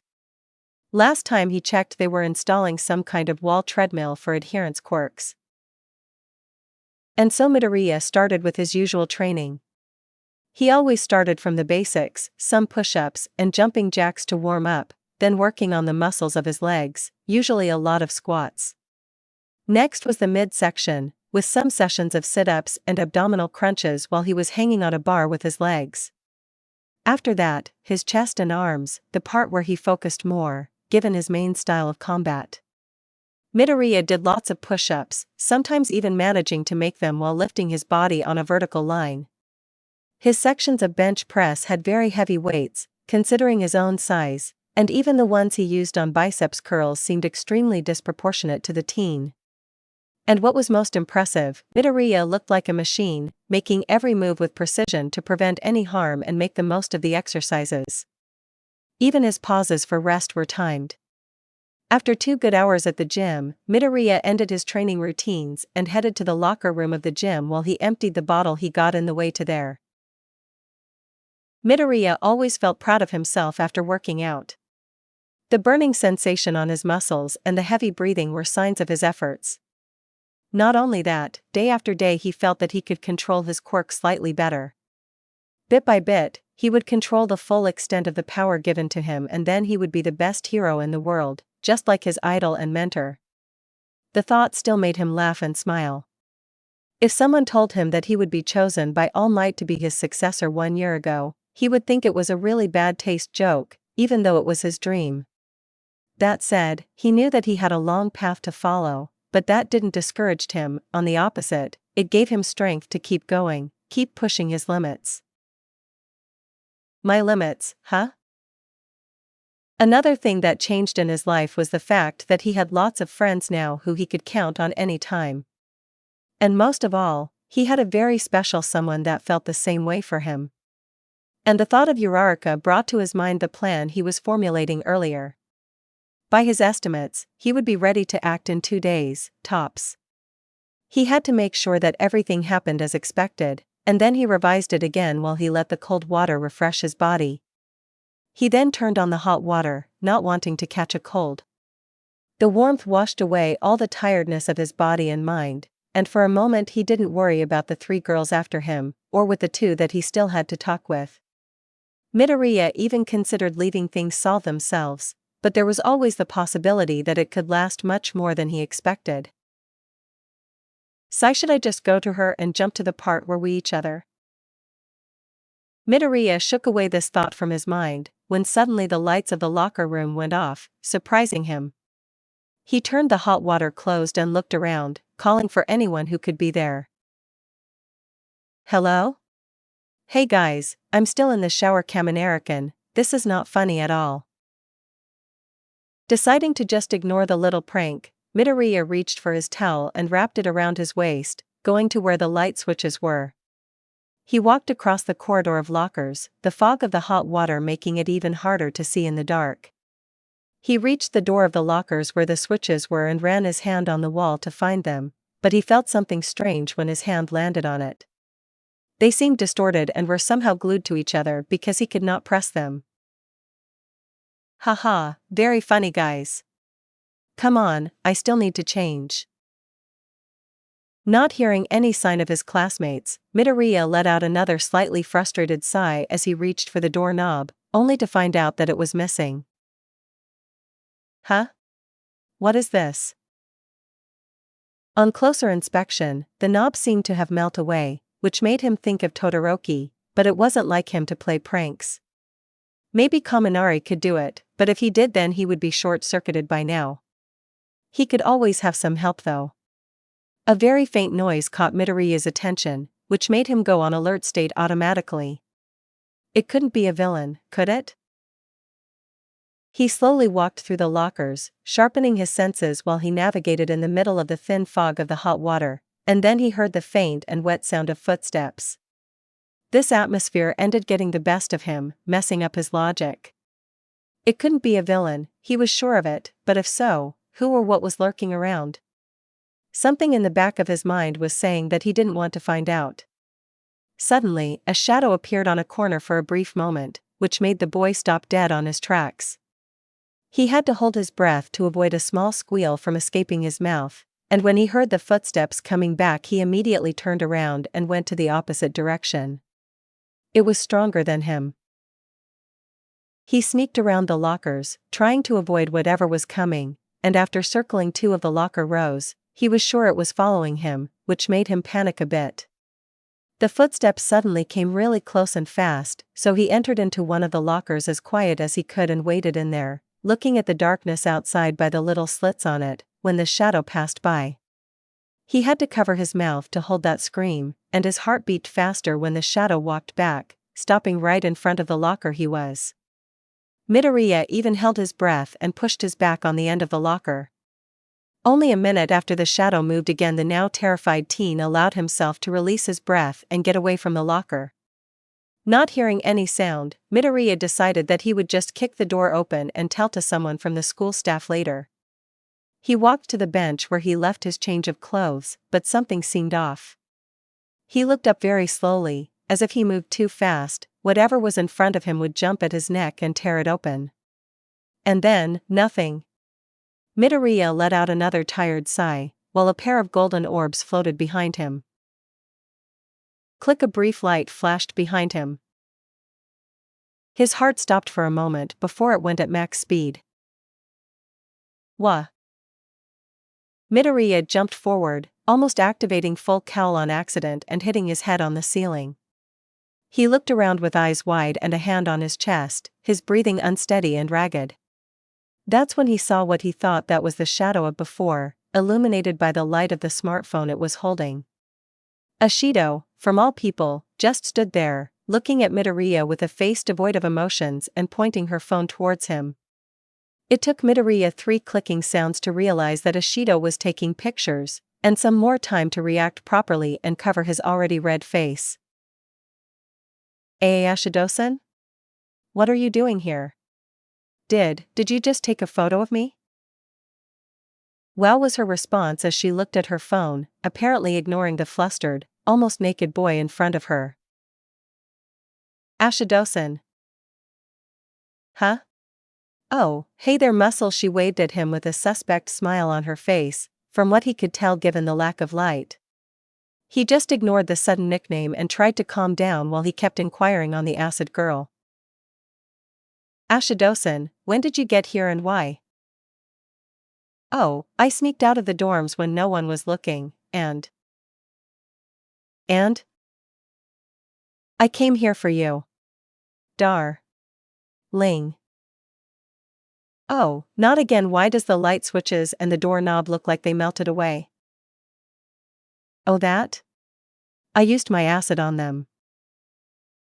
Thought so anyway. Why are you here, Ashido-san?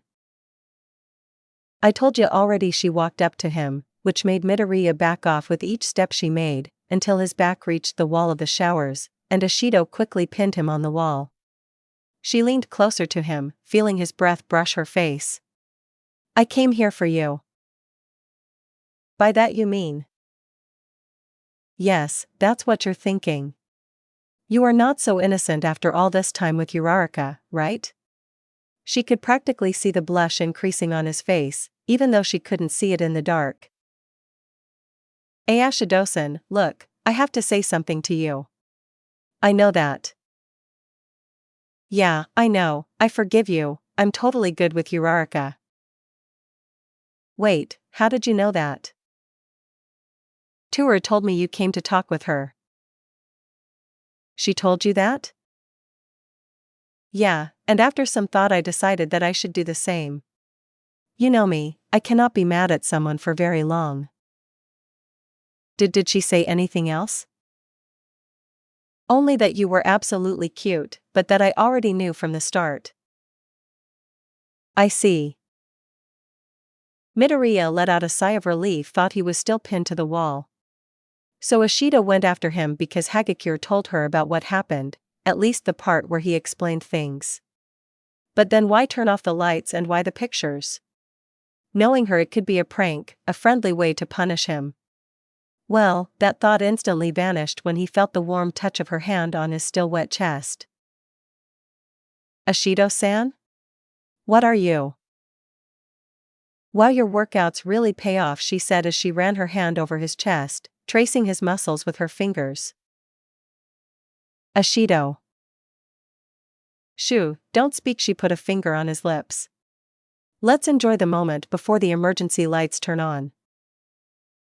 What? Sigh, I let a small drop of acid on the cables. It will melt it soon, then the emergency lights turn on. Just keep silent, dear. Dear? Ashido kept exploring his body with her hands, feeling the muscles on his shoulders, then gently squeezing his arms, and then feeling his abs and the muscles on his back, always commenting on how hard and defined they seemed to be. And just like she said, the emergency lights turned on, revealing the half-naked form of the pink-skinned girl. Before averting his eyes from her figure, Midoriya noticed that her clothes, or what was left of them, looked pretty ragged, like they had been burnt. She didn't move, just staring at the boy in front of her. Midoriya could feel her intense gaze on him, and he was completely lost in what to do. The only thing clear to him on his mind was that it was an awfully familiar situation, and it could end in only one way. Ashido-san, why are your clothes so, torn up? Let's see, it has something to do with my quirk. Can you imagine what happened? You lost control of your quirk? Pin-pon. You are right. Now, how did it happen? I don't have idea why. Here's a hint, it has something to do with a certain green-haired person. With Madame? How can I have anything to do with it? Well, a certain someone had been on my dreams. Do you know what they were about? I think I have an idea. In that case, here goes another hint. As she said that, Ashido planted a kiss on his lips, startling Midoriya for a moment. Honestly, he was kind of expecting this.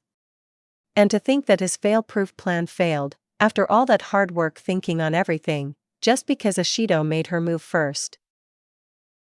In the middle of the kiss, her hands once again ran freely all over his body, squeezing and caressing his muscles, while the girl leaned on him, lifting her right leg a bit and wrapping around his.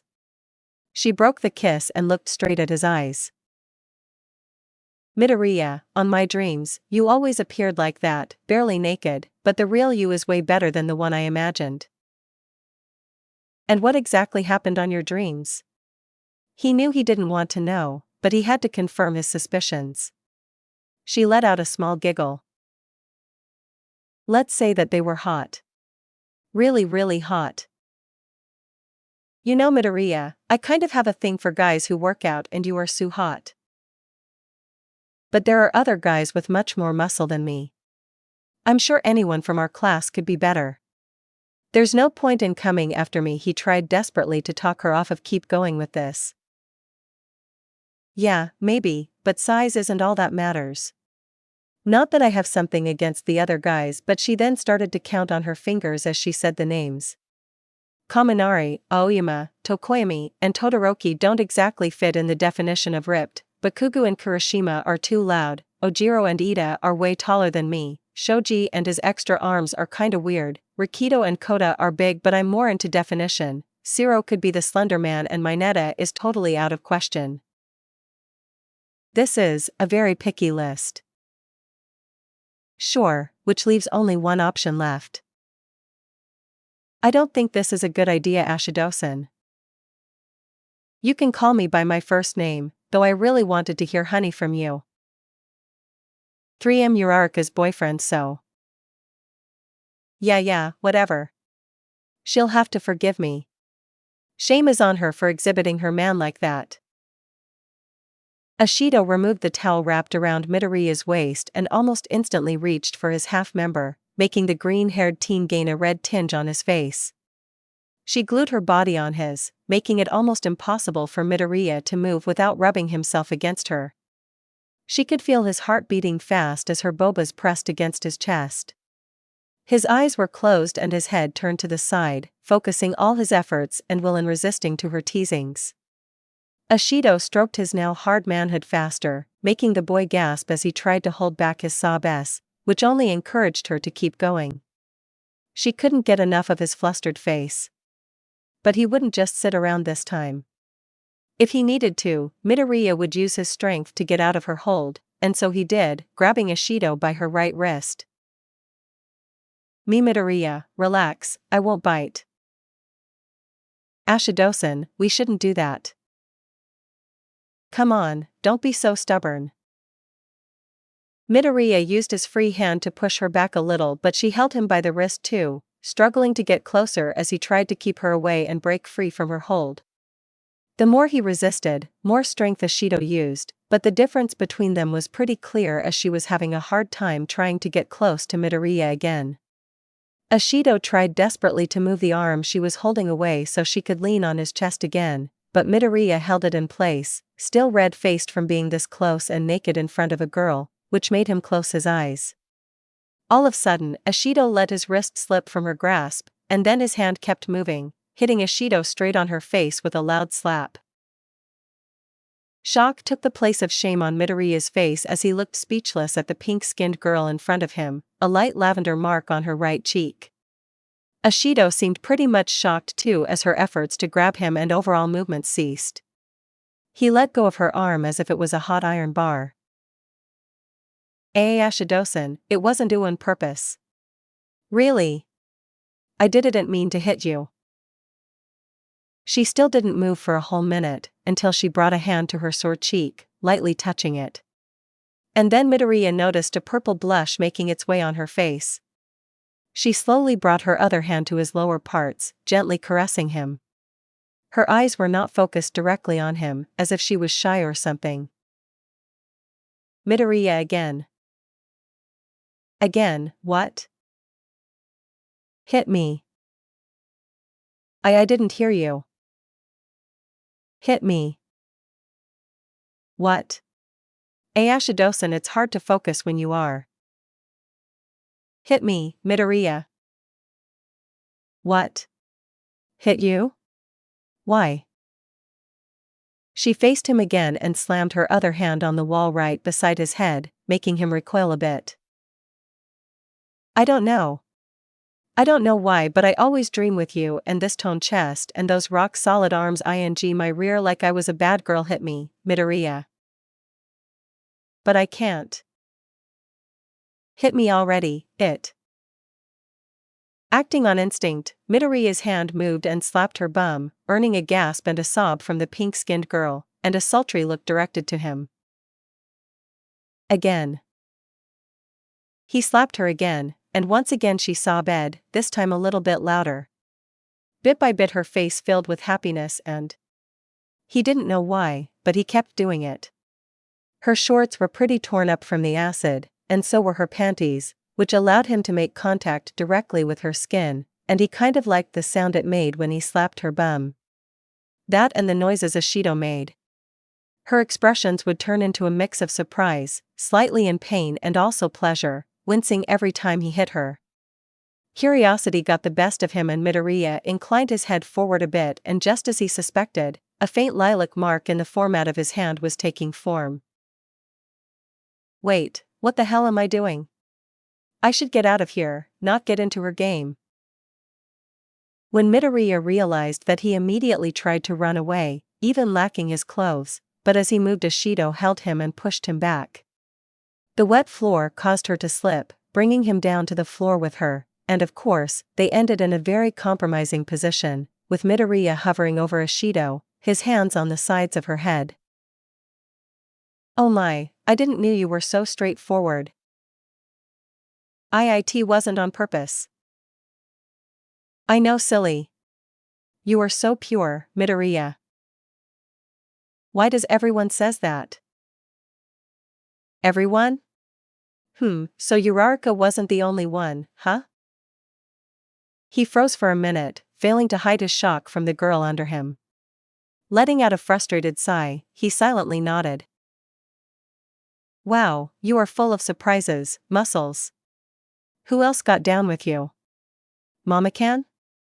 Tsu? Someone from another class? Tsuyu. Also, Kyoka and Toru. Toru too? He nodded positively again. Then I'm late for the party. What did Uraraka said about that? The silence coming from Midoriya gave her the answer. You didn't tell her yet? Well, no. I wanted to solve things first, but you all girls only make it harder.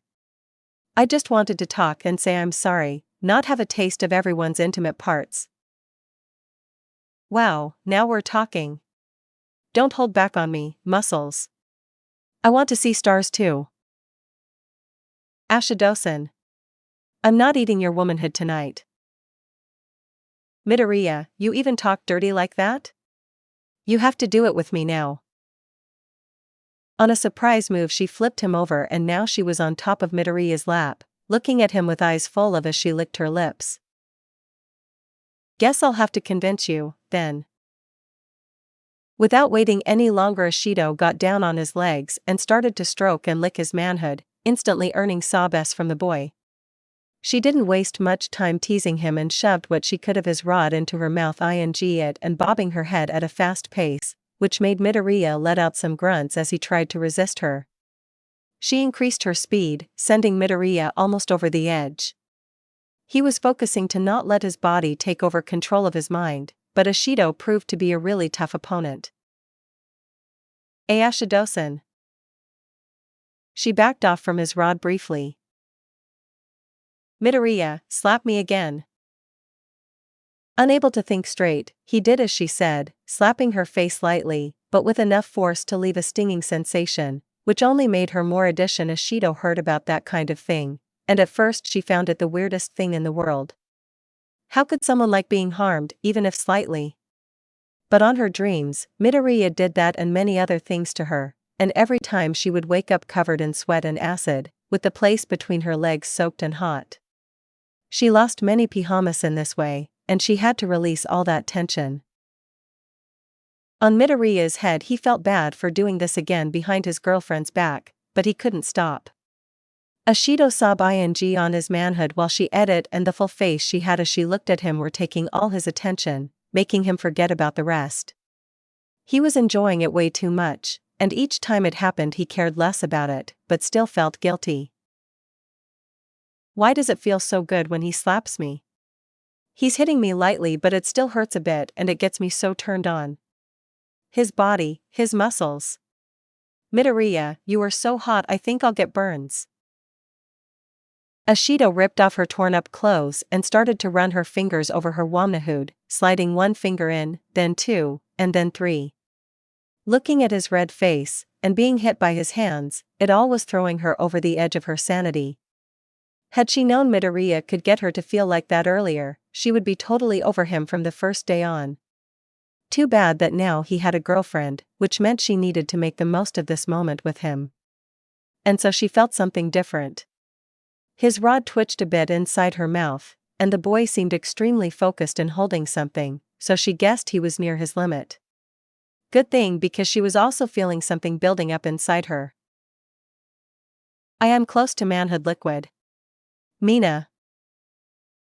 Hearing he using her first name surprised her. She felt very happy as it was a sign they were closer than before. Heck, if his manhood wasn't a signal of closeness then she didn't know what was. When Midoriya came, his hands moved on their own, holding Mina's head in place as he unloaded his seed deep inside her mouth. The insane amount almost choked the pink-skinned girl, but the lack of air ended making her feel even more turned on. The greenette was always full of surprises, she thought.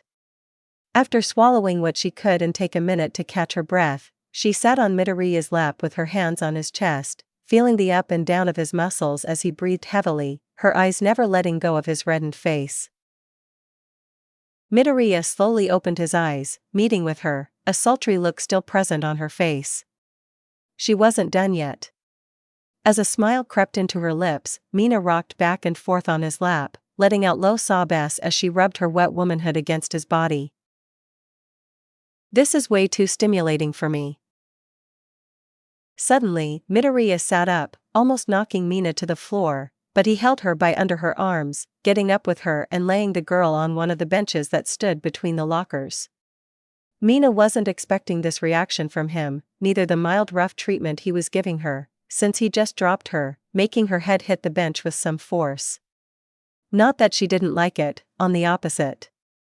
Midoriya hovered over her, his fierce gaze focused on her eyes while she eagerly waited for his next move. She let out a yelp when she felt his hand touch one of her bobas, squeezing and twisting it. Immediately her face gained a purple hue and her heart beat faster. The green-haired teen then lowered his head and started to at the base of her neck, making Mina wide her eyes in surprise. He then trailed down to her bosom, at her other bobo while he still fondled with the other on his hand. Mina had never felt something like this. He was driving her crazy from pleasure, and she could feel her womanhood getting even more hotter and wet. She tried to squirm her legs together, but his knee was in the way.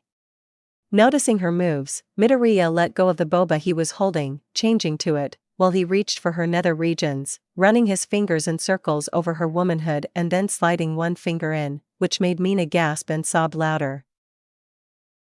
Her hands reached for his back, lightly clawing his skin while she brought him closer to her, biting the base of his neck.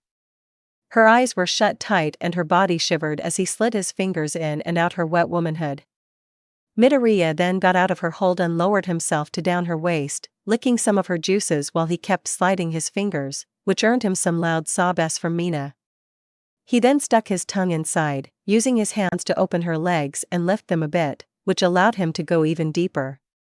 Mina was now screaming and sobbing very loud, playing with her bobas and running a hand across his green locks, sometimes pressing his head against her. Ah.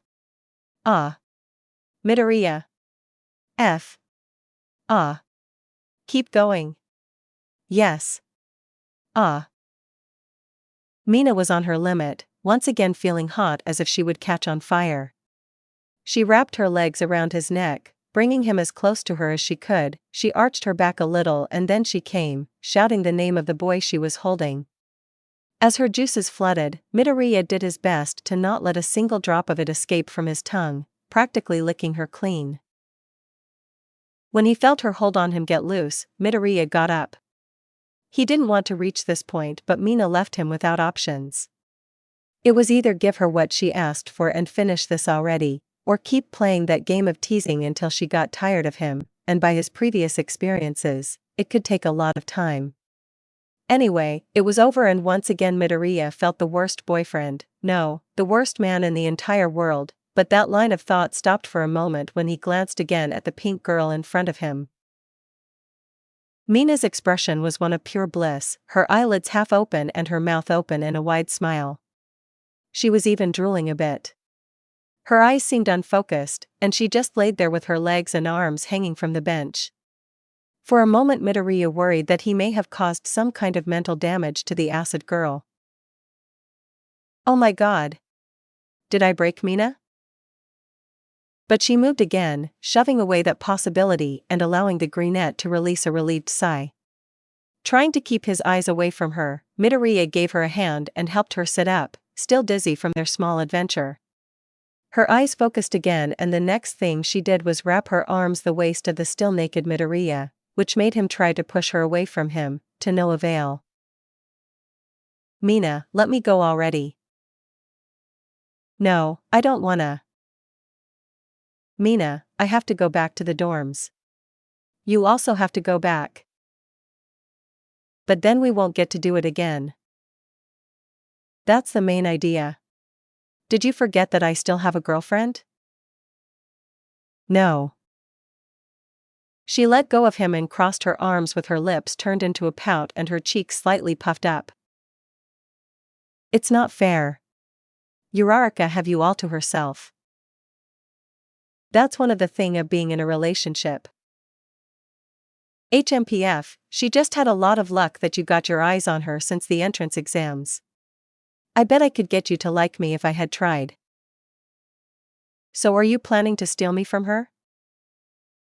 What? Of course not. I ain't that kind of girl. Besides, Uraraka is one of my very best friends, I would never try to steal her man. Not that I would make it anyways. Huh? I mean, just look at you now, muscles. Tell me you didn't think about her at least once when you were eating me back then. Well, you two are made for each other, I have to admit. Guess I was just jealous that Uraraka got to find someone before me, and you from all people. But I always shipped you two together so. I don't know what to say. Would I love you Mina be too much to ask for? Yes. Yes it would. She let out a light laugh and playfully punched him on his abs, getting up and resting her hands on her waist. I know. But She turned around and planted a quick peck on his lips, making him back off a little. "It doesn't impede me from saying that I love you, Midoriya." He blushed as he heard that, making her let out a small giggle. "You must have heard that a lot, but I'm gonna say it anyway. You are so cute. Anyway, we should at least take a shower. I'm sure there are some spare training clothes around here." Did I just heard we taking a shower?" "Yes. I go by that way and you go to the girls' locker room." Midoriya pointed to the showers where he would take another bath and then pushed her towards the door. Mina playfully resisted and begged him to let her stay, even stopping him by putting her foot on the wall. "No, stop. Someone could see me naked. Ha ha ha ha. It's just 2 meters to the other door, I trust you can do it. Please, muscles. Ha ha ha ha ha. What if they see me leaving the boys' locker room?" This time Midoriya stopped pushing her and considered it for a moment. After that he turned her around and rested his hands on her shoulder as he looked at her in her eyes. "Okay, but we have to make it quickly or else the rest of the class will get suspicions." "Oh my, how long have we been here?" he said as he trailed off, but Mina quickly brought him back by making circles with her index finger on his chest. "Hey, muscles, we have to hurry. Unless you want to repeat our little session." Shaking his head, Midoriya headed to the showers with Mina right after him. Thought he stood at least 7 showers of distance from her, Mina came closer, using the one right to his side. When he looked away, she gave him a quick slap on the bum, earning a squeak from the greenette, and when he turned around to say something about it she just hopped into the same shower, standing millimeters away from him as the water washed away the soap from their bodies. "You are very straightforward. What can I say? I'm just like that." After the shared shower and getting some spare training clothes, the two of them moved back to the dorms, sneaking up all the way to their rooms without being seen by the other students. Midoriya didn't want to explain everyone why he was using the hero training clothes, neither why Ashido was also using or the reason for they being together. After changing on his normal clothes, Midoriya let his body fall on his bed. Forget the plans, if he had to repeat the same thing with Yaoyorozu, so be it. The sooner he solved this problem between Uraraka and the girls, the sooner he would be able to focus on the next one, a bunch of girls wanting a piece of him. Who's the boss here? She would not do it, right? Yaoyorozu wouldn't be after me. I didn't expect any of them to do what they did, but not her, being raised in a high-class ambient and all. Not to mention she threatened to throw me at the nearest river. Extreme, yes, but comprehensible, given the shock from the situation she found us in. Still, I had this bad feeling that I'm going to get more surprises, which makes me seriously consider licking first and talking later. Oh boy, when did it become a course of action for me? How will I explain that to Uraraka? I'm already seeing it. Oh hey, I know we are dating and all, but I just got wild with the girls from our class. Yes, all of them, hope you don't mind. And I was worried because of my research she's gonna freak out. What if she turned the Yandere switch? I'd rather face Kaken in a bad mood without my quirk. Come on, relax Midoriya, she's not a monster. All you have to do is keep calm and talk things out, like a sane and normal person. In the end, it could even strengthen our relationship. I had been severely tempted, but I kept loyal to her. Sort of. Lucky that no one dared to go further than my manhood. Ugh, it's embarrassing, so say even if it's only on my mind. Midoriya sat at one of the couches of the common room, his hands put together in front of his face and his head lowered a bit as he kept in deep thought, oblivious to the movement around him, namely a floating yellow shirt and blue shorts that seemed to skip towards the place he was, leaning forward once it stopped behind the couch. The mumbling teen had his habit interrupted when he felt something cover his eyes, but he still could see things normally. Guess who it is? Hagakure-san? Huh? How did you know? I thought you were distracted mumbling. Your voice? Hagakure still seemed to fail at grasping the concept of being invisible. As she let go of him, Midoriya felt something land on his side, probably the girl jumping over the couch and sitting by his side. He then felt her arms wrap around his neck and the weight of her head resting on his shoulder. Thought he got a reddish hue on his face, he didn't overreact at the intimacy Hagakure was having with him. Maybe he was gaining some resistance. Midoriya, I never asked before, but can I call you by your first name? You don't mind, right? Since I already 3 don't mind at all. She held him closer to her and he could almost see the smile on her face. Izuku? What? Are you free tonight? Maybe? Then do you want me to your manhood again? Oh, you could like me this time, right? She said, whispering on his ear, but the way she talked was as if it was the most common thing to ask someone. Hagakure-san. Midoriya shouted. Izuku, you can use my first name too. Todoroki, then. We don't go around asking those things. I'm not asking around, I went straight to you, cutie. Anyway, we cannot do that. Why not? Uraraka. That's why. Oh, so you can lick Mina clean, but when I ask you have Uraraka? The boy palled. Ashido told you? Yes, she told me. Sometime after I told her about our little talk, she came back saying a lot of things like how Midoriya was so ripped, the cute faces he made when we was flustered, and his impressive heart-on. Midoriya felt a pinch on his cheek. HMPF, what does Mina have that I don't? It's just because you can't see my bobas? Tsuyu, someone could hear us? If they don't, will you get down on my bed with me? Are you still thinking about? What's up with the noise? Oh, hey there, muscles. Ashido just walked into the room and spotted her favorite green-haired boy and ran up to him. Ashido-san? She playfully put a hand behind her ear, another on her waist, and leaned closer to him. Huh? What was that? Did I just heard someone being unnecessarily formal? Mina-san, what are? Huh? I didn't hear it? Mina, what brings you here? Midoriya said with a nervous smile, knowing this could not end well for him. I was just going out for a shopping trip. Gonna call Tsuyu and all, but since I found you here, what about repeating the dose, you get me? She nudged him and winked, still oblivious to the third wheel present, until Tsuyu manifested herself. Ahem. Excuse me, Mina, but if you want to have some quality time with Izuku, let me tell you that I got here first.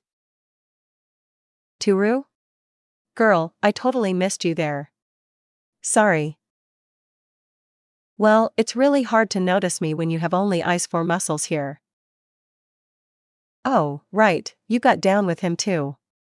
At least can I have him after you are done? Now excuse me, are you really discussing that in front of me? Both girls looked at the flushed boy between them and just shrugged. You telling me you don't want to? Yes. Really, Izuku? Yeah, really. But Mina put her arm around his neck, getting very close to his face and running her finger around his chest. If it was Uraraka asking, then you would do it without thinking twice, am I right? Yes, but she's my. We know that, you made it very clear. My point is, you want to go wild, but you don't want to do that with us. Yeah. That's pretty much it. Mina then threw her arms up in a dramatic fashion. Oh, what a cruel world. This and stunning cinnamon roll of sunshine, just waiting to be taken, and we cannot because the mean girlfriend told him so. Mina, are you really implying that we could, share? The pink girl turned around with a sly grin, one eyebrow raised and her hands on her waist. You don't want to? I know that he can handle more than just one of us, so I'm trying to think in everyone. Everyone? Who else he had? That's it. I'm calling Kyoka and Tsu. Toru, hold him please, dear. Oh, they too? Toru said, already trying to climb on top of the panicking teen. Oi, who's calling me and for what, huh? Dedeku? Kyoka just entered through the door and her eyes feel on the green-haired teen with a set of floating clothes over him and Mina reaching for her phone. Speaking of the devil, Kyoka. Come on, we're going to get down in bed with muscles. We? We are? No, we are not. Toru, let go of me. Hello, Tsuken? Oh, yeah, I'm doing fine, are you busy now? You are at the pool? Oh, we just got around Midoriya and thought about having some fun. Don't need to stutter, he got me too. Yeah, practically everyone, in fact. If you don't mind sharing, you are coming right now? Okay, just gimme a sec. Hey guys, do you know a good place to go and, do stuff? My room is soundproof. If we move things a bit, there's plenty of space. Kayaka-kun, are you sure about that? I don't like to brag, but we did it right after dinner, and boy, I was being loud. The purple-haired girl scratched her cheek, looking away with a slight blush on her face. Okay, you heard the girl, Tsu. Don't get late. With that, Mina ended the call and looked at the paralyzed teen at the couch, still under Toru, with the eyes of a tigress hunting its prey. Not only her, but Kyoka, and he was sure Toru too. Well then, muscles, shall we do it? She said between giggles. As soon as she heard from the pink girl, she felt completely embarrassed and ashamed, but it soon turned into a weird kind of relief and then into a burning sensation between her legs. Tsuyu didn't waste time and got out of the pool, and I'm going to believe her phone is waterproof, jumping from the floating bed she was on and quickly swimming to the edge. She barely dried herself and didn't even bother to change from her bikini. She wouldn't be using clothes anyway. The idea of sharing the green-haired teen between them all seemed pretty overwhelming at first glance, but on second thought it was a great opportunity to at least get another taste of Midoriya. She rushed to the dorms and came in time to see Mina, Toru, and Kyoka holding said boy by his arms as they dragged him upstairs, and the boy fought against them desperately. In the middle of that chaos, Mina spotted the frog girl and called for her help. Tsu. Glad you showed up, girl. We need an extra pair of arms here. She was quick to get behind Midoriya, who was standing still by planting his left foot on the wall near to the stairs, and in an actually dirty trick, started to tickle the poor boy, who couldn't hold much longer before his strength vanished and he teared up in laughs. Ahaha. Haha. Titsuken. That's really low. Sh. Ha ha ha ha ha.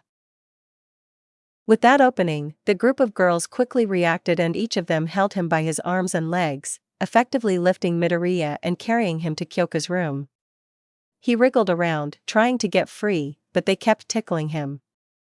Between some tears and laughs, he spotted the door of Kyoka's room and his eyes widened, becoming even more desperate. Wait up, girls. Time. Pause. We cannot do something like that. Nonsense. Of course we can. I trust you can handle us pretty well, Ribbit. It's not like you never did it before, anyways. Kayaka-kun. Did you know I'm the only one Izuku didn't eat out? No. I know, right? What is happening here? The group of girls stopped in their tracks, right in front of Kyoka's room. They slowly turned their heads around and found out the last person they wanted to meet right now. The brunette had a confused look on her face and her head tilted to the side, trying to make some sense out of the situation before her eyes, her friends carrying her boyfriend as a prize from a hunt. Oh, Kakakin. They all suddenly got wide smiles on their faces and let go of Midoriya as if he was a hot piece of iron, letting the poor boy fall on his back with a thud. Uraraka ignored the slightly forced smiles and went to the main part of her confusion. Girls, why were you carrying Dikukan like that? Oh. Girl, you don't know what happened. Midoriya here was at the gym and he was lifting so much weight he ended hurting his muscles.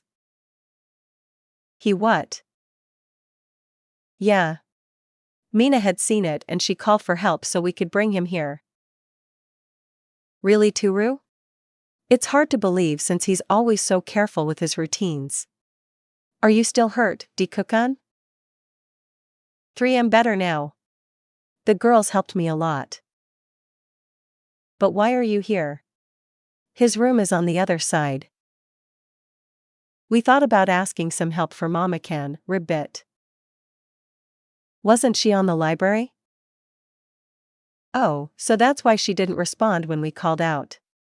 Well, since you are here we'll leave him to you. You have your gravity quirk after all. Let's go, girls. We have that thing to do at that place. Hyoka, wait, I don't. They all quickly fled from the scene, leaving Uraraka alone with an red-faced Midoriya, still tense from the meet with destiny he barely avoided. She turned back to him with a sincere, concerned face, ready to use her quirk on him. Do you want me to take you to the infirmary, Dikukan? No, there's no need.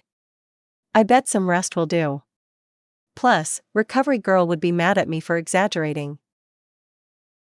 You shouldn't push yourself so hard. I know this is important for you, but just take care, okay? She said as made him practically weightless and lifted him in her arms as if he was a bride, carrying the embarrassed teen to his room.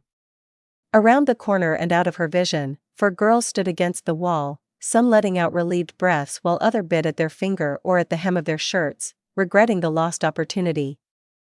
And unknown to any of them, the last piece in this crazy puzzle heard everything that had been said. She had her suspicions during the last weeks, and when she saw Tsuyu running around in a swimsuit, Yaoyorozu knew something was up. Apparently Midoriya had a hidden talent for the art of deceiving. So it was up to her to put an end on this madness. Midoriya walked across the corridors, heading towards the exit of UA's main building. He wanted to get to the dorms right after class ended, but he was on duty to clean the classroom today, plus he was paired up with Tsuyu, who kept trying to tease him. Not only that, he even bumped into Toru and Mina, having to escape from them using his full cowl. The brief moment at lunchtime replayed again and again on his mind. Midoriya. There's something I need to speak with you. Meet me after class on my room, that's what Yaoyorozu said to him.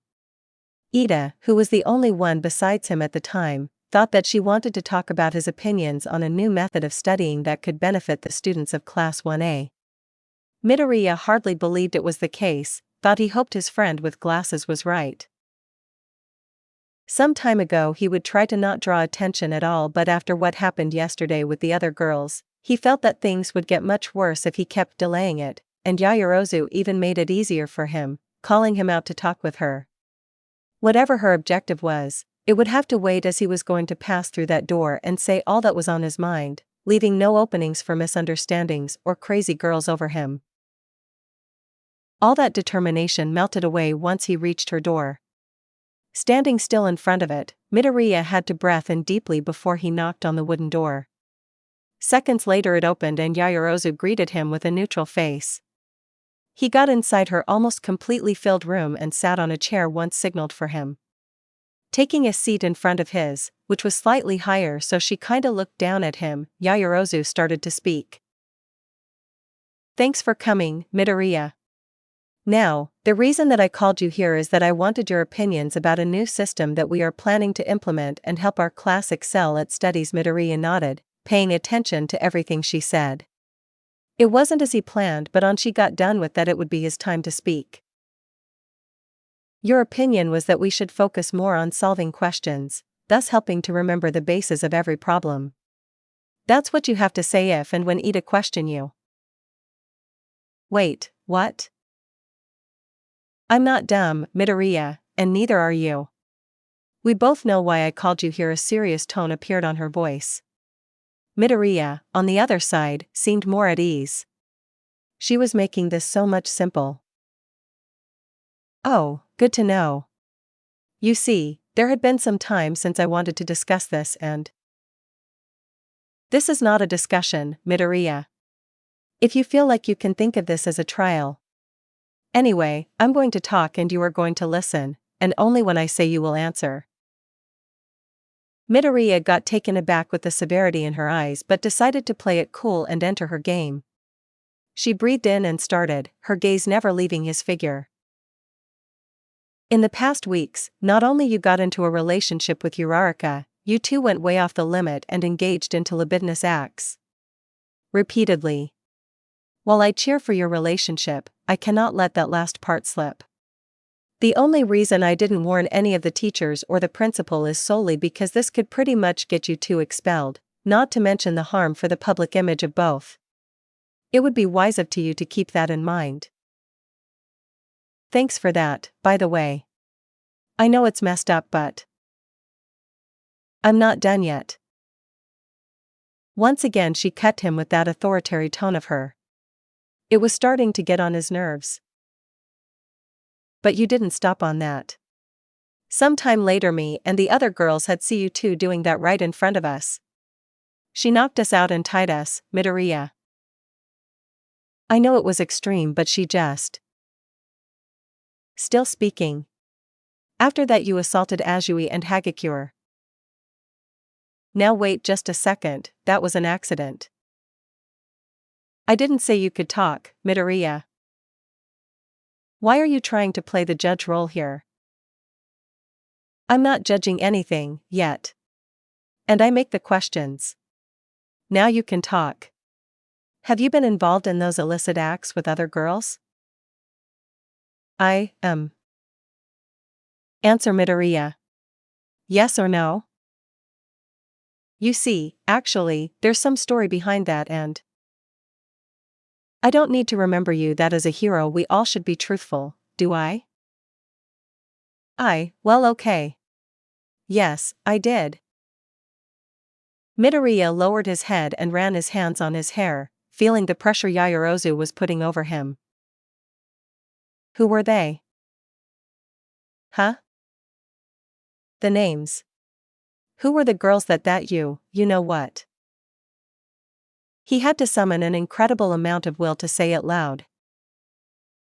Toru, Tsuken, Kyoka, and Mina, in that order. He just waited in silence for her next question, guilt consuming his insides as he could feel her burning gaze digging a hole at him. After a moment longer than he expected he slowly lifted his head and his eyes met with Yaoyorozu, her face really near his and with a desperate expression. Her hands reached for his shirt and held it with force, and then she started to shake him back and forth while she lashed at him, the tone of her voice a mix of anger, fear, and confusion. Why did you do that, Midoriya? Are you insane? Do you want to be expelled or you just can't control your hormones? Yaoyorozu-san. Calm down. Calm down? Do you realize what you just spoke out loud? Don't ever try to order me around. She was practically freaking out and Midoriya had to do something. He held her by her wrists, gentle but firmly, and looked straight at her eyes as he talked. Yaoyorozu, shut up just for a minute and let me talk. Yes, I know pretty well that I had done, and I'm the one that regrets it the most, trust me. But it wasn't all my fault either. Ask any of them, what I wanted was to sort things out, but turns out suddenly everyone got a liking for me and they were all too curious about how it felt to be in Uraraka's place. That's what happened. No, they wouldn't do something like that. The girl was in conflict between crying or not. I thought so too, but they did, that's a fact. And another fact is that everyone liked it, even me. You can't just go around and get with every girl that comes by you. Don't you have a single drop of shame? I do.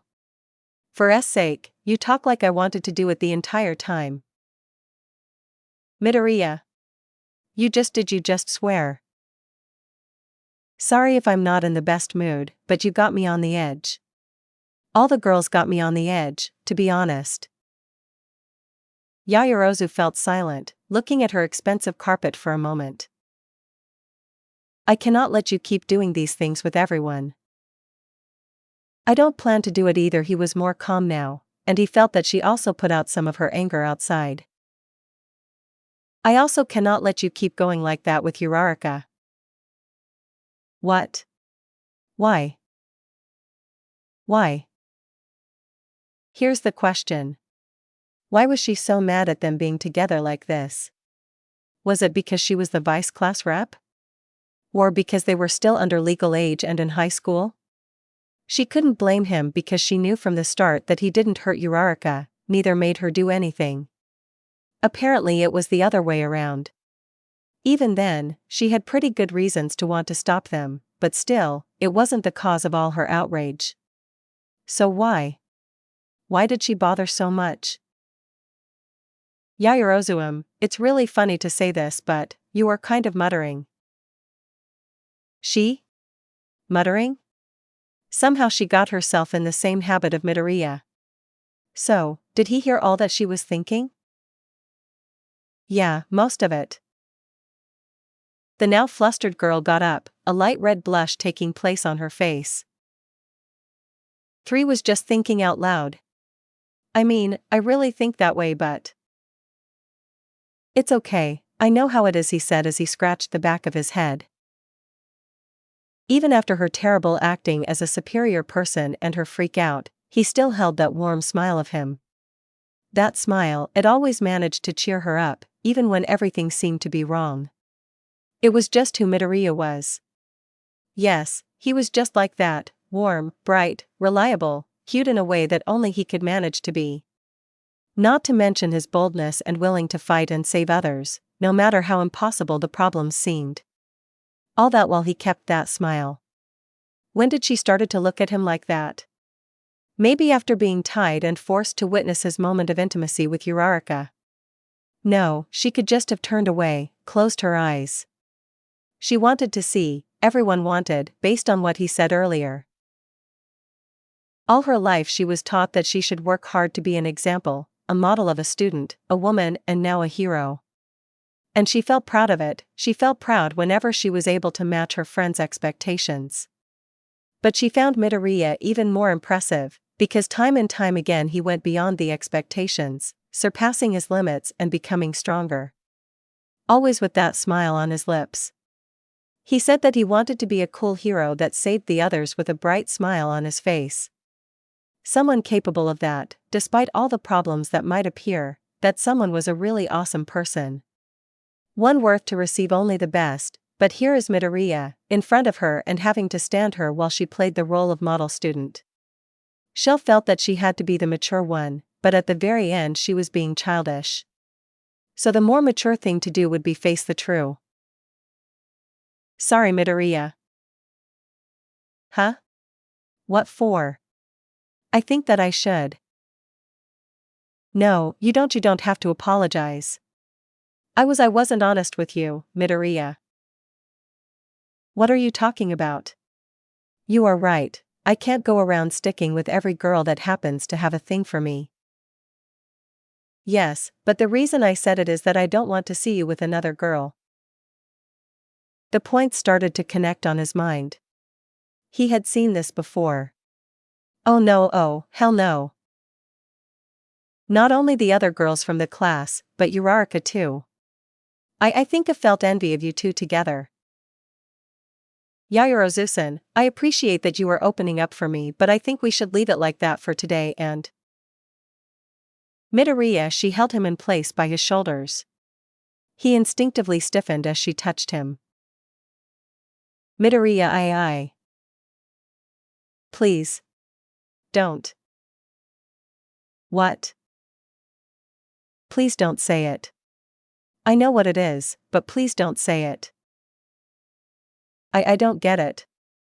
Midoriya, I just think that. It will sound harsh, but I don't want to hurt your feelings, really. It's just that I cannot hear it again. I think my mind will break if I hear that again. Whenever a girl says that to me, it doesn't end well. Yaoyorozu now had a more determined face in place of the one of confusion that had been present. She felt challenged by the green-haired teen in front of her. Oh, you mean it? Is that how it happened with the others? Your next line is going to be Midoriya, I think I love you. And that simple word will seal away yours and my common sense, because that's how it works. That's what happens. Every single time. And I really don't know why. Didn't it pass by that brilliant head of yours that this happens because it's true? What is true? Midoriya, I think I love you. You kidding me, right? As if I could at a time like this. Come on, I have enough girls to deal with already. Then forget about them. The one in front of you is me. Why Yaoyorozu-san? What about being the model student? You are the best of our class, so. Midoriya, dear. I'm a woman before all things, and as such I also have some urges and needs. You understand that, don't you?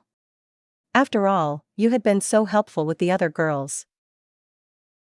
Yaoyorozu held him again and brought him closer to her, spinning around and shoving the teen on her king-sized bed. She slowly climbed on it, loosening the tie at her neck. She had that familiar yet new look on her eyes. They all got like this before they went wild over him, and yet, every single one of them was different, unique. He could swear he saw Yaoyorozu lick her lips as she rested her hands on the sides of his head. A full smile formed on her mouth. You know, Midoriya, you said a lot of things, some of them really harsh. That's no way to treat a lady, and I can't just let you go around with manners like that. So she leaned in closer to his ear and whispered. I have to teach you a lesson. This sent shivers down his spine. Something clicked on her head and Midoriya didn't feel it would be good for him. Yaoyorozu undid her ponytail, letting her long black hair fall over her shoulders, gently brushing the red face of Midoriya under her. Her onyx eyes focused on every detail of his face, the color of his lips, his freckles swimming in a sea of red, his bright green eyes that looked everywhere but to her. She smirked as she slowly unbuttoned one the first bum-ons of her uniform, revealing some of her ample bosom. A very quick and involuntarily glance allowed Midoriya to see a thin line of black laces, giving the boy a hint on Yaoyorozu's choices of intimate clothing. First lesson. Always stay focused on the girl you are with. She has to know you are interested in her. The next moment she cupped his chin with one hand and locked him into a deep kiss, closing her eyes and saw Byung-ji very low as Midoriya had his eyes pretty wide. After a minute or so she parted lips with him, leaving a small trail between them. She surely had his attention now.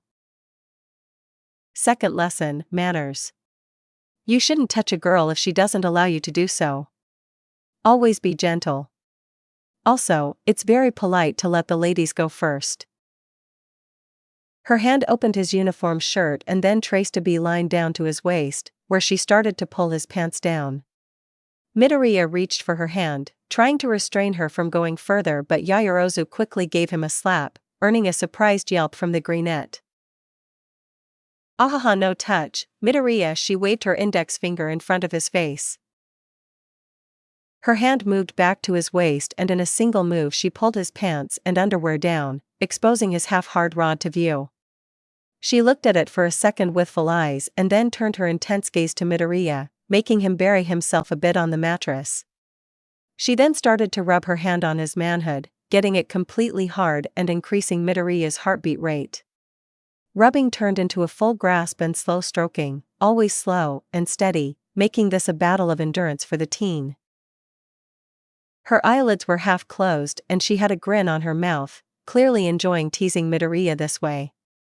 She liked the way she could make him do noises or shudder, depending on how she touched him. Yaoyorozu really liked being in control of the Midoriya Izuku. It made her entire body feel hot, and she was losing herself in his green eyes, whenever she managed to see them, that is. Third lesson. You must, at all times, listen to what a girl says, pay attention to every word. Midoriya, your eyes are not on me. Yaoyorozu held his rod again and started to stroke it really fast, quickly bringing him to his limit, but when she felt him twitching, she let go of him and just looked at his reddened face. Thought he tried to hide it, there was some expectation on his expression, and that made her even happier and hot. She could manipulate him just that easily. What is it, Midoriya? Did you want me to finish? Oh, I bet you wanted. She leaned closer to his ear again, nibbling on it before she whispered to him. You won't manhood liquid unless I tell you to, got it? And on instinct he nodded. This side of her was creeping him out, and still his never faded. Where was I again? Oh, right. Now, let's practice. How well do you listen? She sat up, still on top of him, but giving him enough space to sit up too. She gave him that sultry smile again. Take off my shirt. What? Do I need to repeat myself? She threatened him by moving back and forth on top of him, and Midoriya quickly understood where this was going, so he sat up and, with much hesitation, undid the remaining bum-ons of her shirt and took it off, revealing her black laced cloth and her huge round bobas. He averted his gaze, but Yaoyorozu held his head with her hands and gently made him look at her. What was the first lesson again? Stay focused on the girl to with. Correct. You are such a good boy, Midoriya. Let's make it this way, if you do well, I'll give you a very special reward. Answer wrong, and you get to be punished. Punished? Don't worry, you just have to answer right. Was it some kind of game to her? Every cell of his body was telling him that he didn't want to answer wrong. Now, Midoriya, can you describe the vision you were getting? Don't spare the details. Your bobas are pretty. Yes? Pretty big and they seem really smooth. Oh, is that so? Why don't you check for yourself? Huh? Midoriya, take of my bra. But. Midoriya. She looked at him tively, but at the same time she had a seriousness in her eyes that made Midoriya sure that she wasn't taking a no for answer. Never before had he felt so pressed, not even when he and Kaken had to face All Might in the hero training. Yaoyorozu had him on her hands.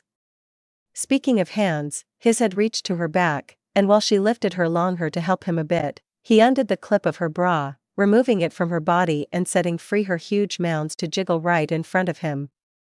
He got himself caught up in that vision for a moment. That's a lot of staring. Sorry. No, you are acting just perfectly, giving your undivided attention to me. And since you are such a good boy, I'll give you your reward. He didn't have any time to wonder what it was. The next moment Yaoyorozu wrapped her arms around his head and back and buried his face on her valley, holding him close to her as his face got red like Kurishima's hair. You said they looked smooth. Can you feel them? Are they as nice as you imagined? His mind was racing both with her totally different and kinda aggressive behavior and the thought of throwing away the last drops of restraint within him and let her have him. That said, she was more than right. Her huge bobas didn't only look, they were smooth like anything he had touched before. Thinking just a bit about it, they kind of reminded him of Uraraka, just bigger and maybe more firm, but that had yet to be confirmed. What the hell am I thinking? I shouldn't be comparing them. He didn't know if she had a mind reading Quirk too, but she slowly pushed him away and ran her hands on his arms until she found his hands, taking them on hers and guiding them to her chest, which made Midoriya panic a bit again. I wonder, how do they feel compared to Uraraka? You played with hers a lot, didn't you? 2, well, yes. Can you tell me the differences, then? Yours or your bobas are bigger and they feel more firm when. When? When I squeeze them like that. Midoriya gently squeezed her bobas, feeling the warmth on his hands. Yaoyorozu closed her eyes and let out a low sob as he caressed her chest, but then she removed his hands, looking at him as if she was conflicted about something.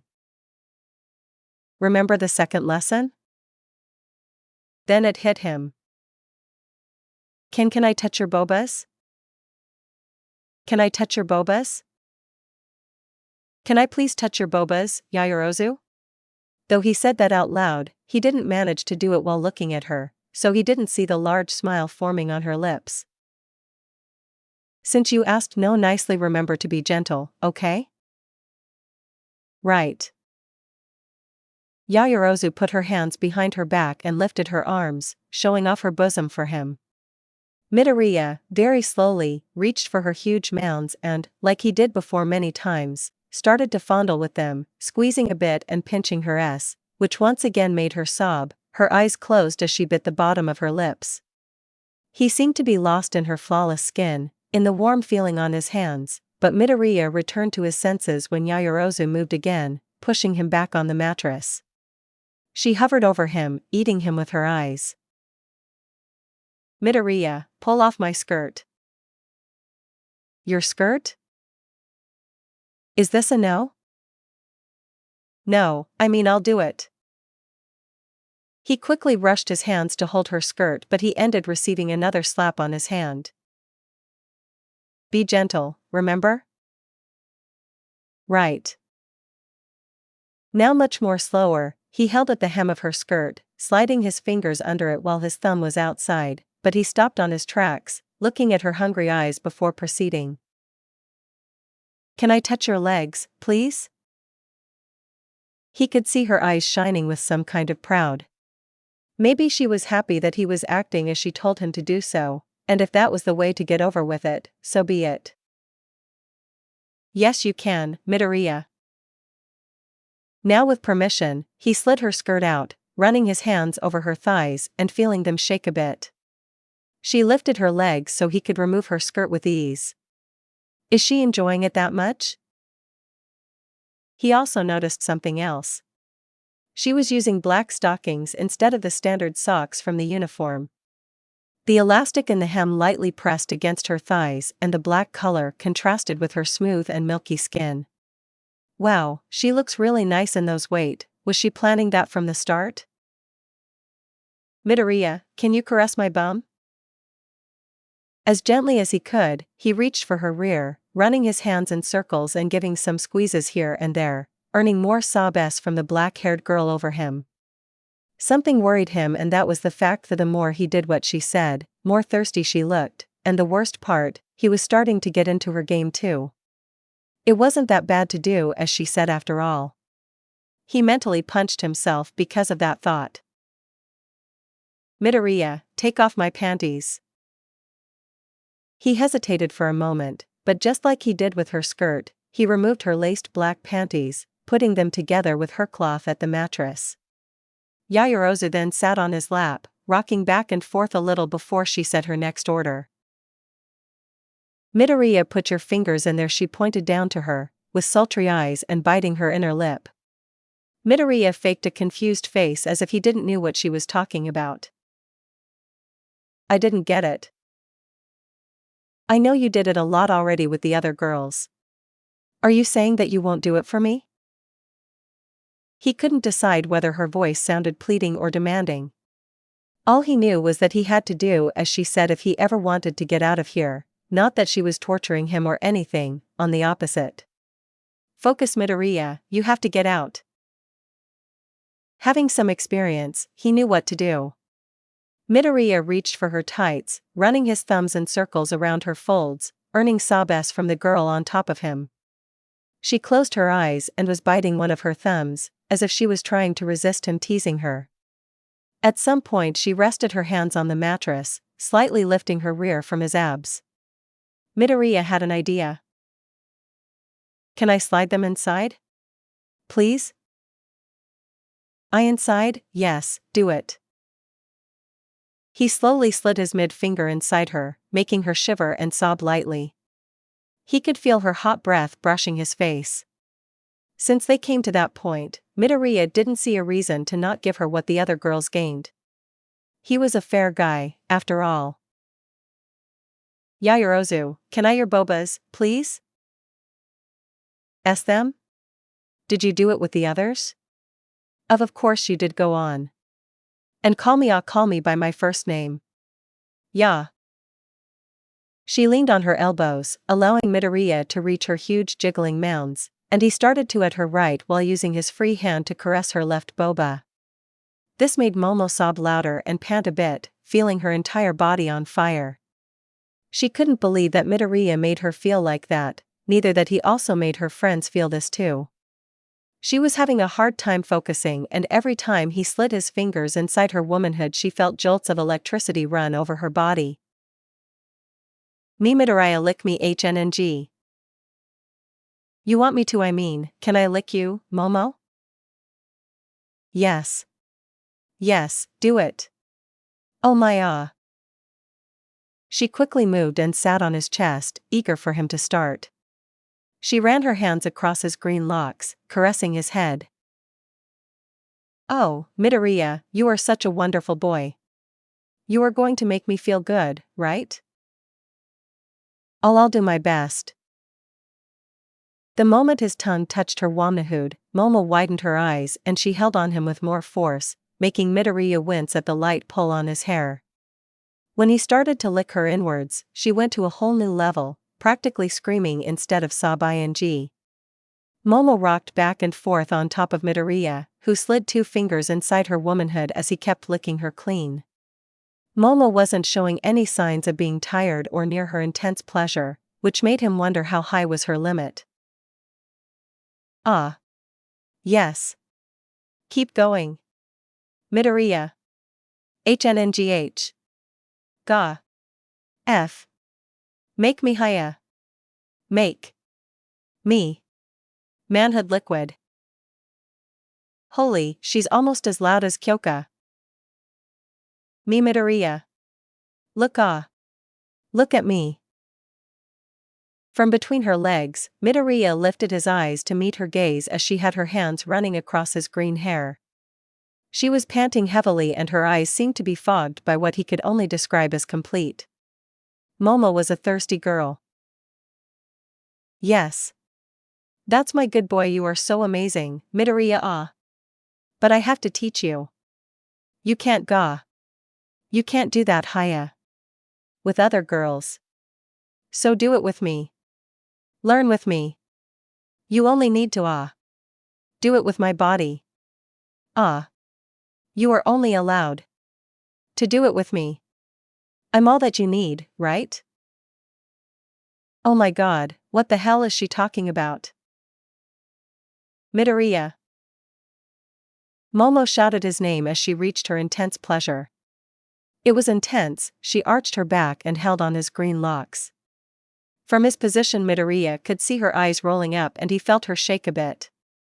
For the first time he had some difficulty drinking the juices of a girl, since Momo opened the floodgates on his face, not to mention that the way she held him in place made it a little bit hard to breathe. After apparently shutting down for almost a minute, Momo looked at the boy under her legs and gently ran her hands on his cheeks, still panting. Midoriya, you are so incredible. Who's my good boy? I am? Yes, you are my good boy now, since you was so good there. She lowered herself and touched the tip of his nose with hers. It's time for your reward. Reward? Yes, dear. My good boy deserves it, don't you think?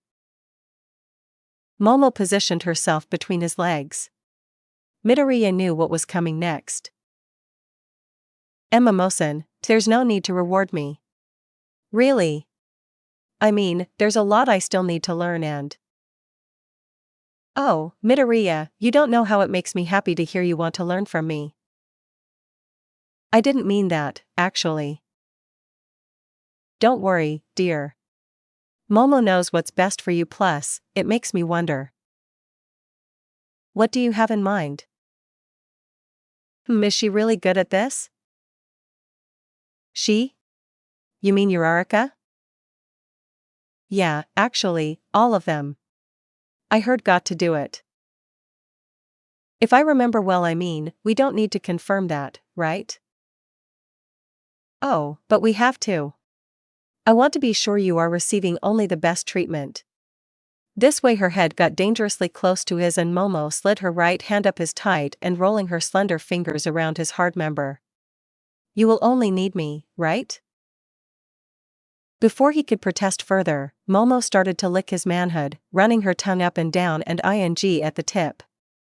Her eyes never left his face, as she wanted to be sure he was enjoying what she was doing. He keeps restraining himself. Midoriya, you don't need to hold back. Give everything you got to me, you don't have to be with anyone else.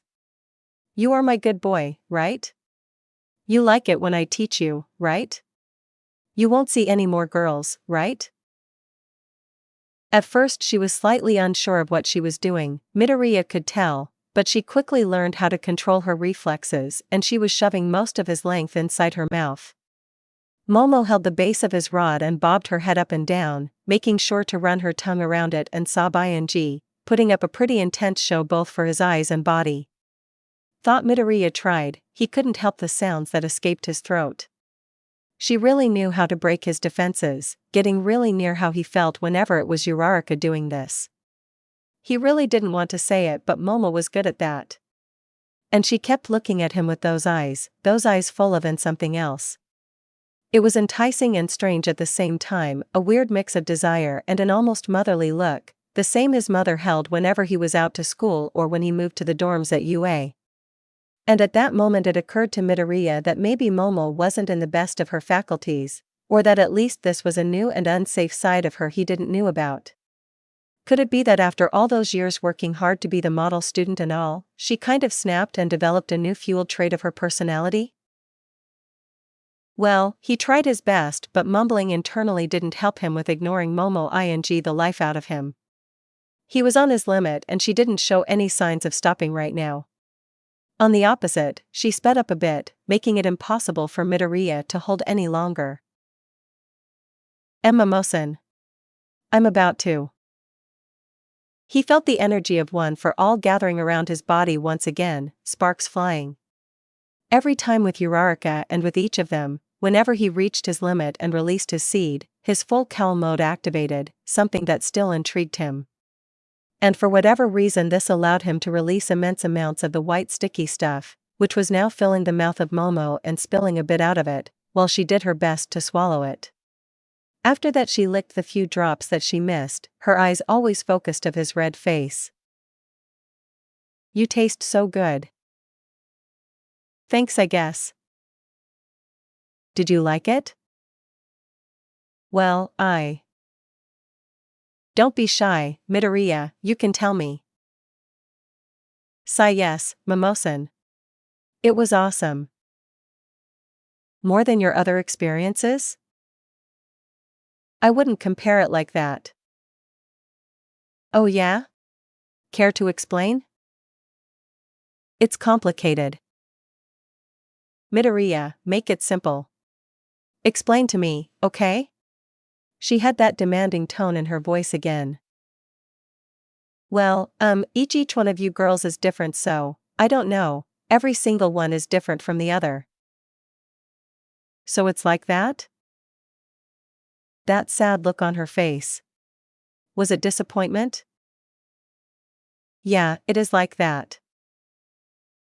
Both teens flinched once they heard a familiar voice coming from the door. As they slowly turned around, none other than Uraraka stood there, her arms crossed, a plain face with a small pout and an eyebrow lifted. Oh, don't mind me, please go on. I'm sure Dikukan can keep on for a long time. Behind her, on the doorway some heads poked out, eyes focused at the naked couple at the king-size bed, with mixed emotions on their faces. While Midoriya shut down and didn't respond for a while, Momo tried to speak, stuttering as she shook in terror. This is not what it looks at IIS I can. Explain? Well, don't worry about it Yaoyorozu-san, I have been watching for a while. Just a hint for the next time, double check the door lock, trust me, I have experience. 3 didn't, we just, Okay, relax Uraraka held a friendly smile towards her naked friend as she walked to her and rested a hand on her shoulder. See? I told you he wouldn't harm me. She couldn't believe it. Uraraka not only caught her with Midoriya, her boyfriend, but also managed to do it in the same way she did before, with all the other girls, and the first thing she did was this? Seriously, Momo didn't have a single idea of what was passing on the mind of the brunette in front of her. So, finally letting go of the rod she was holding, she slowly got up, reaching for a blanket to cover her front side, eyes still wide with shook and with some small tears forming on the corners, threatening to roll free over her red cheeks. Oh my Uraraka, I'm so sorry, I don't know what came to me,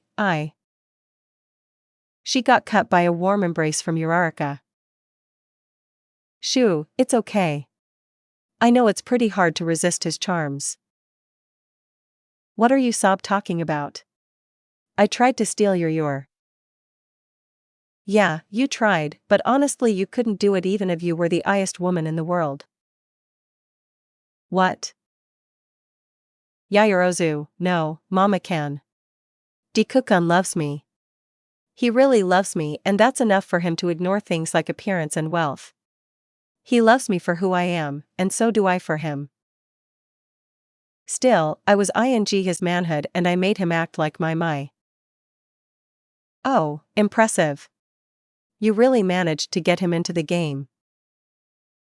Actually, it's not that hard. Ochako Mina was the first one to come out of her cover, slowly walking to her friends and fighting to avoid staring at the naked boy lying on Momo's bed. Once he gets all flustered and red, it's kinda easy to turn on his other side. Oh, really? It was pretty much it, ribbit. I have to say, he really surprised me that time. Susan? Jirro-san? Yo. Hi, Mama-can. Guess even you ended falling for him, ribbit. No, Don't feel sad, Mama-can, we all had been in the same place you are, literally. Hagakure-san, I feel so ashamed. Momo looked down but she felt Uraraka put her hand under her chin, lifting her head up to look at her friends right in front of her. Hey, it's okay. We won't judge you. As if any of us could, they all nodded in agreement. But what about you said earlier that I couldn't steal him from you? I think I love him? In the end you really felt jealous, even if a little bit. Momo just nodded. Not only her, but all the other girls seemed a little bit shaken by those words, a reminder that Midoriya was still Uraraka's boyfriend, and that it wouldn't change if depended of him. Surprisingly, Momo was the one to break the silence. I thought that if I could get all his attention, if I could make him look just at me, then he wouldn't need to look at other girls. That's what I said to myself, but the reality is that I really wanted him to look at me the same way he looked at you, Ochako. I get it and you all feel the same, right? Yeah, ribbit, sure, yup. Putting her hands together and on the bridge of her nose, Uraraka breathed in deeply, apparently in deep thought. Releasing her breath slowly, her eyes opened and with a calm expression on her face, she made a proposal to her friends. What if I told you that you all can kind of have Dikukan? Surprise and confusion filled the minds of the group. No, you serious, girl? Let me finish, Mina, I'm still thinking about it. Look, it's pretty clear that you all care for him in a very special way, but in the end I'm still his girlfriend. The small excitement vanished as fast as it appeared. But I'm also your friend, and I wouldn't want you to feel sad or thirsty. Anyways, I have an idea. I don't believe that I'm saying this, but what about we all? She had to make an effort right now. Share him? At this moment, everyone looked at Uraraka as if she suddenly had grown a second head. Did she really propose to share Midoriya? Yes, she did, and between utter confusion and surprise, Momo was the first to speak, hope being all over her eyes. Do you really mean it? Well, I wouldn't like seeing you guys sad, like I said. Plus, since everyone here got around with Dikukan, I don't want to put up with competition, so I'd rather have y'all on my side kind of. Ochako, you beautiful crazy girl. That's the most rad idea I heard of. Mina? Are you really going to agree with this? You not, Toru? Just think about it. A chance to get down with muscles. Huh, your own nickname for him? Guess you're already in then. You bet, Ochako. What about you too? Tsu? Hyoka? The two of them were taken aback both from the idea of the brunette and from Mina's overexcited reaction. But, all in all, their pink-skinned friend had a point. Some time with Midoriya was better than none at all. Well, since you put it that way, I have to join this mess. Ribbit. It does make things easier. Guys? Really? Hagakure felt a hand rest on her shoulder, and she found Uraraka with a supportive look on her face. It's okay if you don't feel comfortable, Toworkin. But let me remember you that there's plenty of Dikukan for everyone. The invisible girl searched for the last source of common sense around Momo, but when her eyes laid on the black-haired teen, she found her with the tip of her thumb on her mouth, apparently deep in thought and mumbling something. But suddenly her head snapped up and she turned to Uraraka. Okay, I'm in. Eh? Mama can too? Well, after all that happened, there's no denying that I like him in this way. Plus, I know I'll feel again in the future. Girl, the future is now because I totally need to go around with him. Before Mina could jump at the bed, Uraraka raised an arm, blocking her way, a more serious look on her eyes. Now, wait just a moment, Mina. There's still one person that has to agree with it. Yes. I'm in. I love Midoriya too. The group got startled with Toru's sudden outburst, but they quickly recovered from it. Well, I'm happy for you, Toru, but I was referring to Dikukan. He's the one with the final word on that. Do you think he'll agree with it, Ochako? I'm not sure, Mina. I find it very difficult, Ribbit. But you always could, well, convince him, Uraraka. I never tried to convince him of anything I wasn't sure he would do, Kayakakin. This time I really don't have a single idea of what he will do. Then we should just ask him already. And how should I say it, Mama-can? Hey, Dikukan, dear, since everyone got to your manhood, we all decided to make a huge harem, what do you think? Well, that's the dream of most boys. You know he's not like most boys, Mina. Yeah, I know, which only make things harder. Is he still out? I guess the shock paralyzed him, Uraraka said as she waved a hand in front of his face. Touching his cheeks with her hands brought Midoriya back to this plane of reality. Dikukan, are you feeling well? Ochako? His head was spinning and his vision was slightly blurry, the only thing focused being Ochako's caring eyes and her pretty round face framed by her adorable brown hair. His brain started to restart and Midoriya tried to remake his steps. There was the class, and after that Yaoyorozu called him to talk. He came to her room and... Oh, Ochako, I can explain this, Wait, slow down, Dikukan, I know what happened. No big deal, okay? But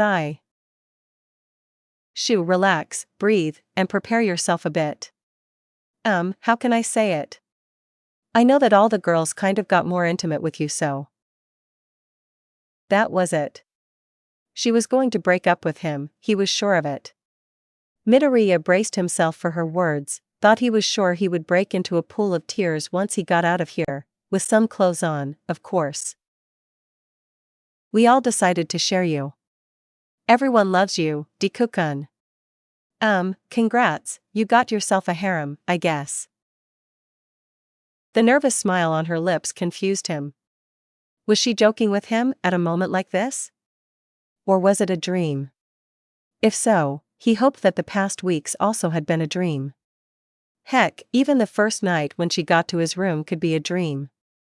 Once he wake up, Midoriya would go straight to Ochako and confess his love for her, in front of everyone to make things easier.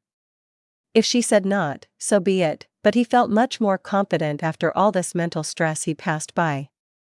That said, it didn't feel like a dream, and just to make things better, all the other girls from his class were there too, one of them only using black stockings and half covering her naked body with a blanket. Too much coincidence to be a dream. So, in other words, yes, the love of his life just said he gained a harem. Huh? If you love this story, please support the author and subscribe to my channel and comment below for next part. See ya, sayonara, true colors. There's no easy way to do it, there is? Midoriya thought with himself as he looked around the corner of the common room, spotting a yellow shirt with a pink heart floating on the couch. Hagakure was watching one of those novels on the TV and was by herself, which kind of made it easier to get to her. The problem was what to say, how to address the huge elephant in the room. She wouldn't willingly talk to him, so Midoriya had to think of an excuse, anything that would give him an opening to talk about the situation between her and Uraraka. Hopefully he could think of a way of return things back to normal, or at least close to it. He checked all the variables. Yaoyorozu was studying on her room, Azui was at the pool and Ashido was at the gym practicing breakdance. Alone like that, she would be more easily persuaded, but that wasn't enough. There had to be some spectators when he went to her, in a way that she would feel too embarrassed to say no or just flee.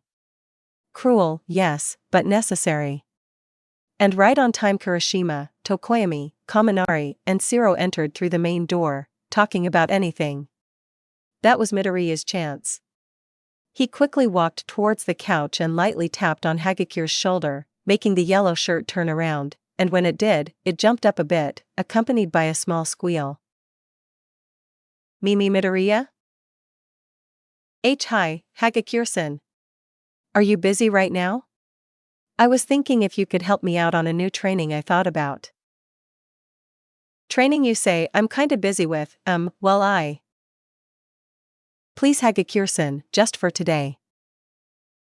Midoriya even bowed a little and put his hands together, getting the attention of the small group passing by as he planned, and Hagakure noticed them too.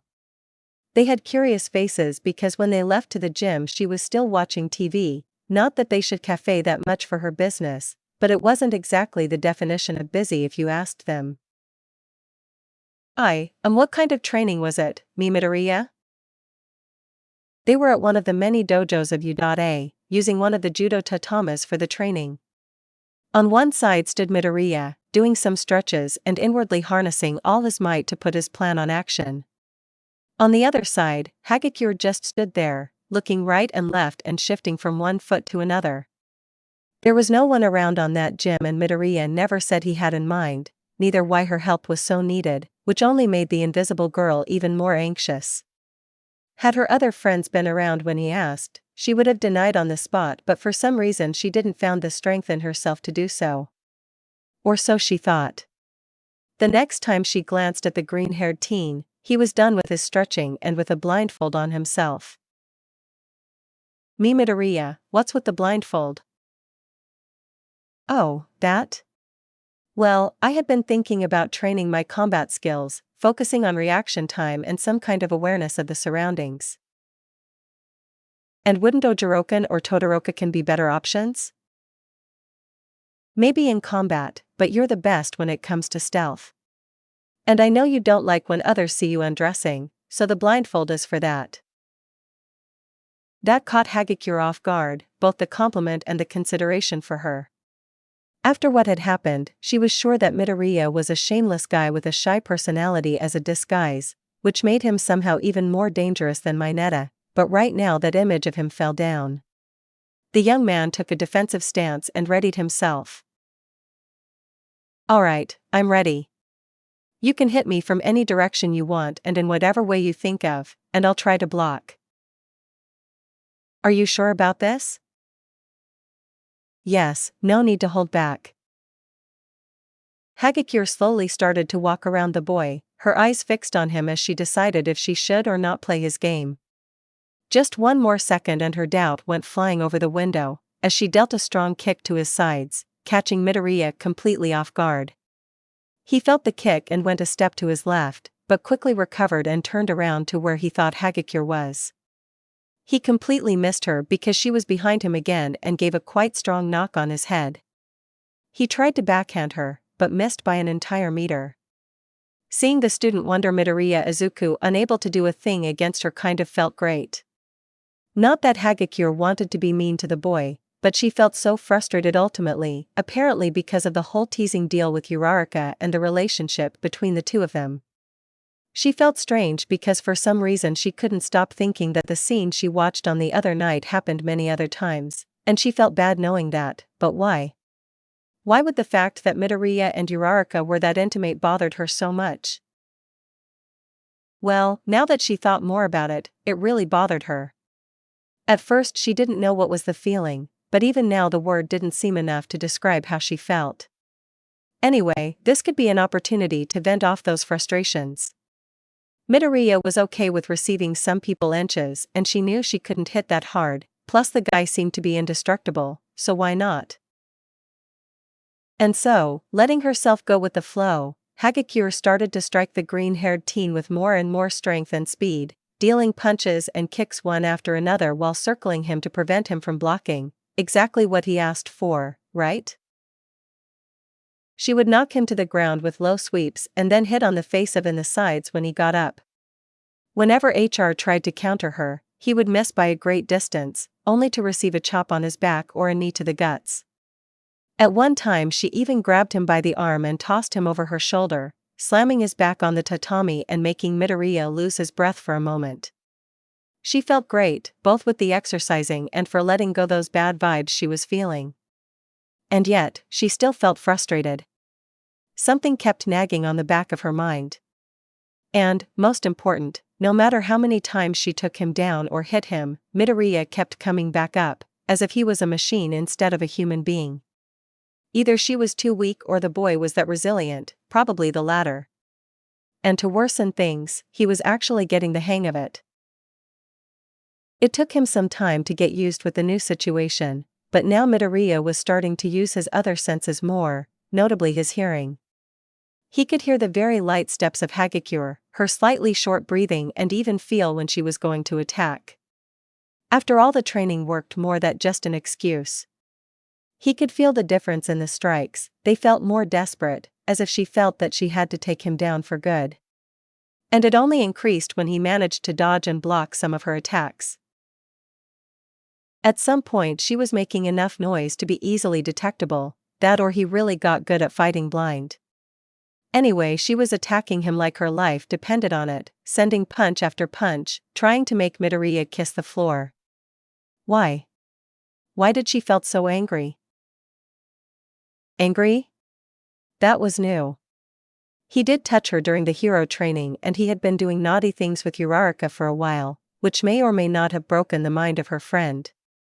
Thinking again, the incident on the hero training was an accident, after all he was fighting and she was an invisible girl, so okay, comprehensible.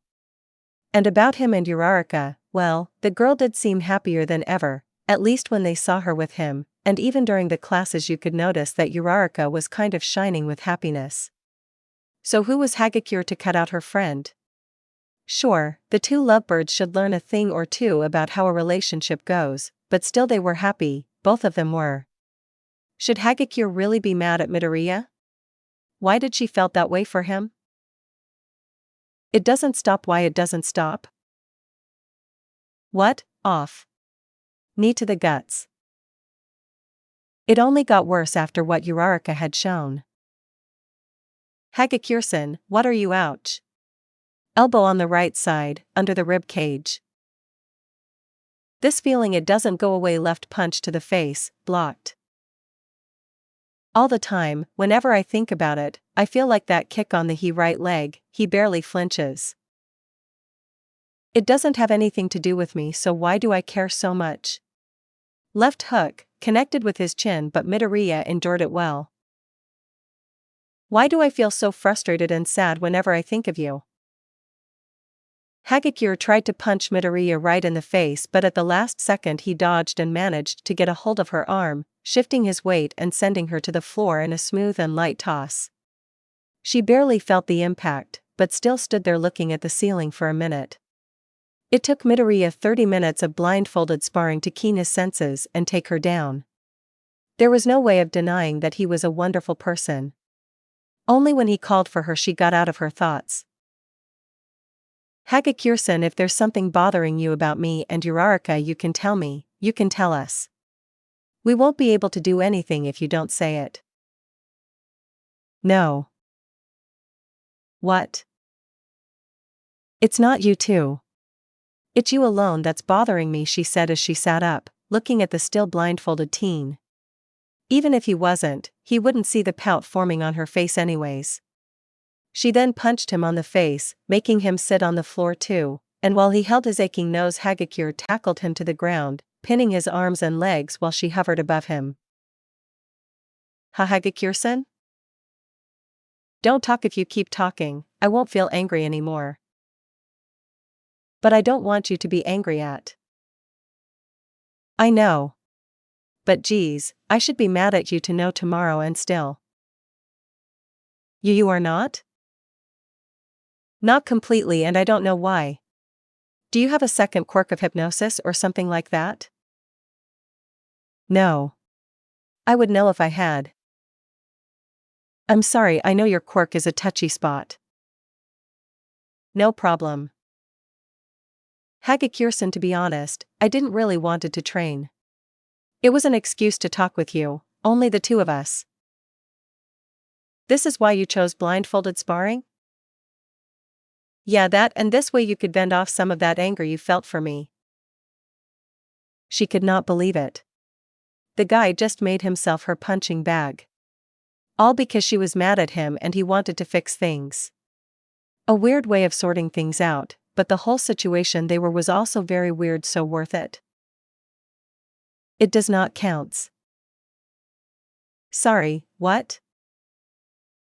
Letting me hit you, it doesn't counts as asking for forgiving. It doesn't? Of course not. You touched my bobas after all. About that I'm really sorry, and shoo, that doesn't count either. So what can I do? Huh? What can I do so you can forgive me? Not only that, I want things between you and Uraraka and everyone to be like it was before. I know there's something strange between you girls. If you cannot let what I did pass, okay, but at least keep being the same with her. She doesn't deserve to be treated differently because of what I did. You are priceless, you know it? Huh? You asked what can you do, so here's the answer: nothing. Nothing? Yes, don't do nothing, no matter what happens next.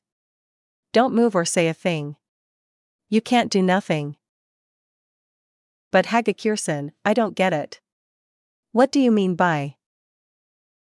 She put one finger over his lips, silencing him. Not a single noise. You touched me in a very personal place, and also you made me feel very strange, so the way to give it back is. Hagakure lowered herself a bit and let one of her hands slide over Midoriya's arm, running over his side and leg and then stopping at his waist, where she got a hold of his shorts and started pulling it down. Hagakure-san, what are you mmfmm? Don't talk, remember? I'm also nervous here. I've never did this before.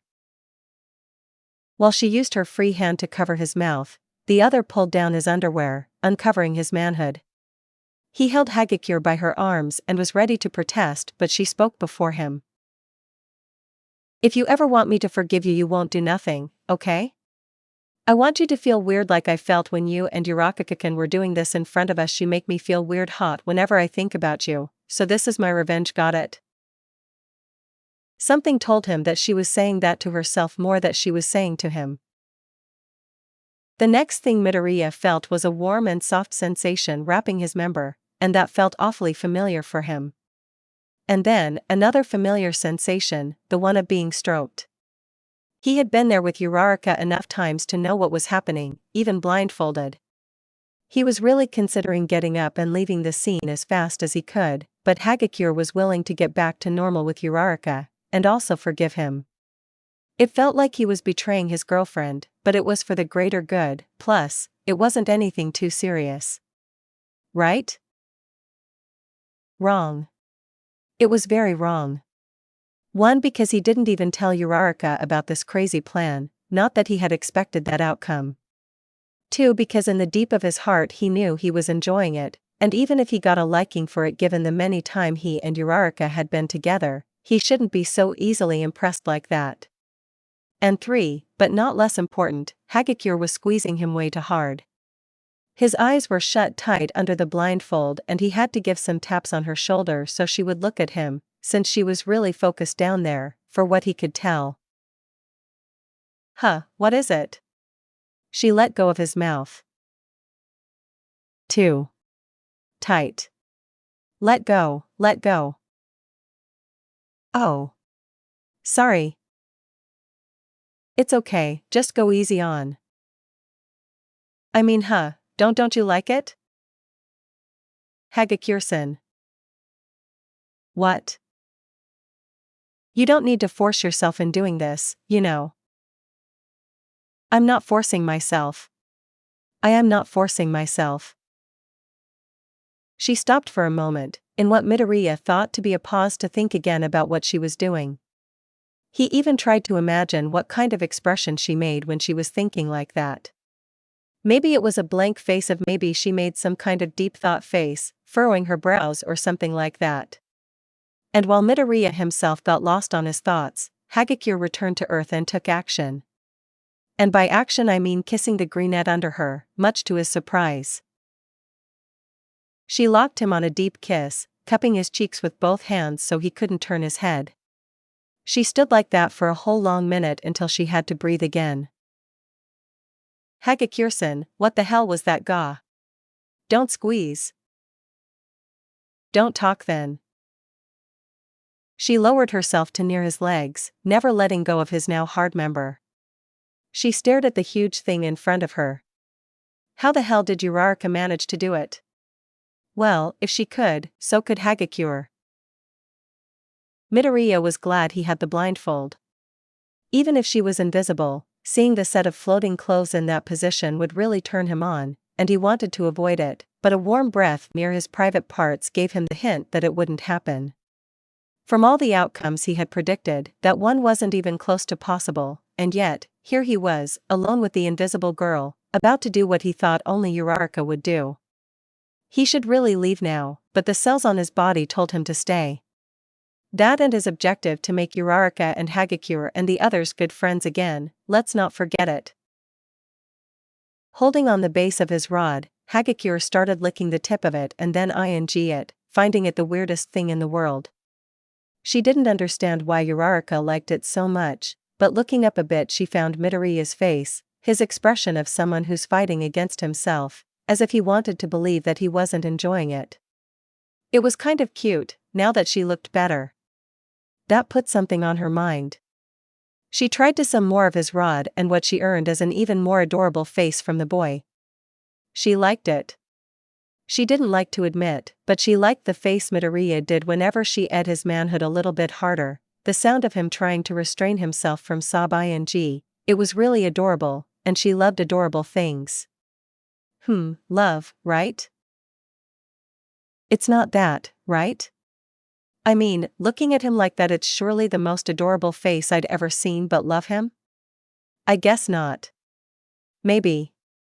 Probably. How would he react if she went further? Hagakure knew that was one way to discover. She shoved inside her mouth the most of his rod that could fit, and to her surprise a lot was still out. It seemed a lot easier when she saw Uraraka doing it in that night. Guess it comes with practice. So the next question was whether Hagakure would want to do it again. When did she even consider it? Maybe it was after Uraraka had shown her how it felt, how it looked like. And again, she hated to admit it, but she felt great ing Midoriya like in Popsicle. She also felt hot, which led to the invisible girl using her free hand to please herself. She wasn't caring about Midoriya anymore, not in that revenge thing. Yeah, that was a sad excuse she brought up to hide the fact that she wanted to do it, that she wanted him. And that triggered something on the back of her mind. If she wanted him that bad, and knowing that he and Uraraka had done this before many times made her feel sad, it meant that she at least liked him. That said, she couldn't stop thinking over the nights about Midoriya doing to her what she saw him do to Uraraka on that night. In a strange effort she tried to imagine any other person, be it from her class or from the novels she watched, even some really popular heroes among the girls, and none of them seemed to fit. She really wanted Midoriya to take her. So the sad feeling she had was jealous, and what she felt for the boy was love, and right now she was ed enough so that made sense on her head. Accepting it made things clearer and easier to deal with, so she might as well admit that she liked to him, and that she loved these adorable faces he made while she did so. Hagakure-san, I don't know how long you want to go, but I'm about to manhood liquid gasp. It means he's on his limit, right? So soon there will be this huge load of that white sticky thing. Well, if Uraraka got this, I can too.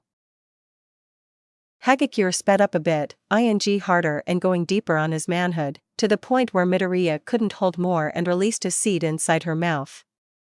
The sudden burst got her by surprise and she ended choking a bit, letting most of it splash on her face. By unknown forces Midoriya found strength in himself to remove the blindfold, panting a bit, and looked down at where should be Hagakure, only to find what would be her face covered with his manhood liquid. Not only that, she was wiping the white stuff from her face and licking it from her fingers, at least from what he could tell. And to make things even better, she licked what had spilled over his still hard member. After that, she pulled his pants and shorts up again and sat on top of him, allowing Midoriya to notice a slightly wet sensation above his abs. On a closer look, lifting the blindfold a little, there was a dark stain between the legs of Hagakure's yellow leggings. He was speechless for a long time, until he decided to say anything that came to his mind so he could break the awkward silence. So are you done? Oh, yeah, sure. For now, I guess. Does that mean what I think it means? I hope so. About you and Uraraka. It's okay, we're good. I was just kinda afraid that she would, drive me crazy again. Yeah, she's kinda scary when she wants to. And what about you? Huh? Me? Did you like it? Well, Please be honest. You don't need to compare me to her, I just wanted to know. Yais, it felt great, I guess. So I can do it again, right? What? I don't think so. Why not? Doesn't Uraraka gets to your manhood whenever she wants? Yes, no. Not all the time, but she's my girlfriend. And you are not? Good point, but we could keep that a secret. For what reason? The reason is that I love you, Midoriya. You what? I love you, really. And you make me feel hot too. I what? I didn't get it at first, but now I'm sure. I can't stop thinking about you, and when I do, I get so wet. Hagakure-san, we don't go around saying those things so careless. The love part or the wet part? Both of them.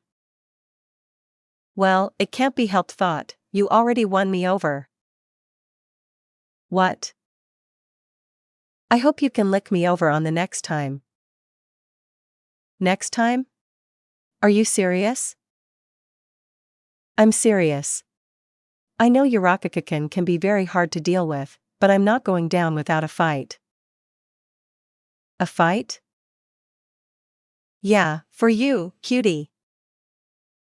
And just like that she got up and ran to the gym's door, but Midoriya called her before she crossed the doorway. Hagakure-san. Yes, cutie? Your leggings.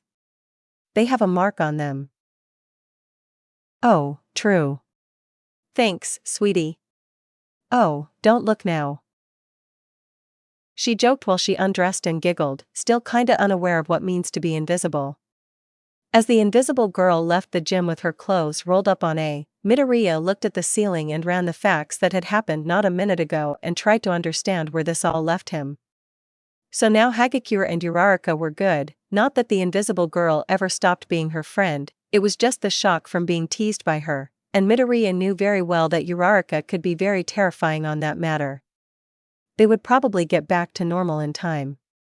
That said, now he had another problem in the form of a ridiculous love triangle, with two girls apparently addicted to him. What was that? An cliché shular anime? A poorly written fanfiction of some sort? And if only he knew well, to be honest he was in high school so anyway, one problem at a time. Somehow he managed to pass by Hagakure, now to the next one. Ordeals of a Frog. 3 a.m. By his time everyone in UA Heights Alliance dorms were sleeping peacefully, resting for another day in the famous school known for possessing the best hero course there was. Everyone except for a certain girl with a frog quirk. Tsuyu had her eyes wide open and slightly darkened marks under them, a clear signal that she hadn't been sleeping too much in a while. The reason for it, you can guess, was a particular classmate, Midoriya Izuku.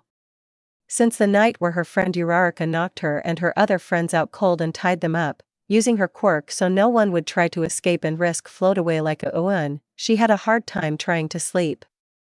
It wasn't because of the kidnapping, but because of what happened after. Azui watched as Uraraka, one of her best friends, went on Yandere mode and, for lack of better word, molested her friends and her. Not only that, she had to watch while Uraraka transformed into another person and gave what she discovered to be on none other than Midoriya. And the worst part, she couldn't avert her eyes from it. It made her feel sick, and that could also be because she was upside down and with zero gravity effect on her body. Anyways, the image never left her mind, be it during classes, on the hero training, on her free time and worst of all, on her dreams. It plagued her mind and didn't let her rest a single bit, to a point that it was directly affecting her life as a whole. Uraraka was a constant reminder of those memories, so whenever her friend entered the same room she felt a chill run down her spine, and Azui felt as if she would let out a strange sound if she ever so dared to open her mouth. And Midoriya, oh, Midoriya. If she was giving him the cold shoulder before now, Todoroki would be impressed. She was avoiding him like the devil runs from the cross, sometimes even causing some problems, like the time at the hero training where she left Midoriya to die during a rescue mission. And it went further. With the lack of proper sleep she became extremely tired and somehow grumpy, being a little bit too straight on her answers. It was hard to focus on the classes and Azui didn't feel like hanging out with her friends like she did before. That, of course, raised some suspicions and some of her classmates came to her to ask if everything was alright, and she told all of them that everything was okay, that it was just some bad nights of sleep, which was a half-truth, but was also a half-lie, and she really disliked telling lies, especially to her friends. Azui had been going like this for almost a week now, and she felt too far from her friends. That and the last test she did was a utter failure. She had to do something about this, something about him. Speaking of him, Midoriya was also planning on how to approach his amphibious friend. Right now he was at the couch of the common room in one of his muttering sprees. It was 9:00 p.m. already from the next day and he had no idea of how to proceed yet. By now the rest of class 1A learned to ignore it. Only when he stood like that for more than 10 minutes straight would they interrupt the bullet train of thought of the greenette. He barely formed an idea. Midoriya felt a hand rest on his shoulder. Looking up and over the couch, he followed the arm of the person next to him and met with the familiar and visibly annoyed face of Azui. She looked at him right on his eyes for a moment before she did anything. Pool. 10 minutes, ribbit. Huh, what? You heard me. She left before he could question her again, leaving a confused Midoriya on the couch alone with his thoughts as he imagined what would wait for him once he went there. Azui was like an open book about her opinions, but when it came to her expressions Midoriya couldn't read what she was feeling or thinking. The only time he was sure about that was back at that special class. Man, she was mad on that day. Anyway, he got out of the dorms without drawing attention and went to the pool on the right time. He got there and waited a bit, looking at the night sky, until he heard the sound of footsteps getting near. Susan, look, I know that. You can stop that apology right there, ribbit. It won't make things any better. I know. Listen, it may not help but at least can you and Yura ouch. Midoriya received a slap on his face, dealt by Azui using her tongue. The sudden move pretty much surprised him. I don't want to hear you talking so much. So why did you call me here? Ribbit, I want to make something clear here. Okay then. She moved closer to him, getting very near his face. Her eyes never left his, her stare burning his very soul like she was about to judge all his sins and flaws. He could feel her warm breathing brushing on his face, which only added to the blush crossing his face. Midoriya was a nerve-wrack. She didn't move, just stood there, looking at him, so in order to calm down a bit he decided to focus on anything to keep his mind bush. There was the sweet scent in the air, of vanilla, probably the type of shampoo that Azui used. Her hair was slightly humid, apparently she just got from the shower, and he had to shove away the image of her during bath. And after what seemed an eternity, she made her next move, a very daring one. Her hands fell on his shoulders, holding him tight in place. She closed her eyes and pulled him closer. Midoriya had 1 second to register that, and on the next moment she locked her lips on his. Thought he tried to back from it, she held him close to her, even wrapping her arms around his neck. Azui overpowered Midoriya on the kiss, her strong tongue invading his mouth and literally rolling around his. The frog girl glued her body against his, lifting one leg and putting it around his legs. A little shift in weight and they fell to the ground, Midoriya under Azui while she maintained the deep kiss, until she felt he couldn't hold his breath any longer. Having an amphibious-related quirk, she naturally was used to hold her breath for long periods. Breaking the kiss but still holding him tight, she watched while Midoriya gasped for air, a huge blush adorning his face. Heavy breathing. Azui, what was that? I said earlier. I wanted to make some things clear. And that would be? 1. I like you, ribbit. Even if I hate it, even if I think this is wrong, I like you, Midoriya. You like me? That's right.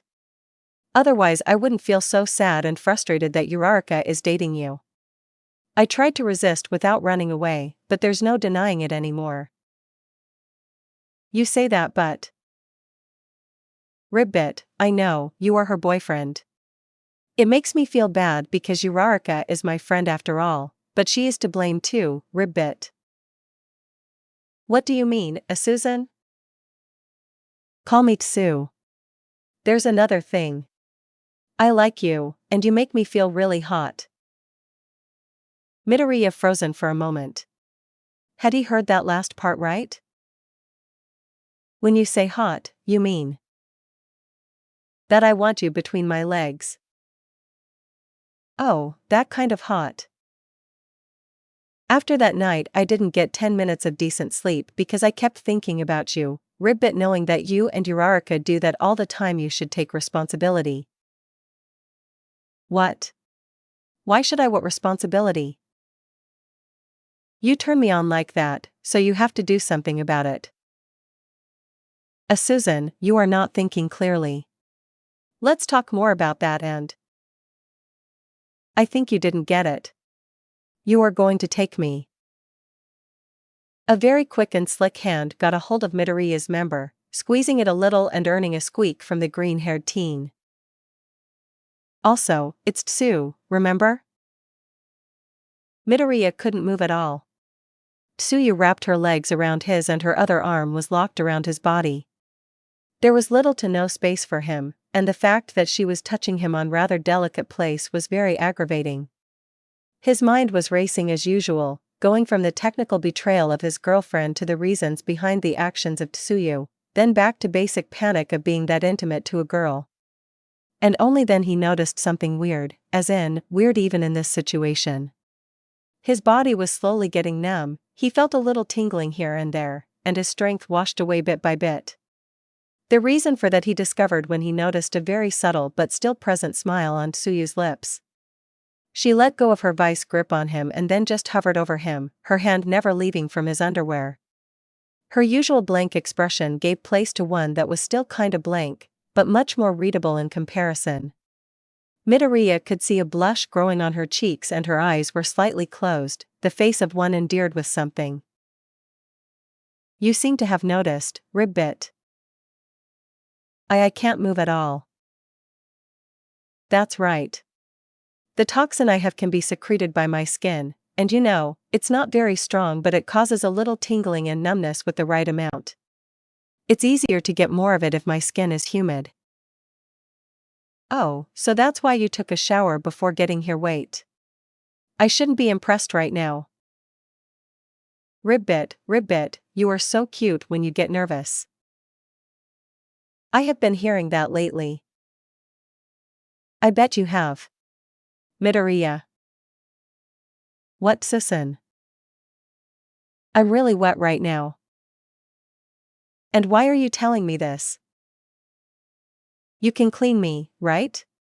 Like you do with Uraraka. Well, you see, this is a thing between the two of us. But she didn't think twice before showing off to us the other night. No, but we only do that with each other. You never did that to anyone else? No, I have not. Not even once another girl at your manhood? No. Midoriya. What? You are lying. The young man didn't manage to hold his embarrassment, looking anywhere but to the frog girl on top of him. The fact that she somehow read his mind was a bad sign, and he was glad that she didn't mention any names, otherwise he was sure Tsuyu would discover about the other day and Hagakure's unusual confession. Speaking of weird confessions, Tsuyu didn't fall behind on that point, going to the extent of paralyzing Midoriya with a light toxin. What's next? Would Mina hang him over a pool of acid, or maybe Yaoyorozu was just waiting to lock him in a cell or something? Honestly, neither Midoriya or myself could know that. I won't ask names, because I don't care that much. Midoriya, I really wish you can enjoy as much as I do. From his position, Midoriya watched as Tsuyu removed her shorts and panties, and turned around, giving him a full view of her rear. She lowered his sweatpants and underwear, exposing his already member, staring at it for a very embarrassing minute, at least for Midoriya, and then looked back at him with a nervous smile on her lips and a finger on her chin. It's bigger when I look closer at it. Could you not look at all? Don't be so shy, ribbit. Tsuyu lowered herself, getting really near the huge thing and also making Midoriya almost kiss her down there.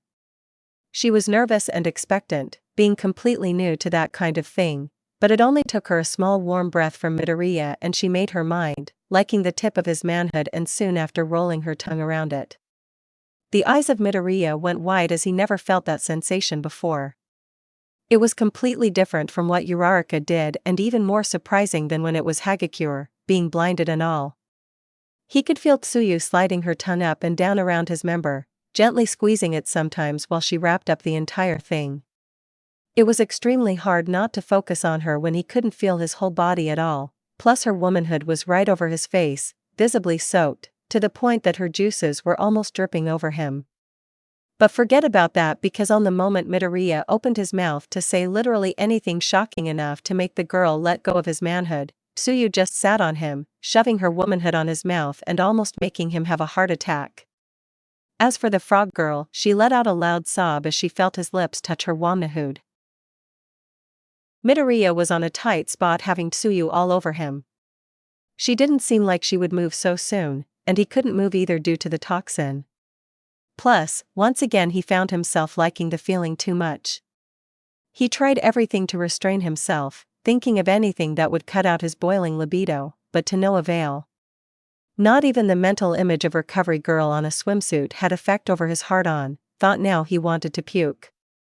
He tried to empty his mind of all thoughts, choosing to focus on Uraraka, like a good boyfriend would do. Yes, she would be very mad and disappointed if she knew that this was happening, and imagining her sad broke his heart into pieces. Turns out that he remembered of her naked, and that only added to the hard-on. If his arms were working now, Midoriya would punch himself. Tsuyu sobbed lightly from sliding her womanhood over his shut-tight mouth, and kept ing and licking his rod, without signal of ever letting go. So Midoriya came to a conclusion. The only way to get out of this was to play her game. She wanted to do the same as Uraraka, so she better prepare herself for what the brunette gains too. Stealing his will and asking Uraraka a billion forgivings, Midoriya lightly licked Tsuyu's womanhood, making the girl stop what she was doing for a second, while she felt a shiver run across her entire body. The move surprised her as she didn't know the sensation, and it only got better as he kept licking and nibbling her folds. Her sobs increased and she shook sometimes. If he could see her face right now, Midoriya would see a huge blush forming, her mouth ajar in a goofy smile and her eyes rolling up a bit. Her breathing was heavy and felt jolts of electricity run across her body. Tsuyu refocused on her previous task, determined to give Midoriya the best treatment she could. She shoved his entire member inside her mouth, gagging a bit from the size of the thing, and wrapped the base of it with her tongue while she ate with increasing speed. Midoriya was having a hard time holding back now.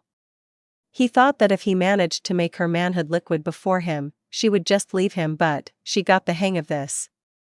The only thing keeping his mind from going blank was, ironically, her womanhood, which he was licking furiously, trying to reach as deep as he could. He hated to admit, but he was enjoying it, the taste of her juices and the unique feeling of her tongue around his manhood, but Midoriya was focused on his task. As soon as she reached her limit, he would be pretty much free, aside from the fact that he would need to wait for the toxin's effect to wear off. The problem was that he was also reaching his limit. What's up with all those girls? Whenever they start it, I feel like I'm going to lose my mind. Focus Izuku. Oh Kakakin, I get it, you have an amazing boy all for yourself. I've never felt like this before. I think I'm close to. Tsuyu sped up her pace, determined to make Midoriya manhood liquid together with her. She felt her mind going more and more fuzzy, so she was almost there, but she didn't know about Midoriya. Little did she know that he was at the same place she was. The green-haired couple couldn't hold any longer. Midoriya felt Tsuyu's legs twitch and then she latched her legs around his head. At the same time, Tsuyu brought her lips to the base of his rod and gave a final, and then the two of them came. She wasn't near as ready to the huge load of manhood liquid that exploded in her mouth, spilling all over the place and getting stuck on her throat, which forced her to back off. Midoriya got some of her juices, but the different position made things harder and he ended with a face completely wet from it. Breathing heavily, Tsuyu turned around to face him, her face and chest covered with some white stuff, and laid on top of him, locking Midoriya on another deep kiss and tasting the mix inside their mouths. It was different, but she could definitely get used to it. She could get used to having Midoriya like this too. After breaking the kiss, leaving a thick trail between them, she looked at the flustered face of Midoriya again, and with a warm smile, nuzzled on his chest, croaking while she snuggled in. Ribbit Midoriya, I have never felt like this before. Really? Yeah. I mean both in love and… Oh. Okakukin is so lucky, ribbit she can have you anytime she wants. I'm jealous. Just kidding. We don't do it all the time, you know. We do a lot of things together. Really? We had never seen you two together like this. Well, we decided to not tell you guys yet, but we hang out to see movies when no one is around, we go to the rooftop at night when the sky is clear, and we help each other with the homework. We didn't call her to the study group anymore. Yeah, about that. In fact, I wanted to talk with you about this, but you acted faster. Listen, even if you still hate me, please keep friends with her. You don't need to ignore her because of me. Midoriya then received a flick from Tsuyu on his forehead, and he instinctively put a hand over it, noticing that his body was responding to his commands again. He then focused again on the girl on top of him. Didn't you hear it? I said I love you, didn't I? Plus, Okakukin will always be one of my best friends, no matter what, which is why I feel bad for doing things behind her back with her boyfriend, Ribbit. Yeah, don't even tell me. Now there are two things that I have to explain. You're not going to tell her, are you? I have to. It would be wrong to hide it from her. But if you tell, then we won't be able to be together again. Wait, Azuitsusen, this was a one-time only, and that alone is already bad. I want you to take responsibility. Huh? Over me. You make me feel, so you have to take care of me. No one else will do, I'm sure of it. I cannot just do that. But you have to. And if possible, I'd like to skip the part where I use my toxin, okay? But I… A quick peck on his lips silenced the teen. She got up, looking at the mess all over her face. Tsuyu wiped it with her fingers and licked them, and the shirt she washed on a tap near the pool. Luckily, there were some spare towels on the locker rooms. After fixing herself up, she said goodnight to Midoriya and headed back to the dorms, leaving the boy on the pool, still laying on the ground. He looked up at the clear night sky, still trying to understand where did he miss to end like this. Even considering what happened with Hagakure, he never thought, not even for a second, that it would come to this with Tsuyu. Looking back, Hagakure also mentioned that she intended to repeat the training, which made him panic for a moment. New problems aside, he managed to get two of the girls back on good terms with Uraraka, leaving three left, and he couldn't help but wonder what would be the outcome of talking with Jirro, Ashido, and Yaoyorozu. But no matter what happened, Midoriya couldn't see them doing something like that, not that something was wrong with Azui or Hagakure. It was just that he thought it would be very unlikely. Jirro was very self-contained, Ashido would probably be a pile of rage, and Yaoyorozu probably had a huge lecture ready for him. Letting out a tired sigh, Midoriya got up, and following Azui's lead, used some the towels to clean up the mess that was left over his shirt and on the floor. No clues could be left behind. He then left to the dorms. He knew he was going to have a long night with his dreams. Again. Listen up. Sai, how can I get closer? It had been almost 3 days since the last incident, and Midoriya was still trying to form a plan to deal with Jirro. At first he thought that she would be the easiest one to approach, but turns out she was kind of an introvert, not near his level, but still kinda hard to reach, even more for him due to the previous events. The obvious route would be asking her to teach him on some kind of instrument, but she wasn't fond to show others her musical skills. Jirro had decent grades, so there was no point in offering help with that. He could try and get to her with some tips about her quirk, but that could raise suspicions since he never shared his opinions and notes to anyone like that. Without direct options, he could always wait for a situation where the two of them ended together, probably during the hero training. That could get in the way of the training, considering the last time he tried, but there weren't much other options left, and he didn't expect her to come to him like Azui did. So be it, he would wait. Lucky enough, on the next day, the hero training would be a rescue mission on the USJ, and for further luck, he and Jirro would be victims trapped on landslide zone. The house they were was almost completely covered in dirt and mud, a choice from Midoriya with the pretext of being a harder place for their friends to locate. All in name of the training, right? But in reality the place was secluded and allowed much privacy, and he hoped that the few minutes together with Jirro would be enough to solve the problem. One thing was for sure, there wasn't time for any shenanigans, thought he didn't expect her to react like that. So, here they are, waiting for the rescue team, composed of Tokoyami, Kaminari, and Ida, to rescue them. Learning from the previous times, before an awkward silence formed, Midoriya went straight to the point. Jirro-san, there's something I need to talk with you. Huh? Why bring it up right now? Well, the truth is that I couldn't find a good excuse, neither the right time, so. Oh. So, what is it? It's about Uraraka.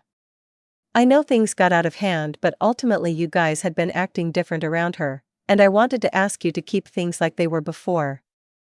I know it's hard to hear that from me, but if you're going to hate me, okay, but please don't let that get to her. She doesn't deserve to suffer because of my mistakes. Jirro just stood still for a moment, looking at the green-haired boy bowing almost 90 degrees in front of her. Surprise was just the first of the many things she was feeling right now. Midoriya, I didn't want to keep Uraraka away, at least not on purpose. Had I really been acting like that? How did you notice? Well, of course you would notice.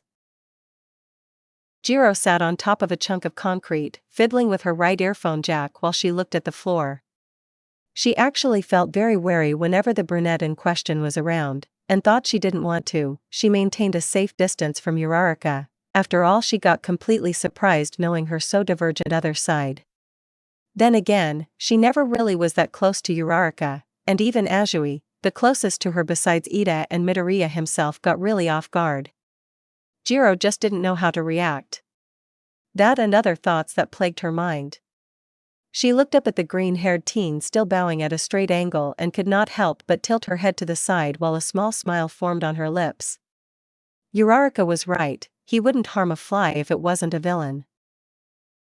Hey, Midoriya, don't worry, okay? You don't have to apologize, after all it was us that ended ignoring her.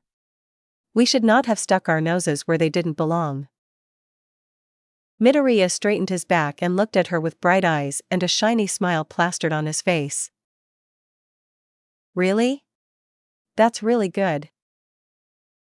Not only that, I guess I should say I'm sorry to you, too. What? No, Jirro-san, you don't need to. I want to, and yes I need. What happens between the two of you doesn't concern to me, so I can't tell you what to do. You just wanted the best for Uraraka, I'm sure of it. I guess so. Jirro looked at the floor again, contemplating the thoughts that had been on her mind for a while now. Now that Midoriya told her his side of the events, she couldn't help but think again about that night when Uraraka got to them. She was desperate to show them that Midoriya wasn't a bad person and that her actions were by her will alone. So it raised another question on the purple-haired girl, which was the reasons for Uraraka to get so attached to him. A mental list went by, starting from the obvious things. Midoriya was a kind heart, and after getting through his shell he would be one of the best persons you could meet. He was timid and his shyness caused a lot of social awkwardness, which other girls could consider something cute. And of course, whenever the situation asked for it, Midoriya showed more courage and willpower than most of people, even comparing with pro heroes, something she admired on him. That all said, there was some kind of charm on his freckles and unruly curly green hair. And the last details about the boy, courtesy of Uraraka exposing her boyfriend material for everyone, Midoriya was ripped, not to mention another very flashy aspect. This made Jirro's mind wander about a certain topic that always bothered her, even when she entered in Class 1A. Against her best judgment, maybe this green-haired cinnamon roll of sunshine could help her. But before she could voice that daring question, the two teens heard a voice coming from above them. Apparently the hero team managed to found them much earlier than Midoriya expected, which was why he was so glad that he managed to talk with Jirro and sort things out. Even more because there were no surprises this time.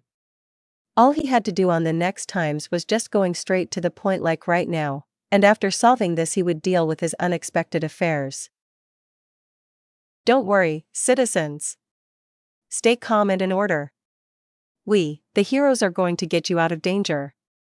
Ida's shouts were muffled by the layers of dirt and debris above them, and Jirro and Midoriya couldn't help but laugh lightly at the over-professional acting of the class rep. Midoriya could make the scene developing above, with Tokoyami using dark shadow to remove the debris and dirt while Ida waved his arms around like a robot, coordinating the team. In a matter of minutes Kaminari showed up at the doorway of the room they were, using his quirk as lantern to light the way.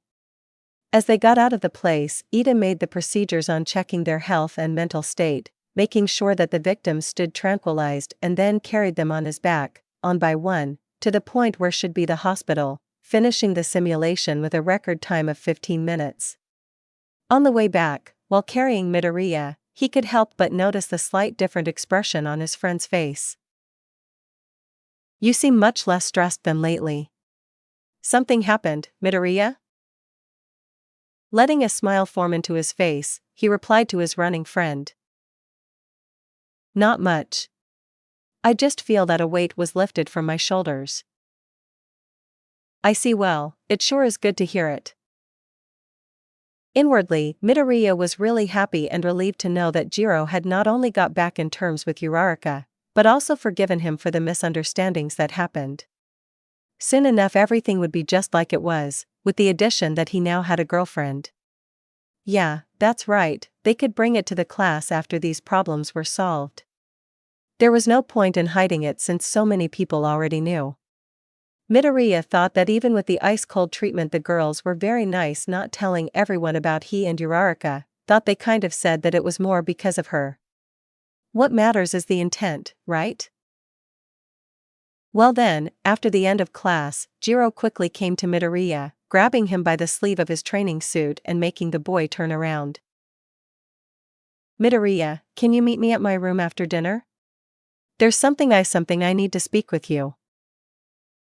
Sure. But it has to be in your room? It's something kinda personal. Never mind, forget I said it. No, wait. After dinner, right?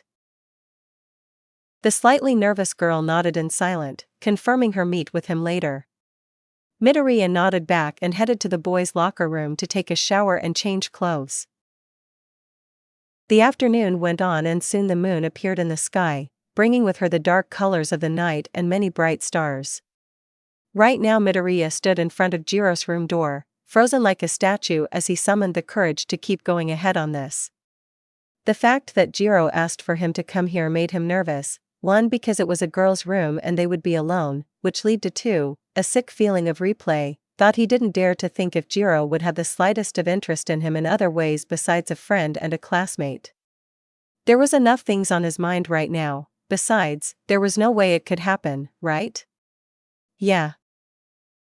From inside the room, Jirro got startled as she heard the knocking on her door. After some seconds she heard the voice of Midoriya, even though she already knew it was him.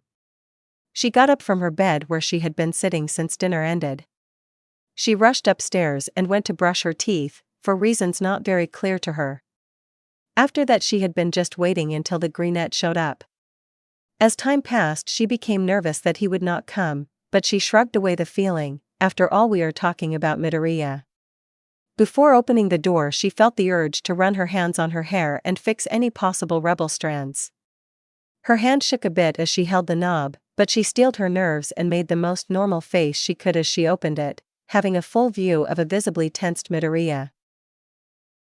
She let him in and closed the door behind her, taking a second to glance at the corridor, just to check on any possible witnesses.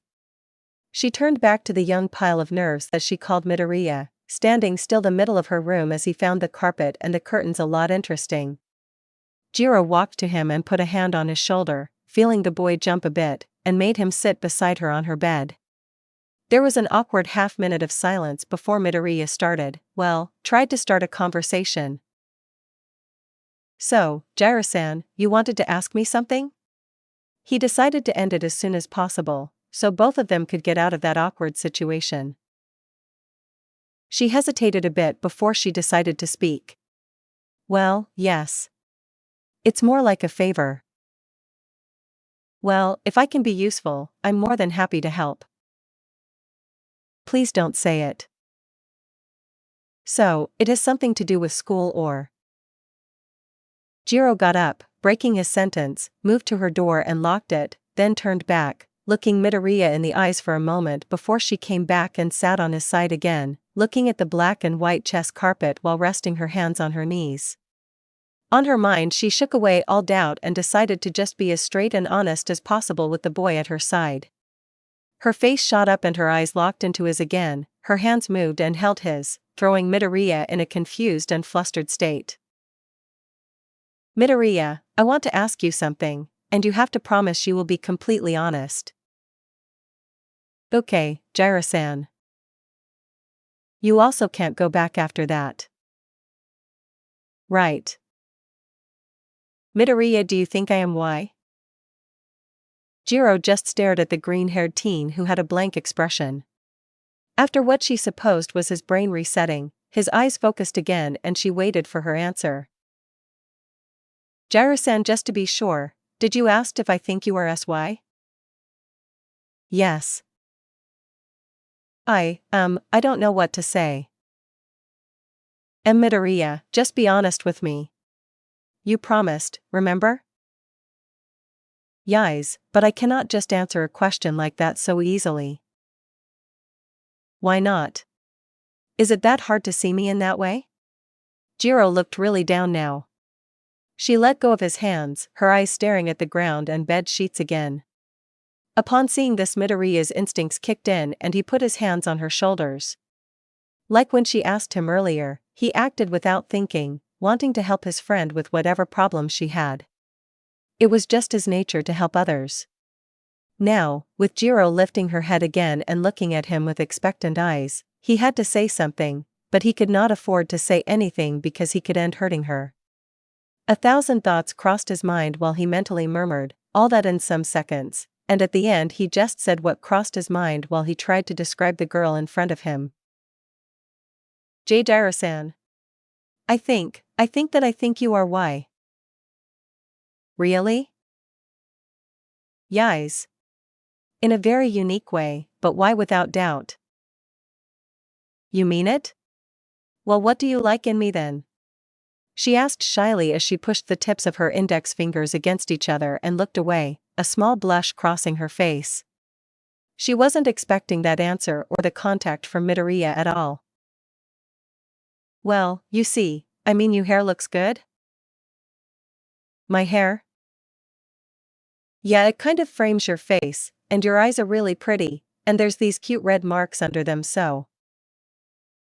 Well, thank you, Midoriya. That's really nice of you to say. But isn't there something else that, catches your attention? Catches my attention? Your earphone jacks? Yeah, I'm sure they do, but isn't there anything that turns you on? Midoriya froze in place. Just when he thought he managed to get out of this touchy subject, she dragged him back. Why did she even came up with that? What could possibly make her think that he would be a good reference on that topic? Jirro-san, why are you, asking me this? It took her some seconds to think about her answer, or if she should answer at all. As you can imagine, after what happened with Uraraka, I kind of became more aware of this. Not that it was the first time this came to my mind. She rested her hands on her knees again, which only made Midoriya regret asking in the first place. Since I came to you, I could not help but feel kind of displaced, seeing as all the other girls were so developed even at that time when that stupid purple annoyance was trying to peek at the girls' locker room. Did you know that I was the only not mentioned? Ugh, I hated myself for being so worked up about the ridiculous opinions of that midget. So, after you came and talked with me, I thought that you would be the perfect person to ask. It's dumb, I know, but still. She was on the verge of tears when she felt some weight on her shoulders, that being Midoriya putting his arm around her. To be honest, I cannot talk about those things without turn into a mess of embarrassment and stuttering, but one thing I can say, you are beautiful, Jirro-san. And you don't have to worry comparing yourself with anyone, because this is who you are, and you should be proud of it. A smile made its way on her lips as she looked at the boy beside her while he looked at her with truly caring eyes. You are too good for this world, did you know that? Well, that's new. They shared a small laugh as Midoriya let go of Jirro, feeling that she was feeling at least a little better. It came to his understanding that this kind of topic could be very meaningful to girls, so from now on he would pay extra attention whenever Uraraka or any of them came up with it, not that he expected to talk about it with others besides his girlfriend. And while he took that mental note, Jirro got up and in front of Midoriya, and then proceeded to remove her shirt and pants, startling the green-haired teen. Jirro-san. Why are you taking off your clothes? She just looked at him nonchalantly as her pants were halfway down. Well, since I'm not so grown up like Yaoyorozu or Uraraka, they have to go if you want to see me, right? Her point had some logic, but still he was confused. And why should I look? Midoriya asked with his head turned to the side, only catching a glimpse of the purple-haired girl on the corner of his eye. So you can tell me what do you find why in me? I don't think you should go so far for that. Ah, come on Midoriya. You said you would not back off, and it is also taking me a lot to do it as she said that her shirt was on the ground together with her pants. She had one of her arms over her chest and with the other she reached one of his hands, bringing him to look at her. The greenette was a pile of nerves, already seeing where this would end. If only he remained on his original plan to make things straightforward and quick, there would be no time for that to happen, or so he thought. Jirro was also looking away, but her eyes changed to him from time to time, expectant for his answer. So, what do you think? It's not like your girlfriend, I know, but can I at least make you hard? She blushed madly at the last word, and so did Midoriya. He decided to play along and just end this. His eyes ran over Jiro's almost naked form, trying to catch the details. Her clear skin, the subtle curves that appeared when he went from her flat abs to her thighs. Her slender figure wasn't like the other girls on his class, just as he said before, she had an unique appeal to her. Jirro wasn't exactly skinny as she actually had a quite toned body. Her muscles didn't show up but the lack of body fat gave her some curves that, in Midoriya's opinion, made her look like she would break if one held her with too much force, which kind of contrasted with her cool nature and tough acting sometimes. After realizing that he had been staring in silence for who knows how much time, he voiced his thoughts to her, uneasy and sometimes stuttering, getting redder by the minute as he spoke. On the end he closed his eyes, uncertain if he said the right things, and just waited. He didn't know what to expect so he just waited. And then he got surprised as he felt an unexpected weight knock him in the bed he was sitting. When he woke up he found Jirro shadowing his face and with a wide smile on her lips. Before he could start his stutter again Jirro embraced him into a warm hug, making the boy go stiff for some seconds before he relaxed. She seemed to be much happier now, and he was also happy because of that. And then, another surprise. Just like that Jirro went on and kissed Midoriya on his lips. The shock made his eyes go wide like saucers and she wrapped her arms around his neck to prevent the boy from running away from her. While she assaulted the greenette, he tried to speak something, which allowed her to invade his mouth with her tongue, something she didn't exactly knew how to do but always heard of, and boy she was enjoying this kissing thing. And Midoriya, having some more experience and recovering from the shock, decided that she would not do everything as she wanted. In an attempt to scare her away, Midoriya deepened the kiss, struggling and winning a battle for dominance between their tongues, but it backfired because Jirro let a small sob escape, which made him back off, leaving both of them to stare at each other breathing heavier than before. Jirro-san, what was tea? I know it was strange, but I felt so happy that I couldn't hold myself. I see, but you know that I have Uraraka, right? Yeah, about that there's another thing I wanted to ask you. And that would be? He was really afraid of asking and was almost certain that he would regret it. I was thinking if you could say what you do with Uraraka. Do it with me. What? I know it's strange, but I want to know how it feels like. I mean, she did make it look like it was the best thing in the world. I. Midoriya, please, you can do it with Uraraka anytime you want. Can't you make an exception for me? Just for tonight? Jirro-san, this is not how things work. Besides, the girls on the other dorms could hear, well, us. Oh, didn't you know? My room has been soundproofed. I have lots of instruments after all. Still, this is not right. I have a girlfriend, and this is the kind of thing that you do with, someone you really like. Okay.